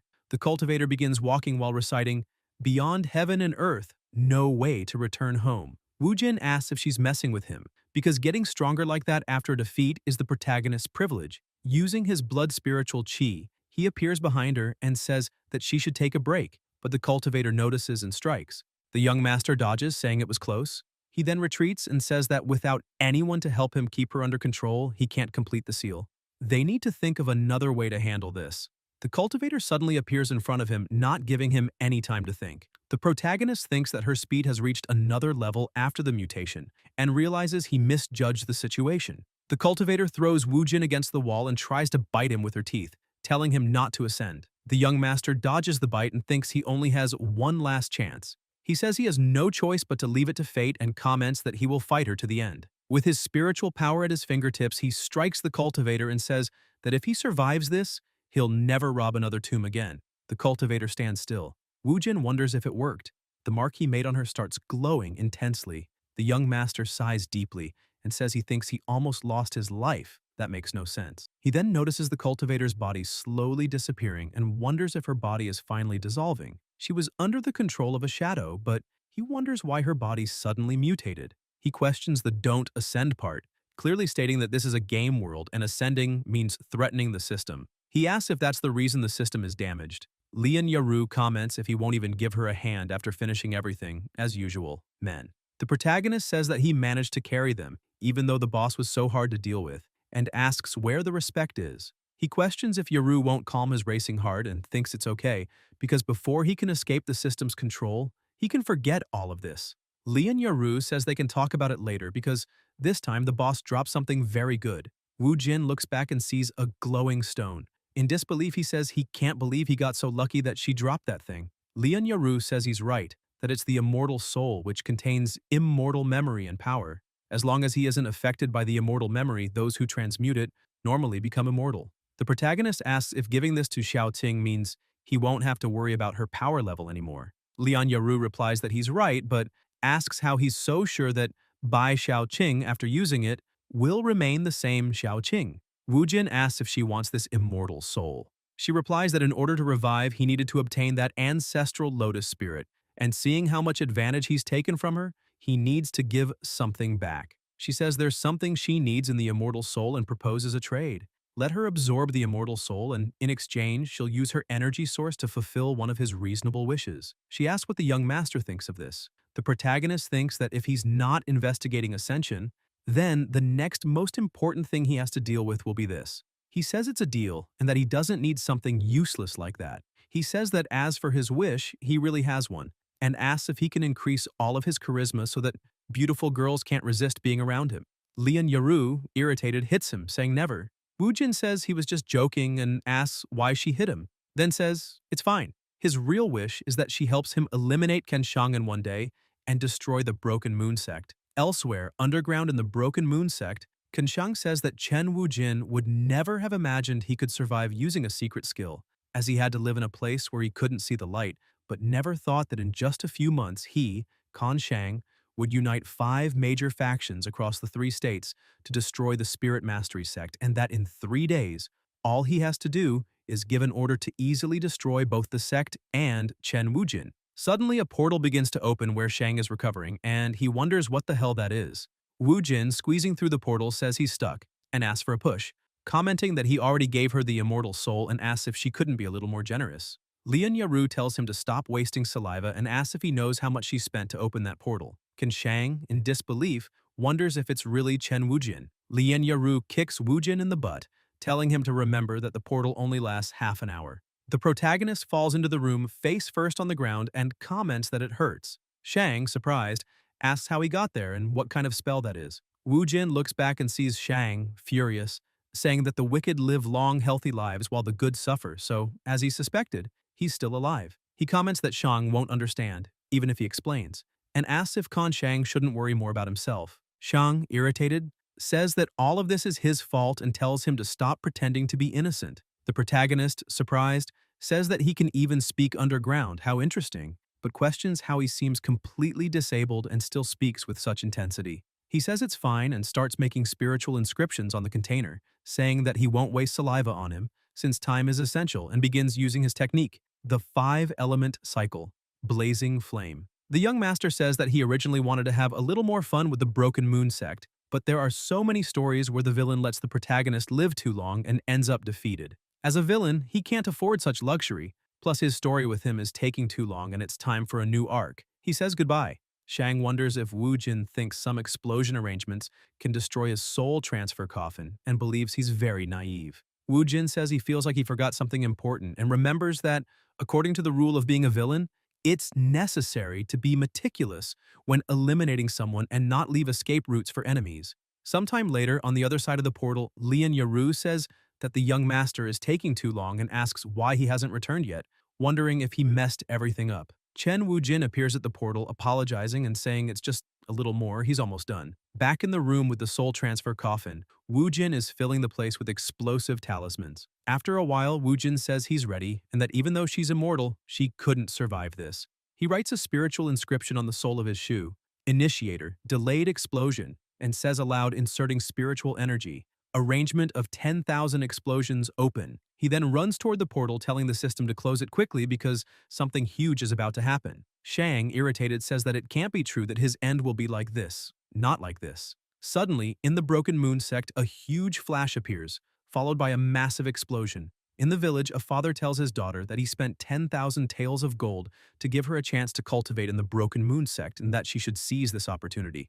The daughter tells her father to look as she saw a giant mushroom. He questions what mushroom, telling her not to say something like that since this place is the home of immortals, but when he looks to the side, he's surprised and confirms that it's really a giant mushroom. Wujin, lying on the ground, wonders what Lian Yaru is doing and tells her to close the portal quickly. Yaru tells him to shut up, as she's already closing it.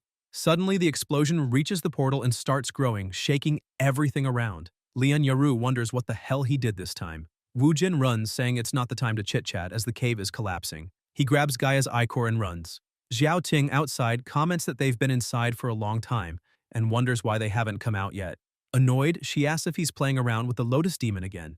Suddenly, she hears something coming at high speed. Wu Jin appears carrying Lian Yaru in his arms, and as they exit the cave, he sighs deeply, saying they're safe. But he realizes he fell on Yaru and blushes, not noticing Qing, who is furious behind him. Sometime later at a house in the countryside, Old Bai comments that he never thought the fight between the Spirit Mastery sect and the Broken Moon sect would end because of an explosion. Old Liao says that this is Chen Wujin's luck, and that after all this, Xiao Ting's return home will be much easier. Bai says he's still not entirely convinced and keeps wondering which route they'll take. Normally, there are only two paths to Zhengzhou, one through the southern state of Danhai, and the outer state of Qingshanwu, which is a little easier, and another path that's faster but also more dangerous. Liao tells him not to overthink it as the young ones have their own opportunities, and says to trust Yao Qing since Wujin is very reliable. Bai replies that he hopes so. Elsewhere, Qing asks what Chen Wujin did. He replies that she's the one who said she wanted to improve the quality of the meals and tells her not to blame him. Qing, running, asks why he had to poke the spirit-devouring beehive since they are the most dangerous creatures in the Shenshu state. He replies that it looked delicious, starts looking around and asks her to go with him. Then the two run to the edge of a lake and jump in. Underwater, Wu Jin, using spiritual writing, employs the 5-element cycle, 10th aura of hidden water, creating a barrier around them. Wu Jin soon notices that the bees are leaving and surfaces, commenting that he never imagined they would find spirit-devouring bees immune to all spells.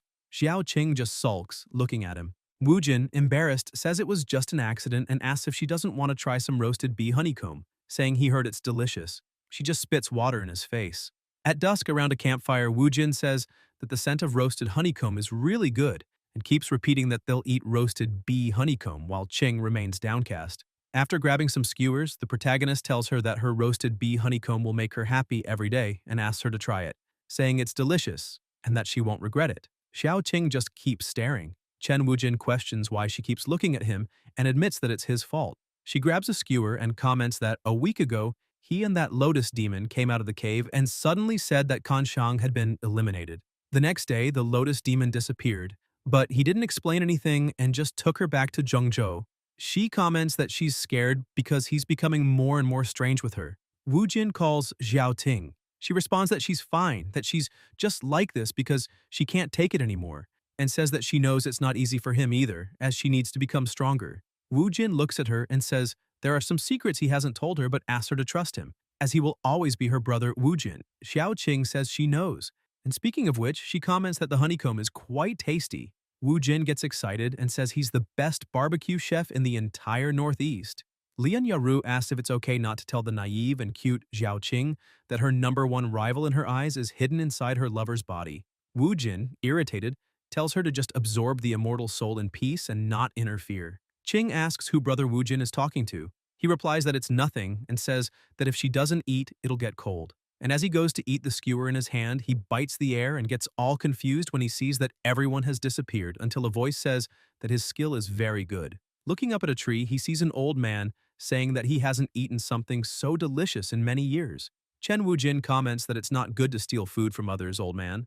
The old man descends from the tree laughing and tells Wujin not to worry, that as long as he's alive, food and drink come first. He comments that they don't look familiar and asks what they're doing coming to the Vine Ocean, which is on the border of the two states.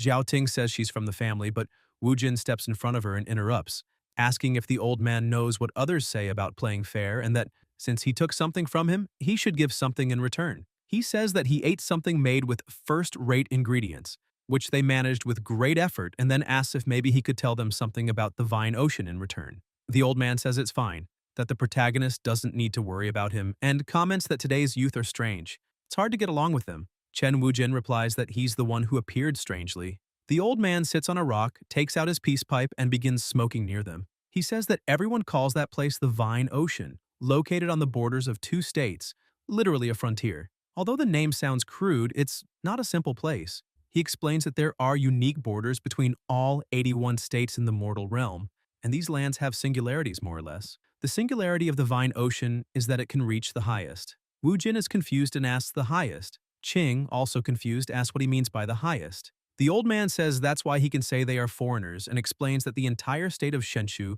exists upon an ancient divine tree.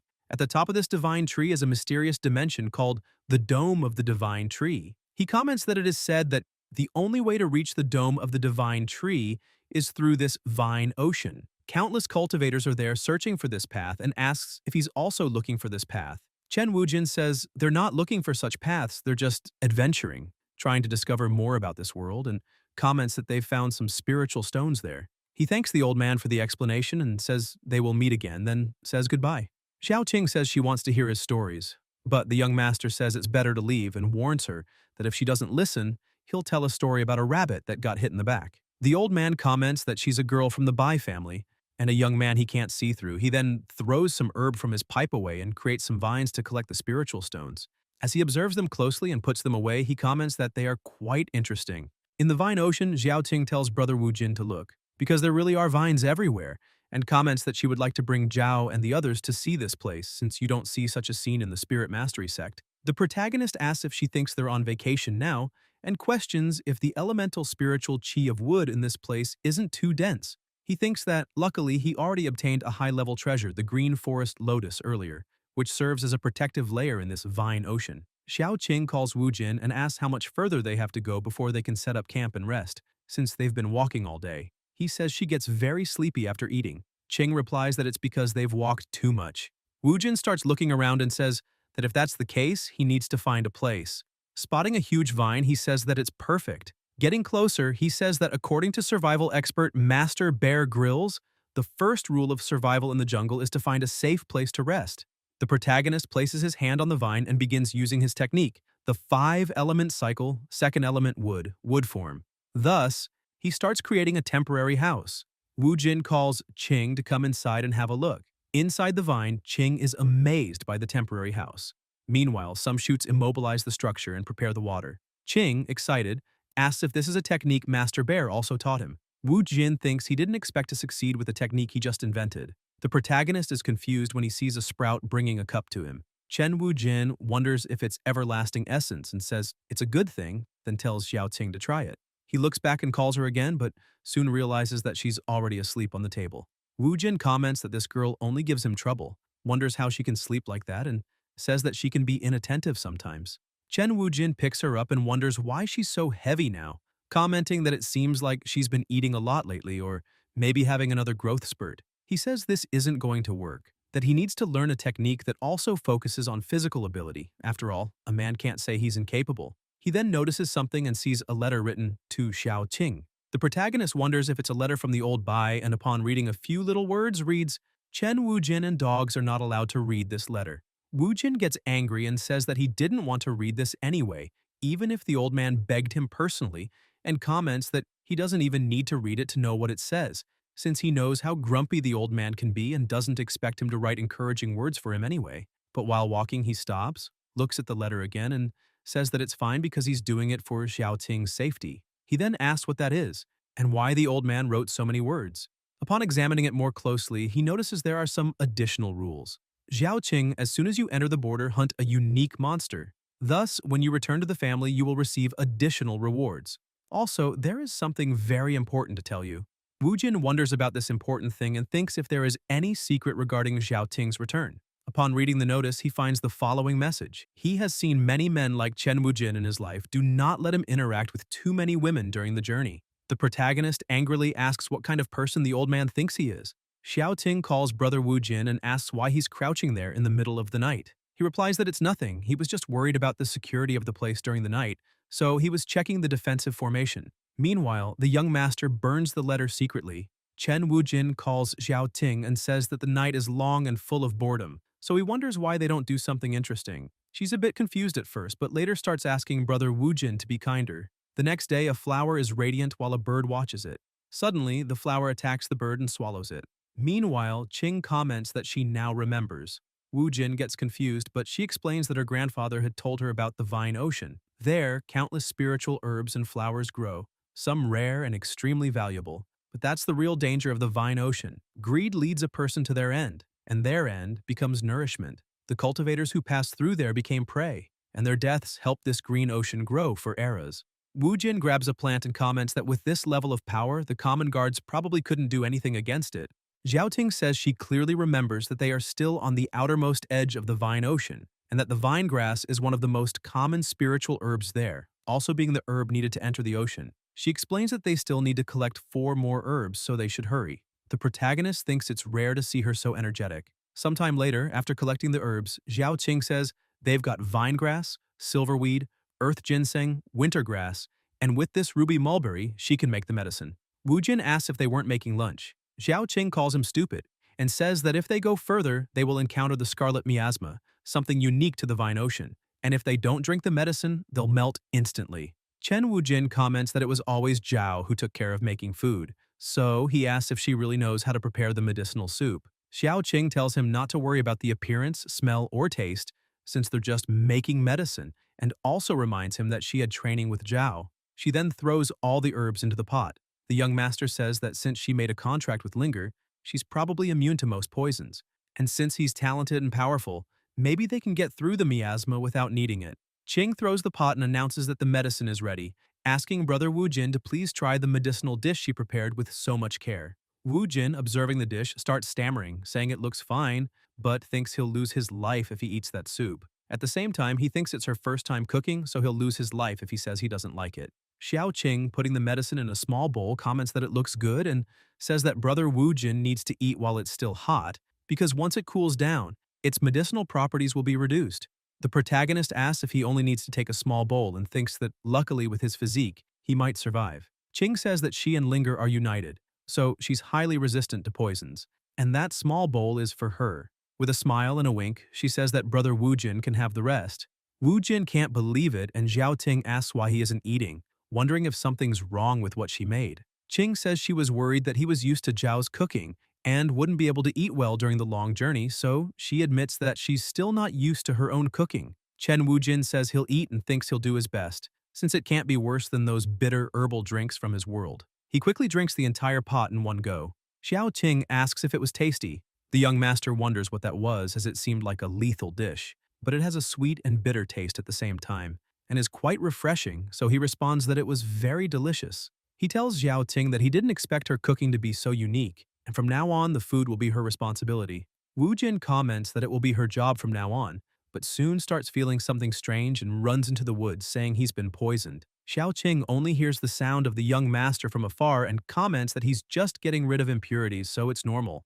Cheerfully, she says she didn't expect to be so talented at making medicinal soups. Since he's reacting so strongly to the soup, it must be because he eats anything he finds. She believes she's mastered the green forest way and will be perfectly fine. After swallowing and feeling the taste, she says she was very confident, but her stomach starts to hurt too. She says she can hold on a little longer and apologizes to Brother Woojin, admitting that she might have gotten the herb proportions wrong. Chen Woojin says he's fine and that since they're already on the inner edge, there will definitely be many rare spiritual herbs, so they need to eat a little to feel better. Xiao Qing agrees, says it's true, and that she won't leave him hanging. Woojin affirms that now that they've entered the border, the journey back to the Bai family has officially begun. Seeing how hardworking she is, he thinks he should also take it more seriously. Qing, upon seeing another herb, says that they are 100-year-old purple crystals. Shortly after, she finds a 300-year-old flower and comments that it's too big. Wu Jin, eating another herb, says that they are celestial panaxes the size of radishes, something he's never seen outside.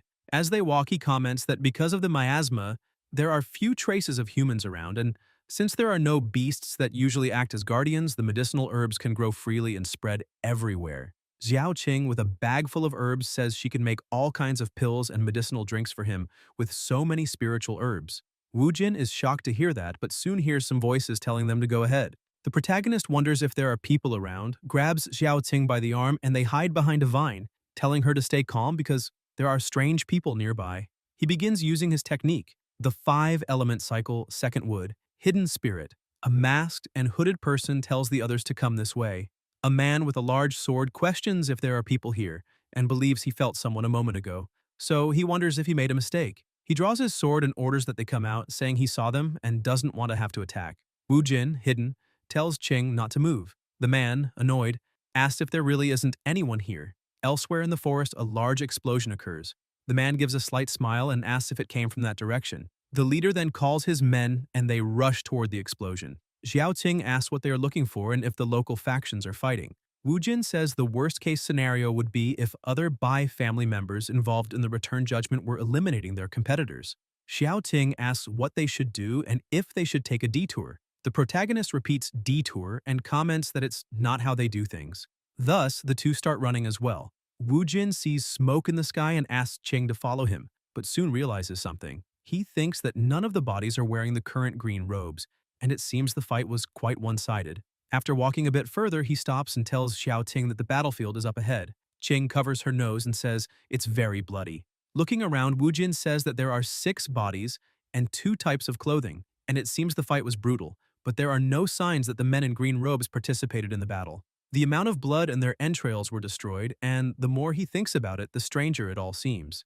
Xiao Qing says, of course, it's strange when there are corpses scattered everywhere and still smelling. Wu Jin wonders, smelling, and then realizes, and concludes that the bodies wouldn't smell so much if they had just fought. Those cuts were made deliberately to bleed more, and the man in the green robe. Qing says she knows. It's more likely that the men in green robes eliminated the others and used the corpses from another faction to shift the blame. She says only fools would fall for such an obvious trick, but Wu Jin replies that it's not as simple as she thinks. Because if they hadn't found the men in green robes and had delayed by a few hours, this incident wouldn't seem suspicious at all. Qing asks if they are going to ruin their plans now. Wu Jin tells her to focus on the judgment, because their main goal there is to gather more information about the Vine Ocean, and maybe those men in green robes know something. Qing comments that what he said makes sense, but still believes he just wants to go see what's happening. She realizes that Wu Jin is moving too fast and asks him to wait a bit.